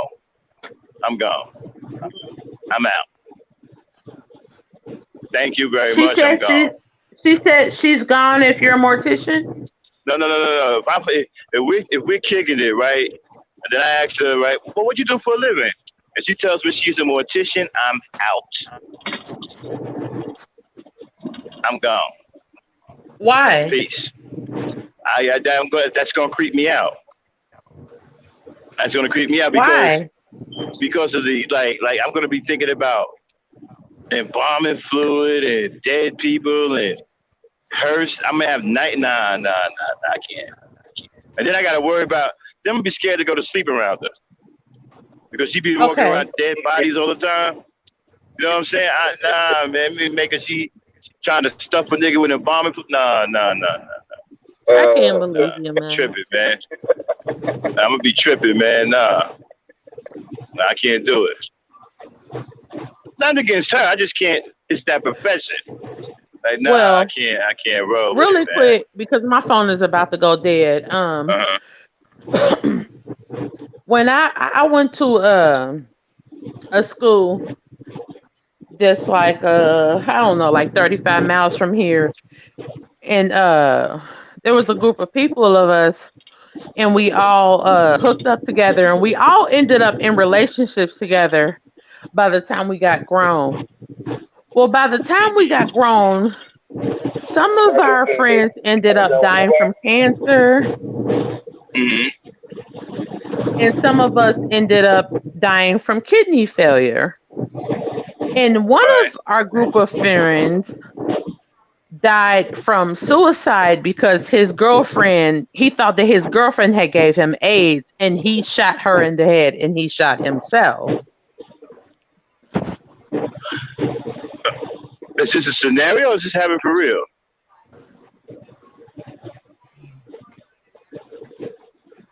Hello? Hello? Yeah, we still here. I think something happened to her sound. Yeah, I think so. What you said her phone was about to die. Was she yeah, talking she about a did. scenario? Was that I a think scenario? that. Was she talking about? No, I think she said these were some of her friends when she was younger. All right, well, let's hope when she gets back on, she can finish it up. But yeah, man, I can't mess with the mortician, man. Nah, I can't, man. That's gonna creep me out, man. Yeah. Yeah, every time I lay down, we're gonna start thinking about coffins and shit. I can't. Mm-hmm. Well, what did she I find? can't do it. Can't do it.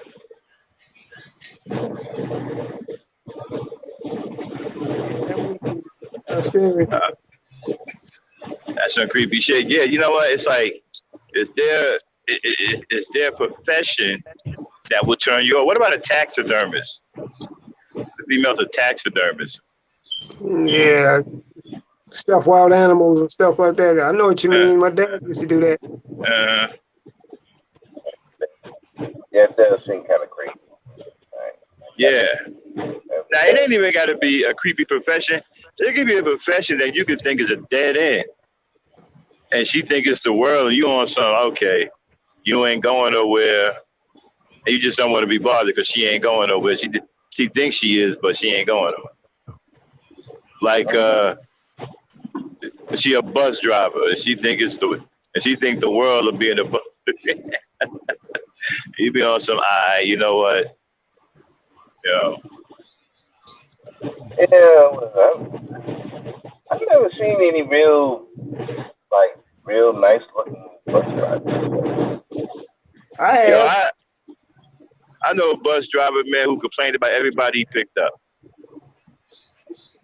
I used to be like, then why are you driving the bus, my brother? Yeah, it pays well, man, but people don't want to stand at the bus stop for nothing. This guy arguing every morning, with people he picking up. Then he quit one day because he got beat up by some high school kids. Damn. The high school kids jumped on there and beat him up. Quit. Left the bus right in the middle of the street, too. What they beat him up for? Was he talking noise to him? Well, back in the day, them high school kids on Halloween, they used to be acting out, man. I mean, back then, people used to do real shit back then. I don't know if they do anything now, but back then, Halloween was real for niggas, man. They used to throw eggs, put rocks in socks and shit, knocking people over the head. Yeah. They don't do that kind of stuff. You don't know who got the gun now. Right. People was doing real shit back then, man. Man, one time, man, Halloween came, they were throwing eggs all the way to Christmas. Wow. Yeah, throwing eggs all the way to Christmas, man. I was like, y'all still out here throwing eggs and shit? Like, yeah, back then, the holidays were much different back then. You got Santa Claus burglarizing people's homes. Damn. Sound like Friday after next. And Santa Claus ain't nothing but a burglar, man. You're a burglar. They try to pass him off as somebody respectable. Man, he's a burglar.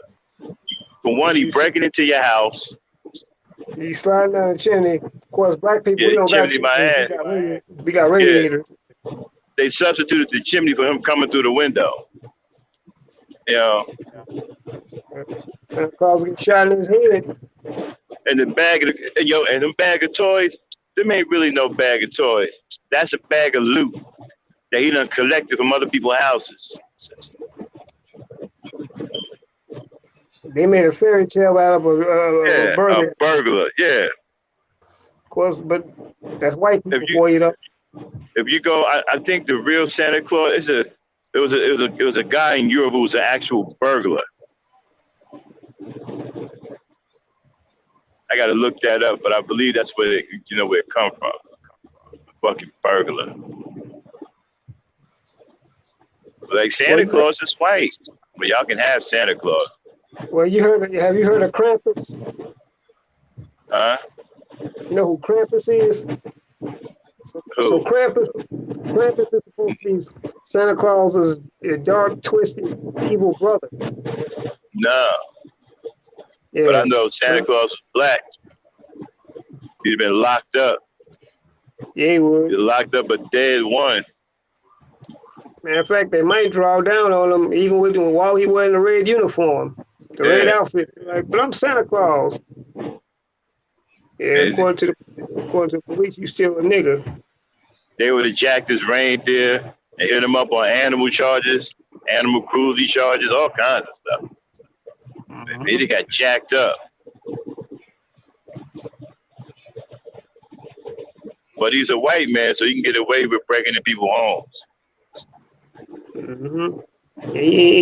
And you notice he loves kids. Yeah, pedophile. Western philosophy is about pedophilia and homosexuality, misdirection, deception, dishonesty, all of it. A total disregard for human life, all of it. Yeah. You got so many white people who are so relaxed with having sex with dogs. Now, I used to feel some kind of way about that. Now I don't. It's natural because they're kindred. They're having sex with their own cousins. Family. There's a whole porn category for that now. Family, man. And now you got crazy white people talking about they related to certain dogs and all that. Talking about, the canine is our distant relative in our family. Our blood runs through this canine. You got white women marrying dogs. And big dogs. Now I know little they marrying these monsters like Saint Bernards and Great Danes and whatnot. Yeah. I think one white woman tried to marry a horse. It didn't go down right. Huh?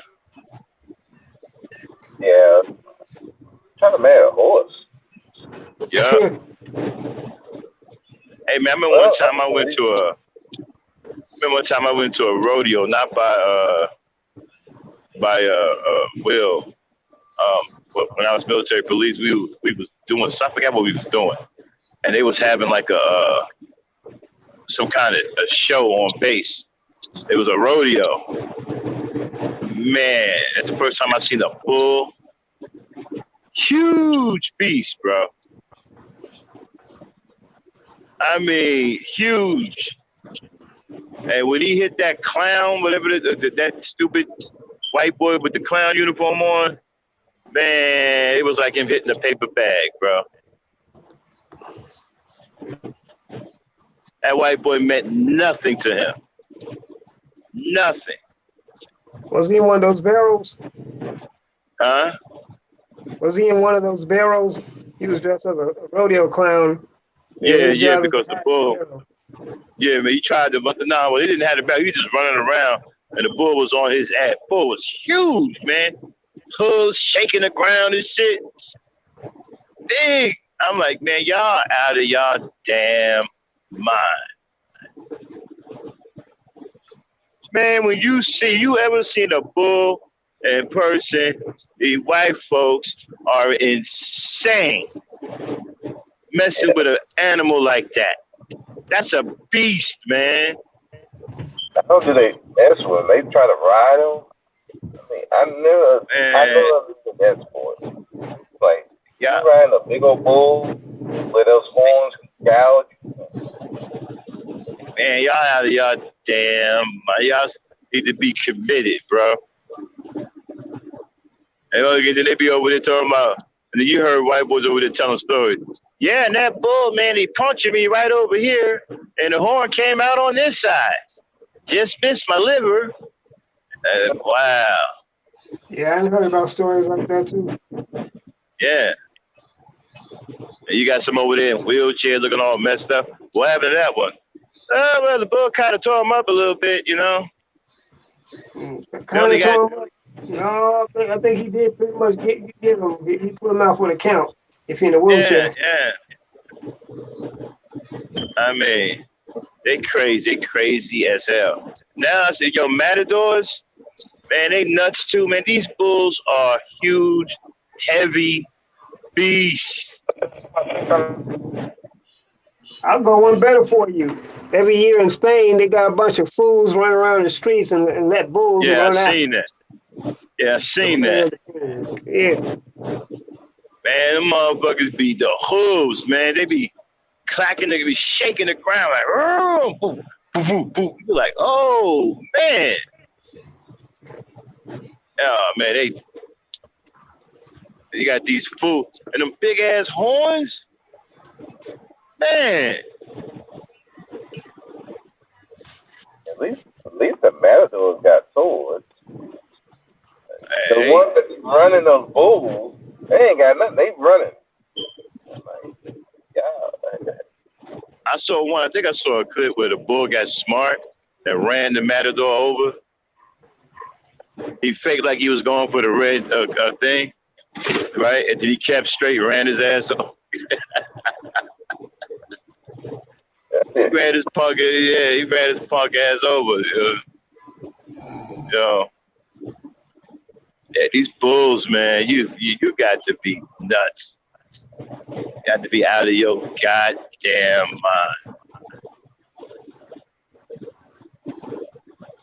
mind. Crazy. Bulls, huge, man. You couldn't pay me enough, but you couldn't pay me to do nothing. There ain't enough money in the world, bro. Yeah, I agree. See, white folks into crazy shit like that, man. I remember somebody, it's like, what would you do? Would you ever bungee jump? Bungee jump? Yeah, but somebody paid you $10,000, would you bungee jump? Hell no. Sorry. No. Nah. I'd be afraid they tamper with the thing and I fall to my death. But yeah. They don't have to pay me. Yeah, I ain't doing no, none of that daredevil shit, man. You know what? I'm still trying to figure out how Evel Knievel survived. I saw that crack. Okay, any of y'all remember Evel Knievel? Oh, yeah, I remember Evel Knievel. I was watching it. I was watching that shit live when he broke every bone in his body, just about. Yeah, I think I remember that. Yeah, man, when he tried to jump that I forgot what it's called, and he fell down and slid and tore himself up. I saw that live, man. That man should have been dead, but he survived. I never get this. They said he broke. Bobby Knievel. Yeah, but you stupid anyway, man. What are you doing trying to jump? Didn't that fool try to jump the Grand Canyon? Yeah, he did. He tried to jump the Grand Canyon. Yeah. Stupid, man. Like, who does stuff like that? It's stupid stuff. How do you jump in the Grand Canyon for? You know. that's when you're bored with life, and you need some kind of some kind of adrenaline rush. Yeah, I was. You know what? Speaking of that, I was looking at the. There was an article about a girl who's a dirt biker. She killed her girlfriend. She was the first murder. She committed the first murder in 2021. She's a lesbian that killed her lover. Wow. Wow. What an honor. I'm the first one. No, I don't. Okay, here's the thing I don't understand, right? They get into them gay relationships, act like heterosexuals. One is dominant, another one is feminine. So one is playing the role of the man, and the other one is playing. I mean, I don't get it. Yeah. I think it's funny, man, because I had a couple of dykes one time try to run down. I remember I was at a club back when I was in the military. I was talking to this girl, and her girlfriend came over. Yo, man, get out of my girl's. Hey. She pushed me. I was like, oh, seriously? She thought she was. I just laughed at her, man. I was like, oh, come on now. You know, come on. She was funny as hell, man. Like, yeah, they tend to overdo it. That's the funny part. I know. I have a few of them as my coworkers. Yeah. They be wearing men clothes. Like, well, yeah, would you stop it? Like, what's wrong with you?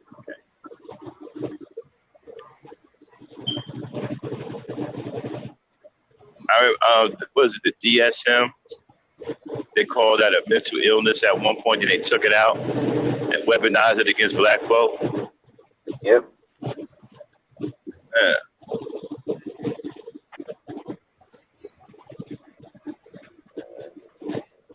But man, it's insane. Those, I mean, they just do the most, and you be like. And the funny thing is, I remember one of them. You know, she supposed to really act like a masculine dude. She come up pregnant. He's like, and we're looking at her like, how did you get pregnant? What is this? Oh, you know what, bro? Remember I was talking to you before about the dude that you told me was institutionalized when I told you what he was thinking like? Yeah. Yeah, I did some more research. You know, that's an actual culture. It's a culture of dudes out here who are institutionalized, who are like professional jailers. They just want to go to jail. And they call it, and they call it jailing. Seriously, they call it jailing. I'm like, what? Like, institutionalized. I mean, that's dangerous in itself. Got to do a show on that too, man. How do you become institutionalized? It's a habit because you're constantly going to jail, and you get to the point where you figure you're being taken care of in jail because you get 3 square meals a day, and you don't have to worry about paying no bills, and you become you like that lifestyle or something like that. But it's a whole culture of that shit, man. That's somebody who just broke it, man. That's somebody who just they found something where they don't want to actually work and try to build something of their own. They just seen that life is hard. It ain't getting no better, so let me go to jail. At least they have to provide that. It ain't the best, but to a person, it's like you're giving a drowning a person that's dehydrated water, but you put dirt in. If they thirsty enough, they still gonna drink. That's like those guys. I mean, like, and some of the mistreatment that some of the guys they go through, even in the prison, you would think, ah, man, I don't want to go through that. I don't want to be strip searched. A male can actually strip search you at any time. If they feel like you have something on you, they can tell you to get out your clothes, and you have to do it, or they'll force you to get out your clothes. Wow.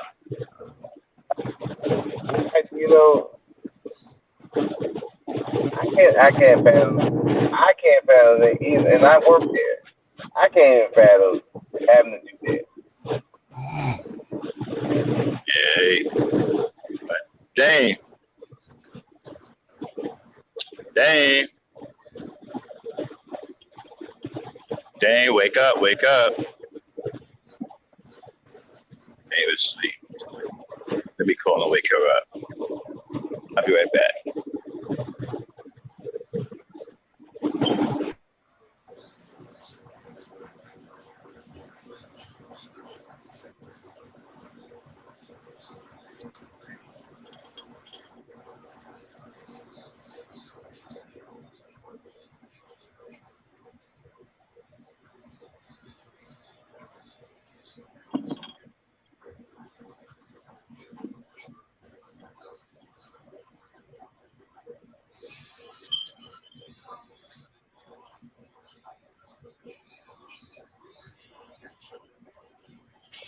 Yeah, that.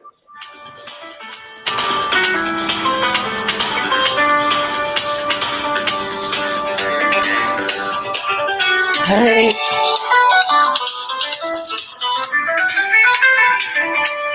Hold on a second, y'all.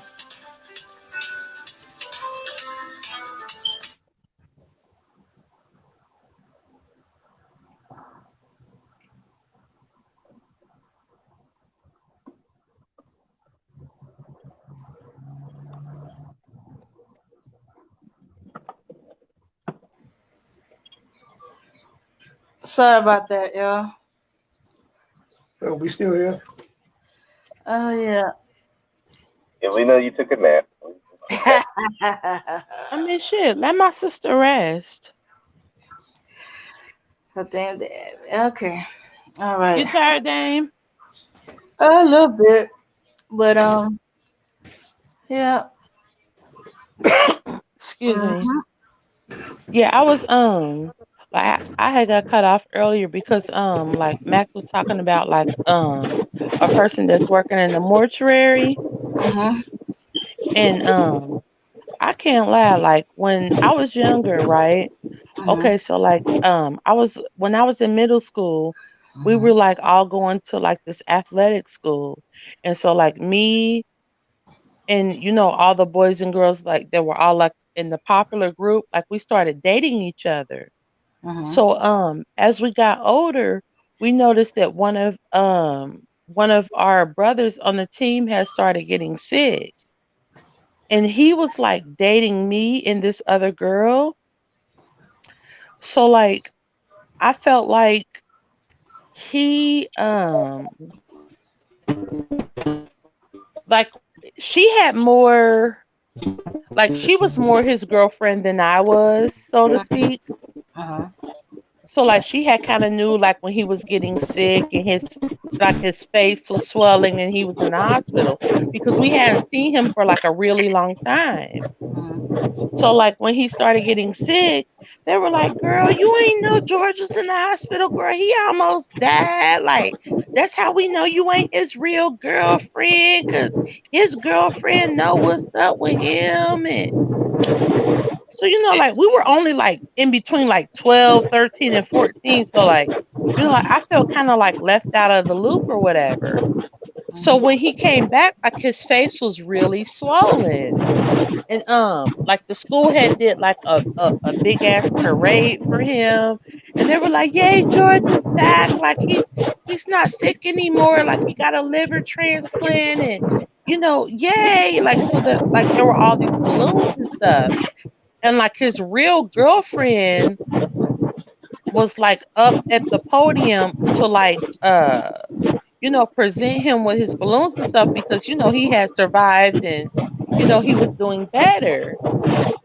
But when he had walked off the stage, it was crazy because like people were clapping for him, but he ended up walking off with me.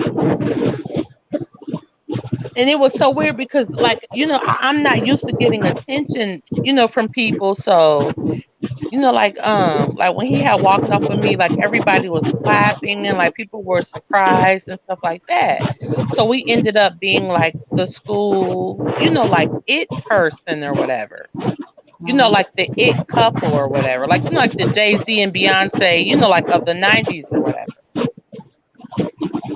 So as we got older and grew into adults, like we started to drift apart, but we still, were cool because I think it was kind of like, okay, you grew up in like a regular home, like you grew up in a family that was intact, and so did I, but we still choose to hang, in a part of the neighborhood that is not savory. Like, like we were one of those kids that were like, okay, I don't grow up in the ghetto, but I'm still gonna hang in the ghetto. Uh-huh. Because this is like the type of kids that we were. Okay. So one of our friends, LaJohn, had died. And so like me and him hadn't talked to each other for like a year or two. And so somebody had gave me his number. And I'm like, do you know that LaJohn is dead? And that's when he told me, he was like, yeah, I cut his hair for his funeral.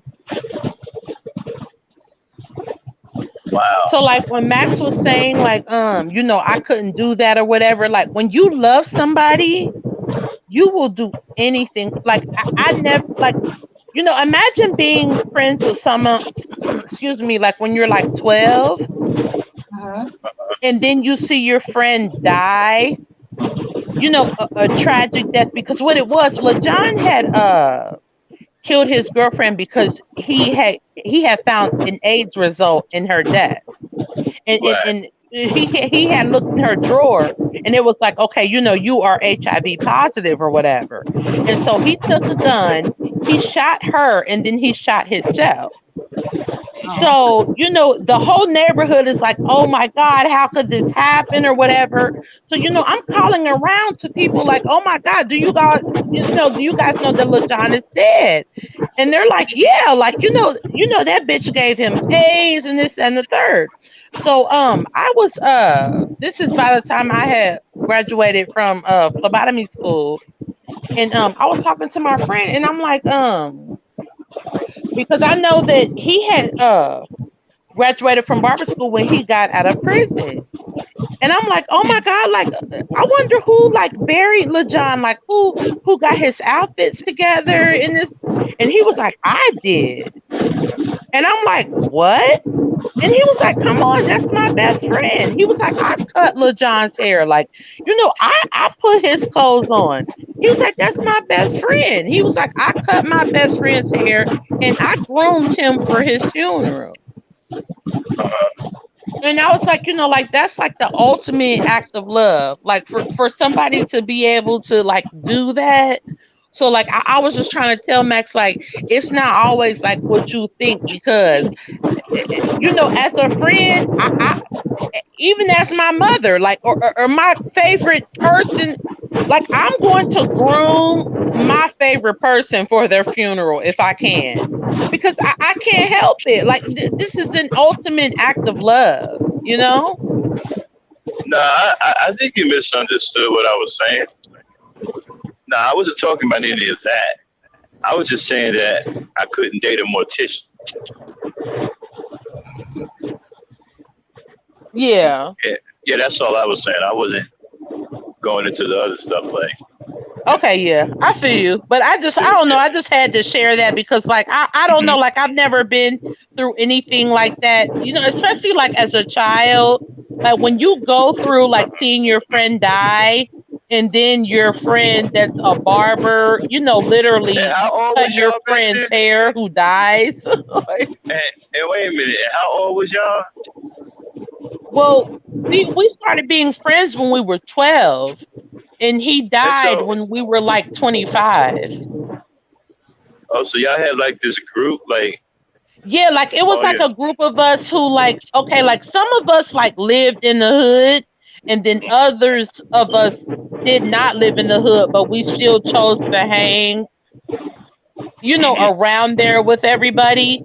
So like, imagine if like say for instance you got like a Huxtable kind of family, but you still chose to go to the other side of the tracks with your friends. Right. And then one day, one of your friends who you always knew was like, just like one of your best friends, and he dies, and then the way that he did die, like damn, like he shot himself because he found an AIDS test result. You know like what? Yeah. Okay, I don't want to cut you off. You just gave me a thought. Oh, it's fine, Max. Go ahead. Funny you should mention the Huxtables, right? When you really look at it in the grand scheme of things, how realistic was that black family? I mean, that was a black family based off of European standards. That wasn't based off any black standards. Yeah. It was. I can't lie. Right, I'm like, y'all, a doctor, a lawyer, that's like the dream couple. Right.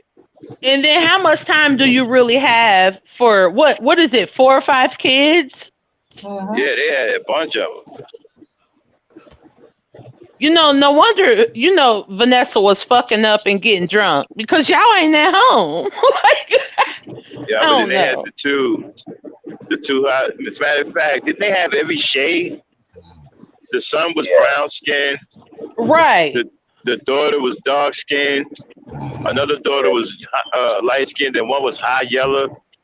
Yeah, like this thing, like it was only Rudy and Vanessa was the two dark skinned ones, and then Lisa Bonet and Cassandra was the light skinned one, and then of course Theo was dark skinned. Right, Lisa Bonet was light skinned, and the other one was the white woman.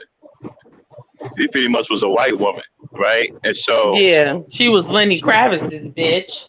Yeah, the Boogie Bear was Rudy, and what was the one in between? What was her? Who was it? Vanessa. Yeah. Okay. Like they had every shade of black. Wow. They had dark skin, brown skin. But can't we say that that's unrealistic though? Yeah, it is. It's not, Max, because my children are all by the same man, and they're different colors, but they all look I don't like. Mean that. No. I don't mean that. I'm talking about the family makeup. Period. You got like a doctor and a lawyer together. I mean, that wasn't like. That's not any reality of black neighborhoods. I know. No, it's not. You know what I'm saying? That was more of a. Yeah, that was more of a. Like in a black community I grew up in, you had like a lot of construction workers married to sisters who had degrees. You know what I'm saying? There was a lot of master's degrees going around. A lot of black women had master's degrees back then in the 70s, right? And so they was paired up with like electricians, plumbers, welders, construction workers, warehousemen, with no doctors. I didn't see any doctors or lawyers in the hood.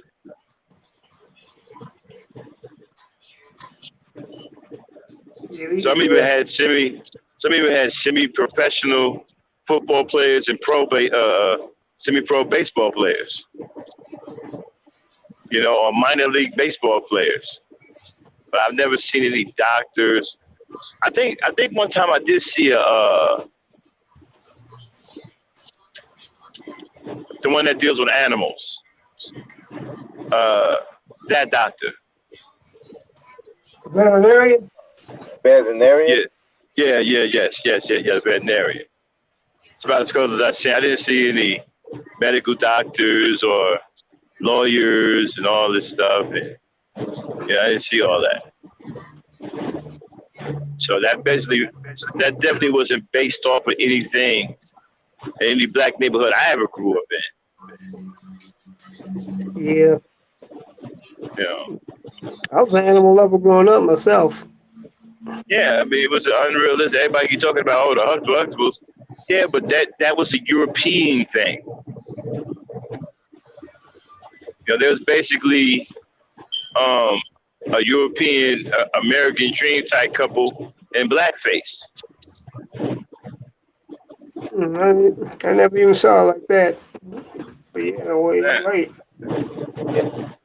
I never really did think of it like that. You just, it's just the fact that, it was a black couple that wasn't like in the hood or nothing like that. It was just, But to me, what was more realistic, right, as far as couples concerned, was Good Times. Right. Yeah. Yeah, that was the hood. Well, opposite of JJ. I didn't know see anybody like that. Well, I don't know. You probably had some JJs in the hood, whatever. But Good Times was more realistic. To me, that reflected the black community more than anything. They live in the projects. I think he was what was his profession? Did he drive a bus or something? What did James do? He was more of he was just taking any job, really, but his main one was like construction work. Construction worker. And what did Florida do? She was a housewife, or did she do a little hard-net jobs? I think she was more of a housewife. I don't think she worked. More of a housewife, yeah. Until after he died, I think. Right. That's when she started working. Right. She was And to me, housewife. Right. And to me, that was more what you saw in the hood. Even Bologna. Bologna was common in the hood. But the Huxtables, wasn't nobody on it like that. I didn't see anybody on it like that. Yeah, I think that's why, like you said, the Cosby Show was more, had more appeal for white people than Good Times. Yeah, well, Cosby was always a coon, man. That's why he, I give him credit for telling for being a family comedian. With nobody doing that back then. And he was very good at it. I mean, Cosby has some serious comedic talent, man. To be able to just be purely funny like that, just pure funny, like being able to tell family jokes. I mean, that was incredible, man. I mean, he was actually funny, man. Just pure funny. He didn't have to curse. He didn't have to do none of that. I mean, he could just tell jokes about families, the kids in the family, and be funny. He was legitimately funny, man. So, but I thought the Fat Albert thing was pretty good too. But they never really, for some reason that stayed a cartoon. I'm not sure why. That was kind of like. Didn't they do a live movie of that? I thought they did. I don't know if they did or not. I think they made a movie out of it. Yeah. Because I think that was his. Like a TV show, like a live TV show. Yeah. Yeah, I think that was a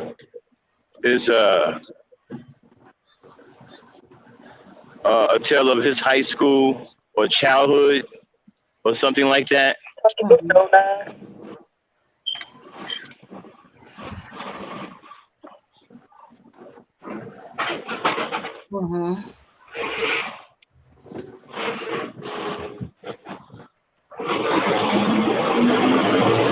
Okay. All right, y'all. With that being said, let's go on and shut it down. Then you got the music queued up.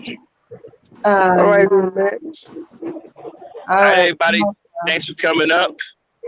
Helping us do this gent culture. Always having fun talking to you guys.